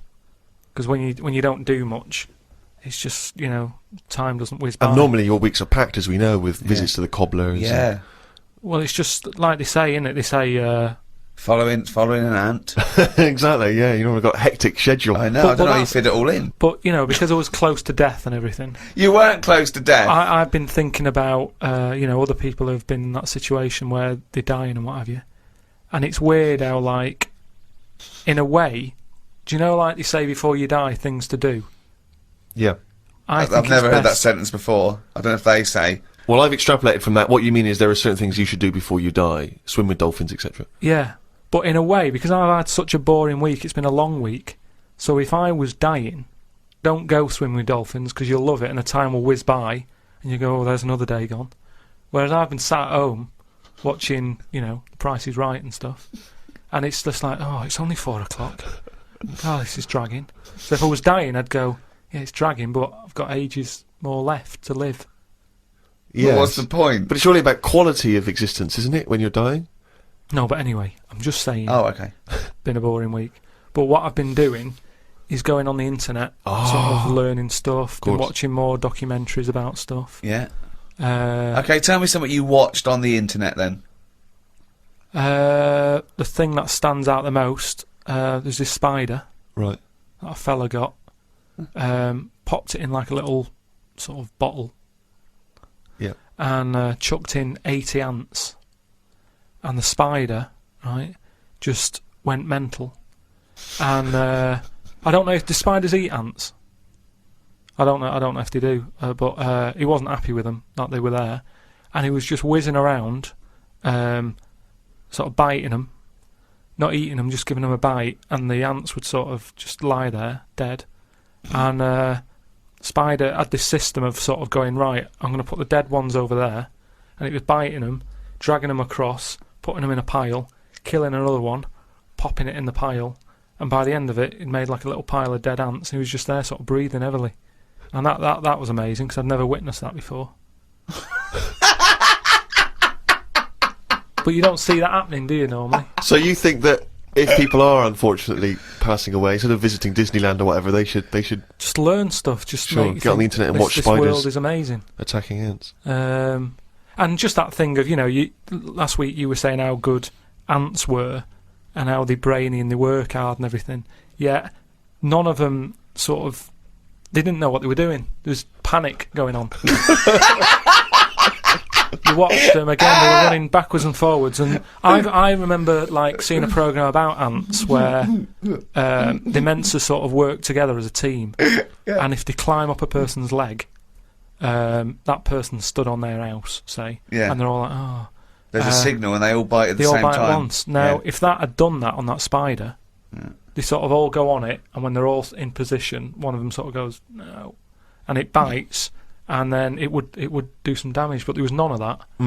And But you've seen things like the Towering Inferno, where even humans panic crazily and jump out of windows and things until Steve McQueen comes along and saves the day. So yeah, but at the end of the day, when you're in a Towering Inferno, you were there relaxing on holiday.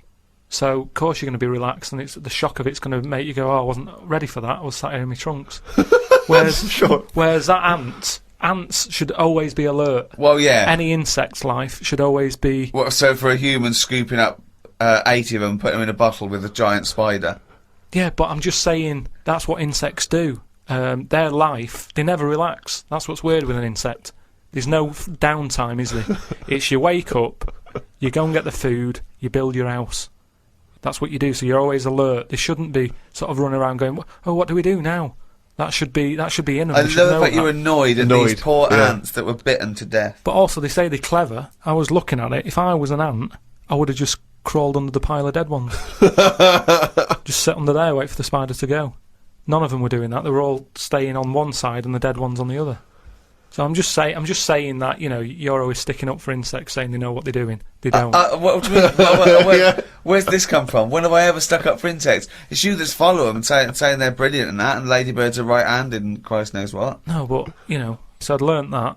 Brilliant. You haven't learnt anything. There's nothing to learn from There's that, is nothing you learnt from that. Something about jellyfish. Say, like, you know, I was telling you about the sea being full up, Yeah. right? How there's too many fish in it and they're all being pushed out. Then, you know, it was saying about how the jellyfish is changing Yeah. from a bit back, just being a blob, to now being a blob with stingy bits. You go, oh. And then... No, I don't. I think I wonder what he read. And I wonder what he was reading then there. I'll think of what other things are in the sea, how are they changing? And then that's when I might do a poem about an octopus with two heads.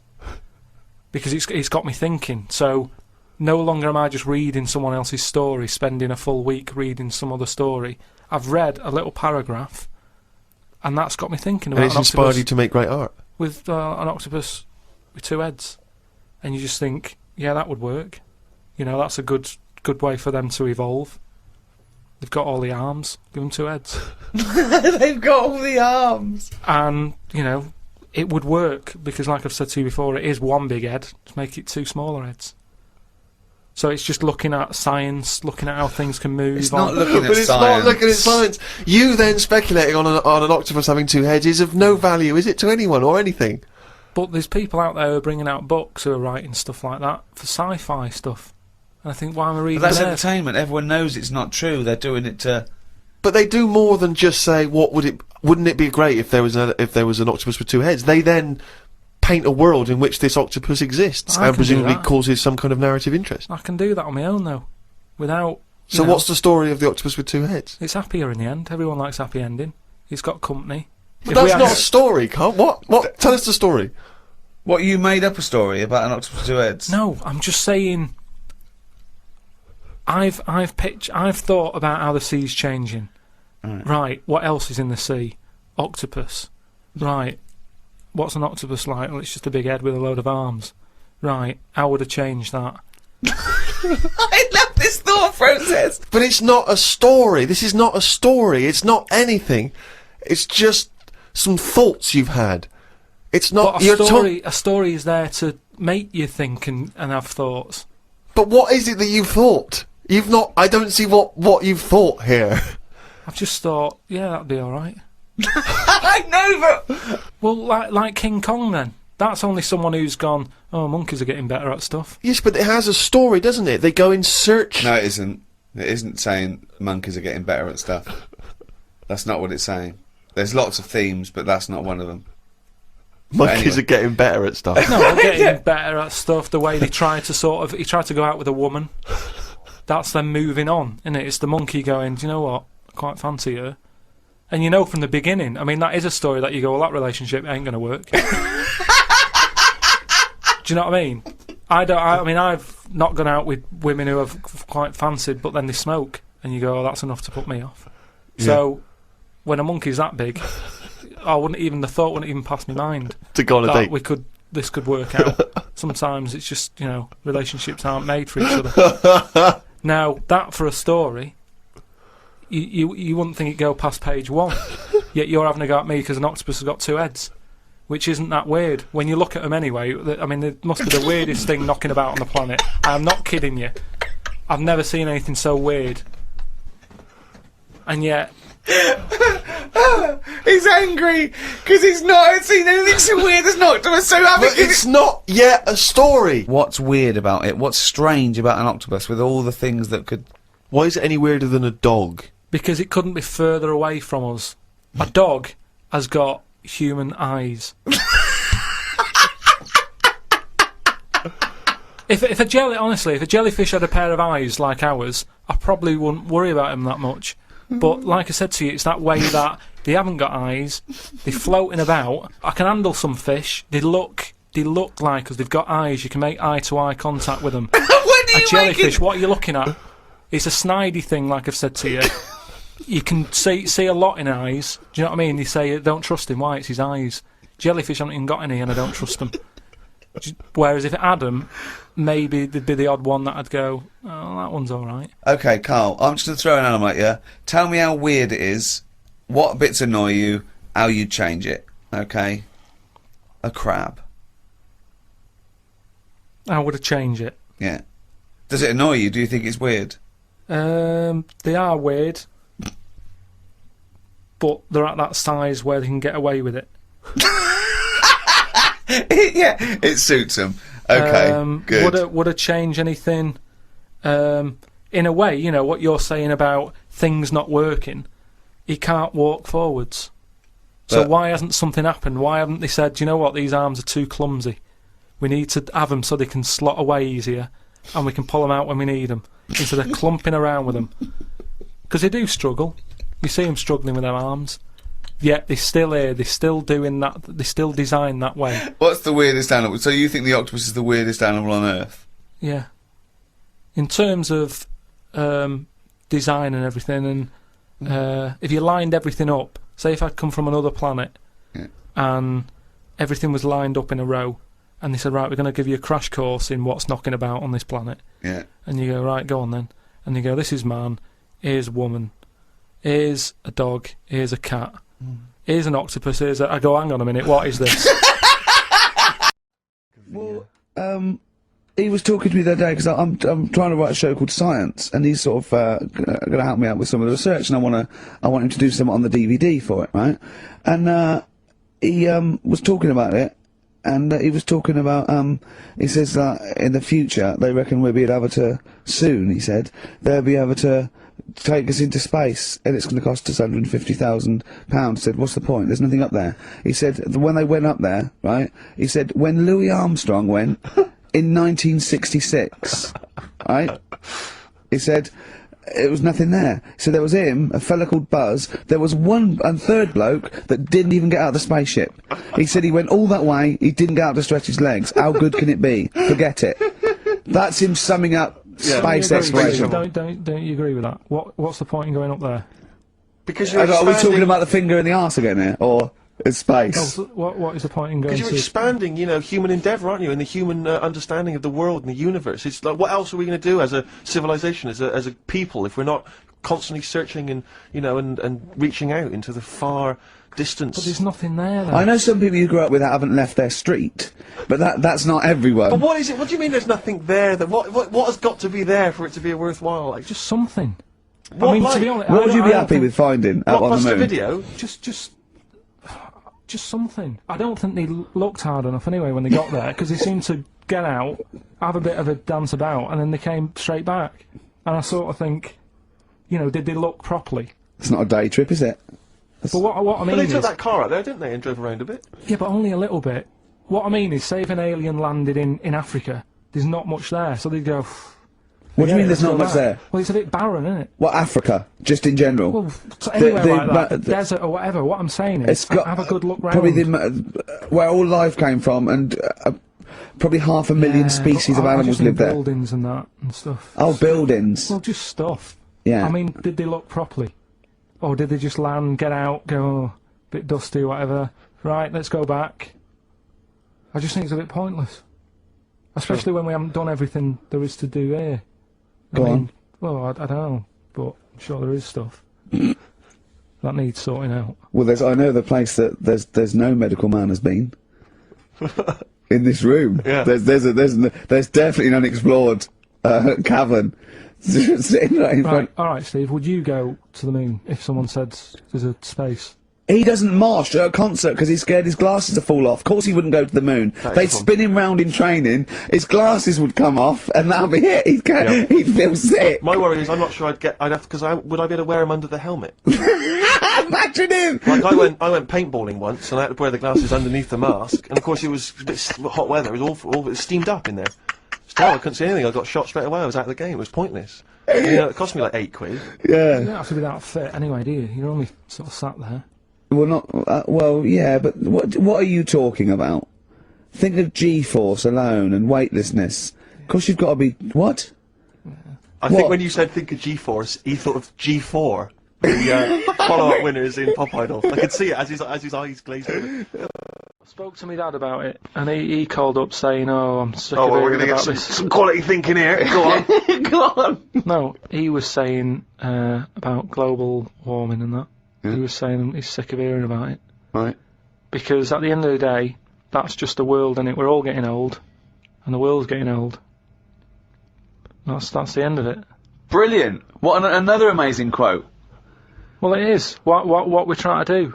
This is what I'm saying about we don't like people to get old. We're always saying, oh, we can change that face, we can lift your chin up, we can put a wig on you. And Why are it's you the same- so annoyed about people wanting to live a little bit longer? Because enough's enough is what I'm saying. The world's the same. It's just getting old, and you know, it used to have more green on it, but now it's gone a bit bald, so it hasn't got as much green. It's got more soil. Treat the world like a head. That's an amazing quote. If you had children, what is the most important lesson you'd want to teach them? I mean, in a way, if you sort of look after a kid too much, it doesn't learn that much. But if you let it learn by its mistakes, it'll probably grow up all right. But there are some mistakes you can't afford it to make to learn from. Yeah, driving a car the wrong way down a motorway.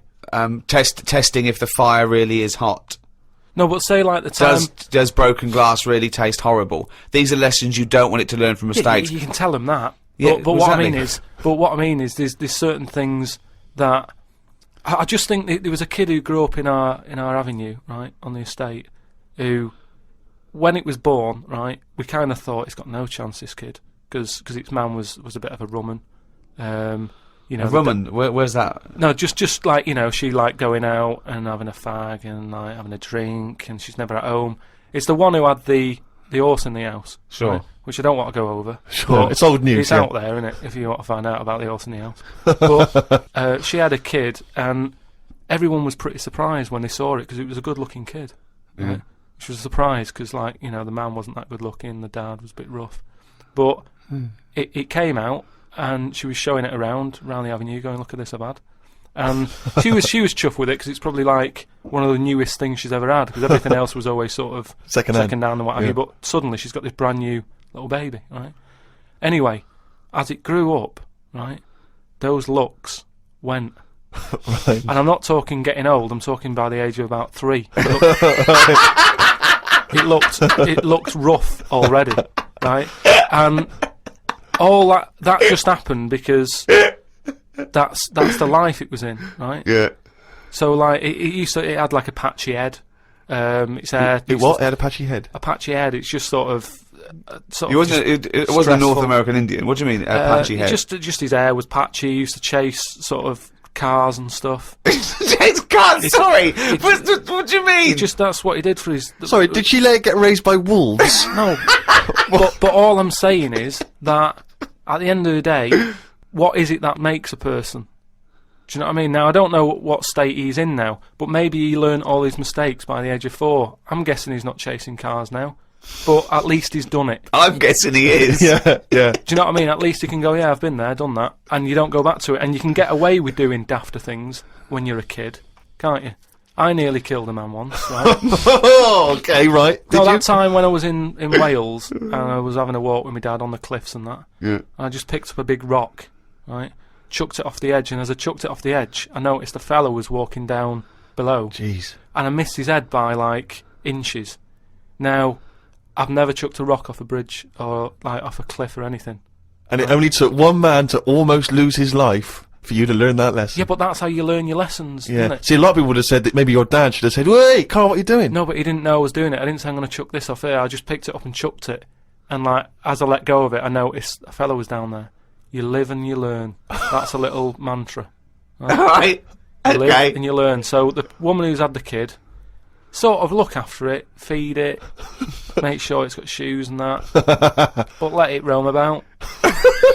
That's great. There's the advice for you, Anne-Marie. I love that. Good luck, just let your 7-month-old baby roam about. You know, you know, Stephen Hawking. Imagine Stephen Hawking listening to this show. You know, he's putting together the, you know, the formulation for the universe, but he's going to listen to a little bit of monkey news from Carl Pilkington. Imagine Stephen Hawking emailing us at podcast@rickygervais.com. I mean, that would just blow our minds, wouldn't it? That he's got time to do that. That he's got the inclination to bother doing that. He's always online though, isn't he? He's always hooked up. Is he? Well, he's always got a little computer on. Why not? Sure, that's one of the perks. You can just bung an email out whenever. I'm not having a go. I just mean that's what I'm thinking. He's sat there with his little computer. Out of all the people in the world to have a chat with, I'd probably like to have a chat with him about space and that, because I can't get my head around it. Carl, you can't get your head round frozen foods. What a chance are you going to have with the universe? No, but just putting stuff out there, you know, I mean, it freaks me out when I'm lying there in bed at night, and I think about how this world. On Friday, right, I was in bed with Suzanne, and I said, could the world fall? Right? It's like something from Chicken Licken. Wow. I That's mean- a hell of a bit of pillow talk, that. Isn't foreplay hell? Oh, God. But I'd like to sort of have a chat with him, because I reckon he could put it in a way that I could understand it.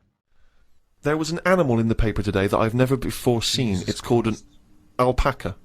They are gormless looking. The fella who breeds them said they are easy to look after because they're used to harsh conditions because they normally live in the mountains. The problem with this is they will turn useless eventually, and then if we tried to bung it back on the Andes, they won't like it. It's like how people win these live like a star for a week competitions. They're not good for anyone. Okay. Do you know what I mean? If something's living somewhere... But he's not But going to why are send we them gonna back bung to it the back? Andes. He's presumably breeding them for something else. Yeah, but say if eventually, you know, the world's getting busy, there's hardly any room, and we go, right, what can we shift here?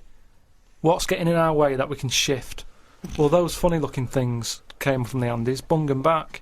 All right, then let's put them back. And they go, oh, they don't like it. They're not surviving, they're dying out. Why did we bring them here?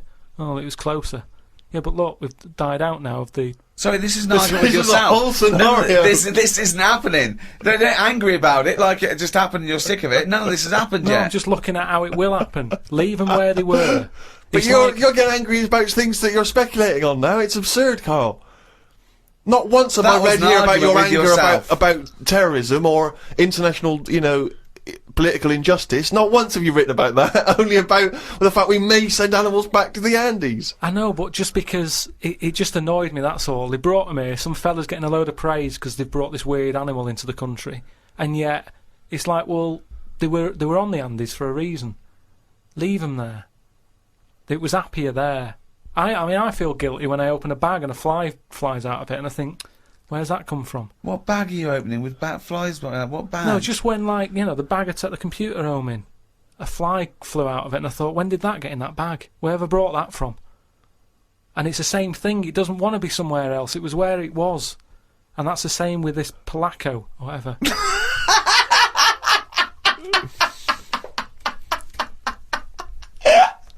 Oh, God! It's amazing! It really is the ramblings of a madman, isn't it? Some new sea thing has been found. That's the headlines on the news. It wasn't found by sea experts. It was found on eBay. Someone was selling it for a £5. I don't see the point in buying something that you don't know what it is. What do you mean? What do you mean? It was...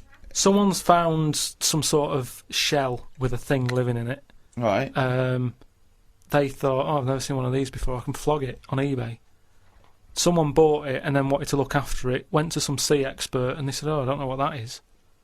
That's the story. It's just weird how stuff's being found on eBay. No, it wasn't found on eBay, though, was it? Yeah, but that's where the specialist people sort of picked up on it. It's just weird that... I mean, all I was saying is I wouldn't want one. If you don't know how to... If it's a new creature, you don't know what makes it happy. When you get a kitten... You go, stroke its head, loves it, right? And you can do that knowing that it's liking it. If I had a little seashell and you go, does it sit in water? I don't know. Do you know what I mean? You could end up doing more damage. So that's why I wouldn't want it. It's nice to have rules, isn't it? It's nice to know what you're doing with something. Well, as you write in the diary, it's like if an alien landed and wanted to live with you. As much fun as it might sound, it wouldn't be long before you got annoyed with it, because it wouldn't eat the food you gave it. That's what I'm saying, but I couldn't have a go at it because it might not like pasta. It might not. Everyone likes pasta. I'll tell you what, really feel sorry for people with, like, neighbours from hell. Because it's, I mean, you know, I'm not saying it's justified, but I can see why people go mental with someone when they're bullied or, you know, constantly harassed and no one cares. And when you can't go to the police, you can't go to the police and go, there's a bloke next door, he's got his telly on too loud, he's always pissed, he's shouting about, if you don't do something, I'm gonna go around there, and crack his head in. You're the one that... But isn't it your own fault for living in central London? Well, not really, because it wasn't always like that. I'd been there years, and then all of a sudden, you know, good fellas turn up. They sat down there making a racket. What can you say to them? You call down, they can't hear the phone ringing. Could I just say that Goodfellas wasn't a pizza joint? He called the loud people that because he thought they were gangsters. Right, they did what they wanted and sat outside and... Yeah. So, but it's louder, I think it is louder abroad than it is here. Whenever I go away on holiday, I always notice that it's always a couple of decibels higher. Really? Always. Like, the sound of bird noises and that are louder abroad. Because they're trying to get a nut above the noise of the noisy people. No, that's not true. They are. When I was in, where was I? Menorca or something. It was like lying there. If it wasn't a noisy local, it was the people in the villa next door. If it's not them, they suddenly collected the bottles from the bottle bank. That's a nice noise when you're just relaxing. The bottle bank. Just pop that there where the villa is. So that was a racket. There was always there was just so much noise. Animals, creatures. You can't escape. It's the one thing you can't escape. Noise. Your ears never turn off. No. They're always there. But I've told you before, wear earplugs if you have to. I don't like it. But he doesn't like. He says he can hear the sound of his own art. Well, there's always a sound. Like your eyes, you can close them. My eyes close all the time, and if I don't like the look of something, Yeah. no, but Yeah. if I don't like the look of something, they close before even I've thought about if I want to see it or not. What do you They're think? ahead. What do you think exactly? I just mean if I see something on the telly or like one of those casualty programs or something, Yeah. it's like my eyes know that I'm not going to like the look of it. Well, no. So they you're- close no, quicker. No. My ears, they seem to be interested in everything. Even though I'm not. What I mean is, you can't close your ears. Yeah, you that's can't. what I'm saying. Exactly. Yeah. You can't. You can never. So that's no, why I like the idea that your eyes are closing when you. I was watching that. Yeah, what are you doing, have your eyes? Have your No, eyes they- ever closed something that you're going? No, they normally get it right. Your eyes aren't They making normally any get it right. decisions. You're making decisions. You turn away because you don't like seeing something. You don't turn away, and then you're going, "What was that?" And your eyes going, "You don't want to know. You do not know. You don't want to know." I'm just Carl. saying anyway. Lovely pair of tits here. Oh, I can't believe it. I just mean noise pollution. It's the one thing you can't escape. Well, I heard, and you told me this, so I know it's true. Do you know when I talked about replacing blood with ink? Yeah. They can do it, not with ink. With coconut.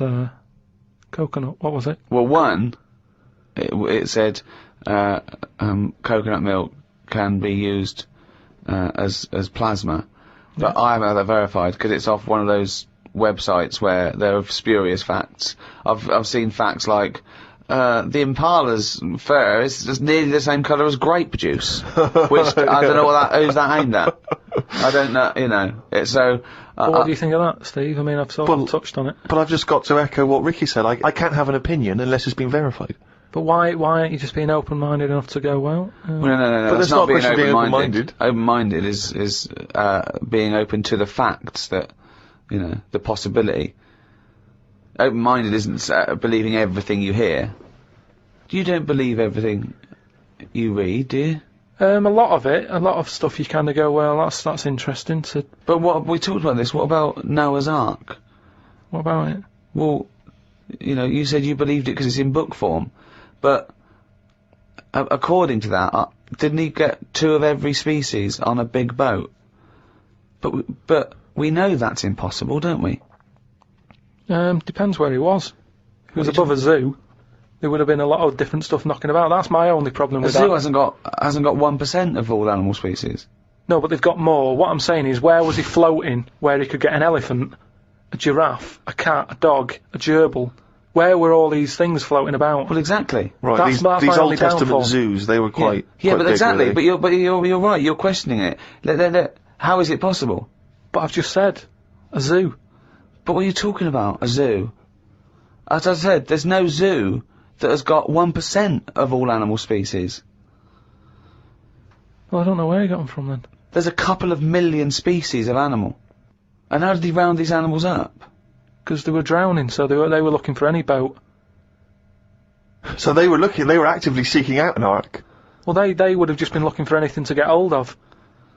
Yeah, and where did he keep them all? How did he keep them all separate? How did he... At that point... Oh no, the lions ate the otter. No, because at that point, it's that thing, innit, of how you all pull together in a Don't bad situation. Talk shit. You all chip in, they're all like, oh god, you know, let's be nice to our neighbours. Right.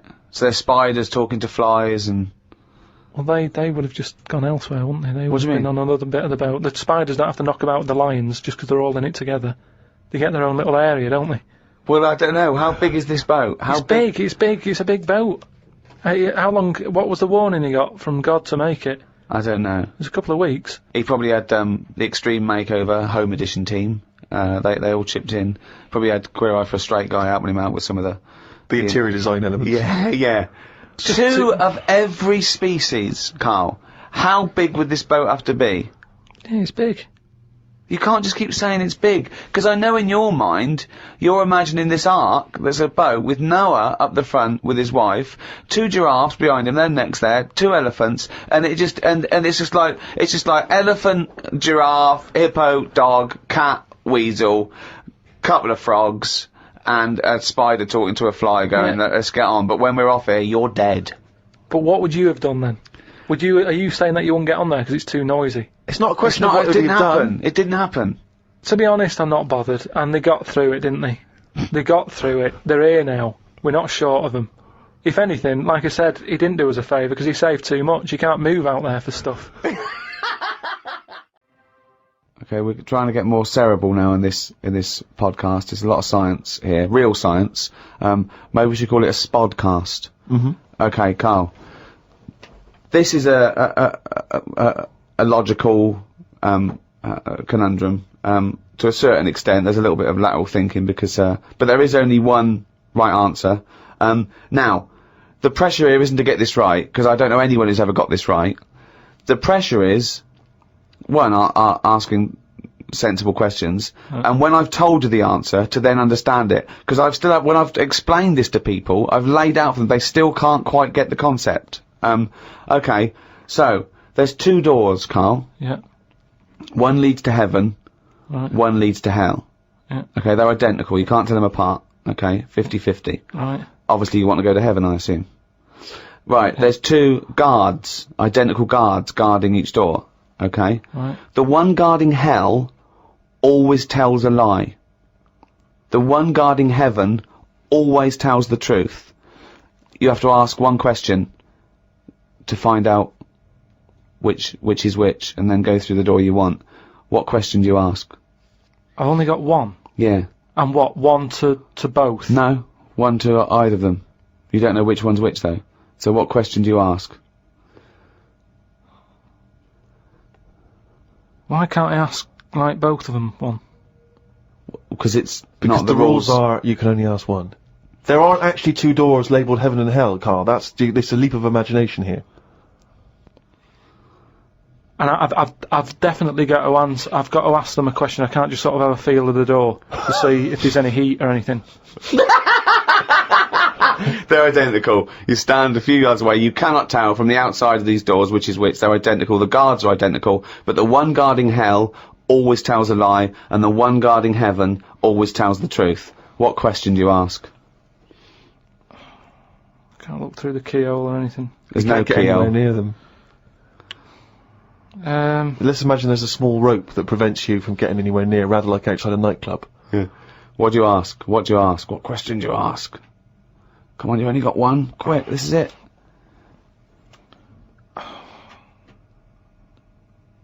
So, they stood there. Yeah. They both look the same. They're both smiling. Yeah.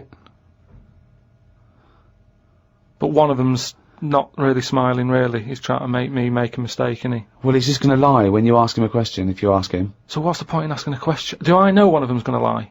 Yeah, well, the one guarding hell always tells a lie, the one guarding heaven always tells the truth. These things you know. But would they be neighbours like this? Would they be that close? Why? I mean, we're not sure if these two guys get on. I'll give you a clue.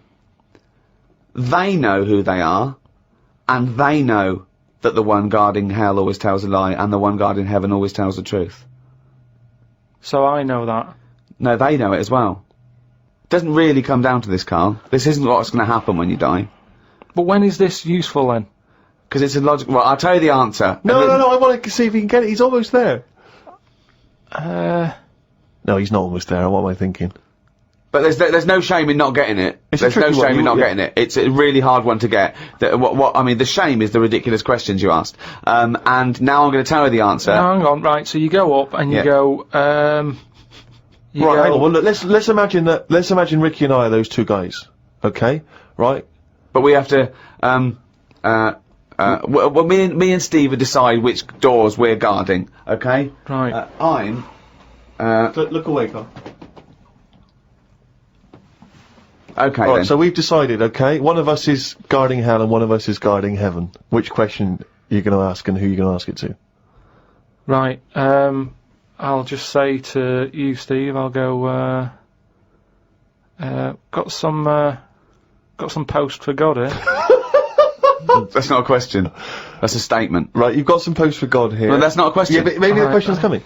You got some posts for God here, yeah. And it needs to be signed. It's not a question. Still not a question. No, let So him finish. maybe is God in? Because I need him to sign for this post. Is he in? Well, I can answer that as well if you want. Go on. He's in. He's behind my door. Do you want to answer it? Well, Yes. do you, he's want, in. do you want to get him? Just, Well, no, you've only got one question. So you're asking Steve, is God in? What's the answer? Yes. Ask me. Yes. look, lads, I'm just trying to do a job here. What am I going to do with this? Well, give it to me and I'll give it to God because he's behind my door. Steve? Yeah, give it to me and I'll take it into God because he's behind my door.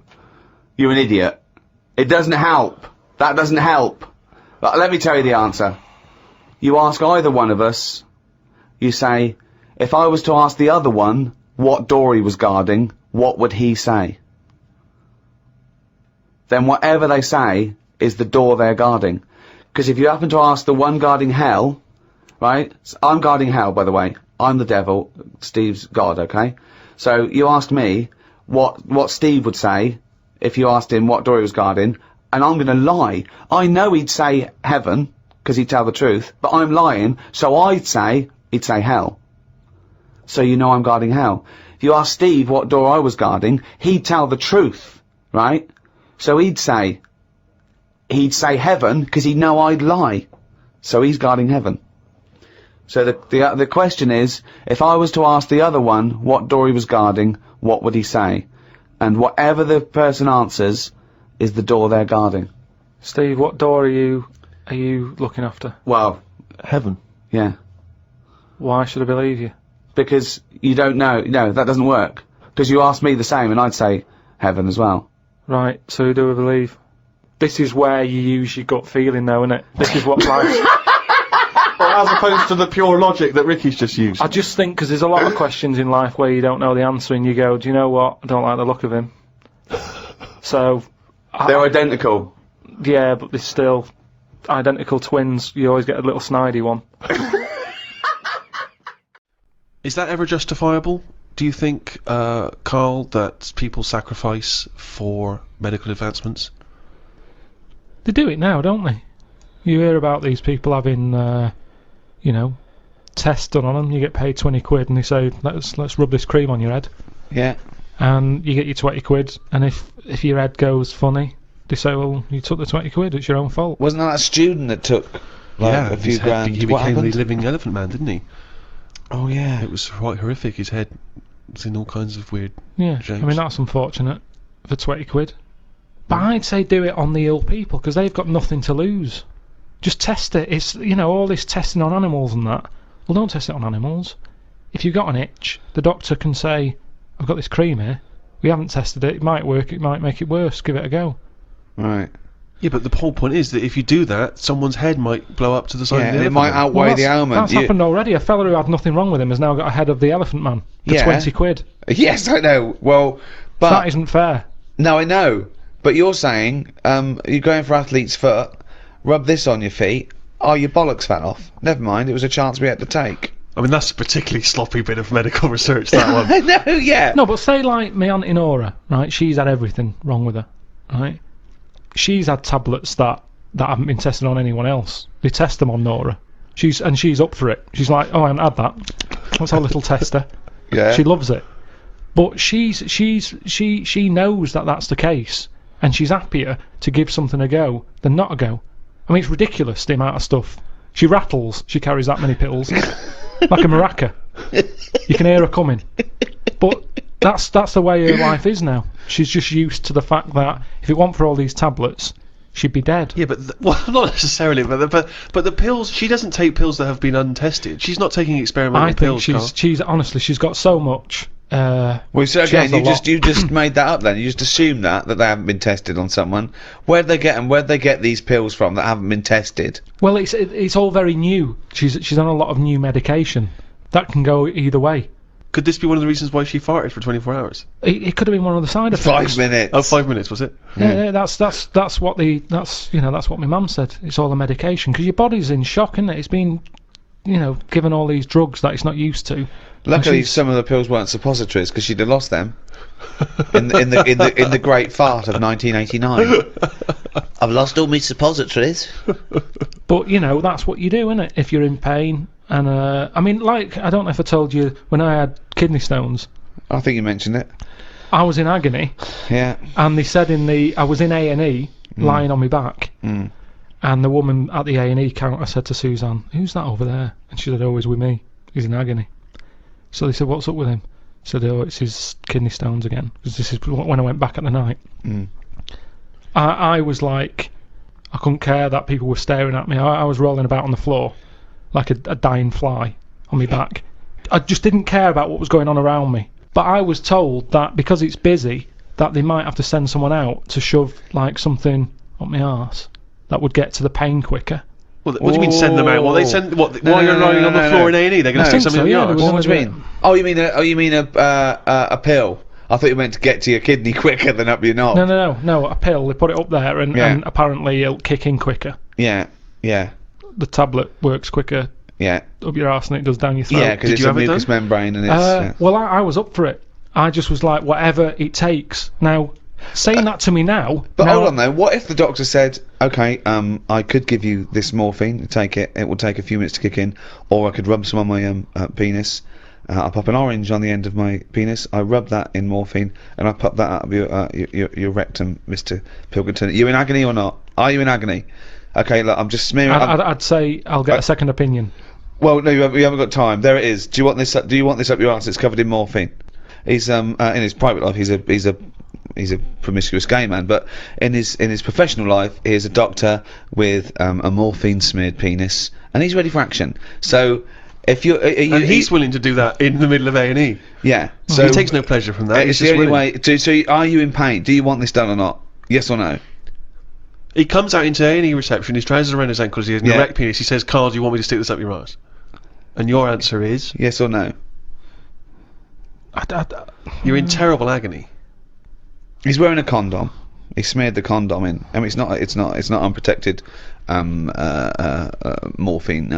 penile surgery. Administration. And what? In and out, done. Just in and out. Yeah, it just administered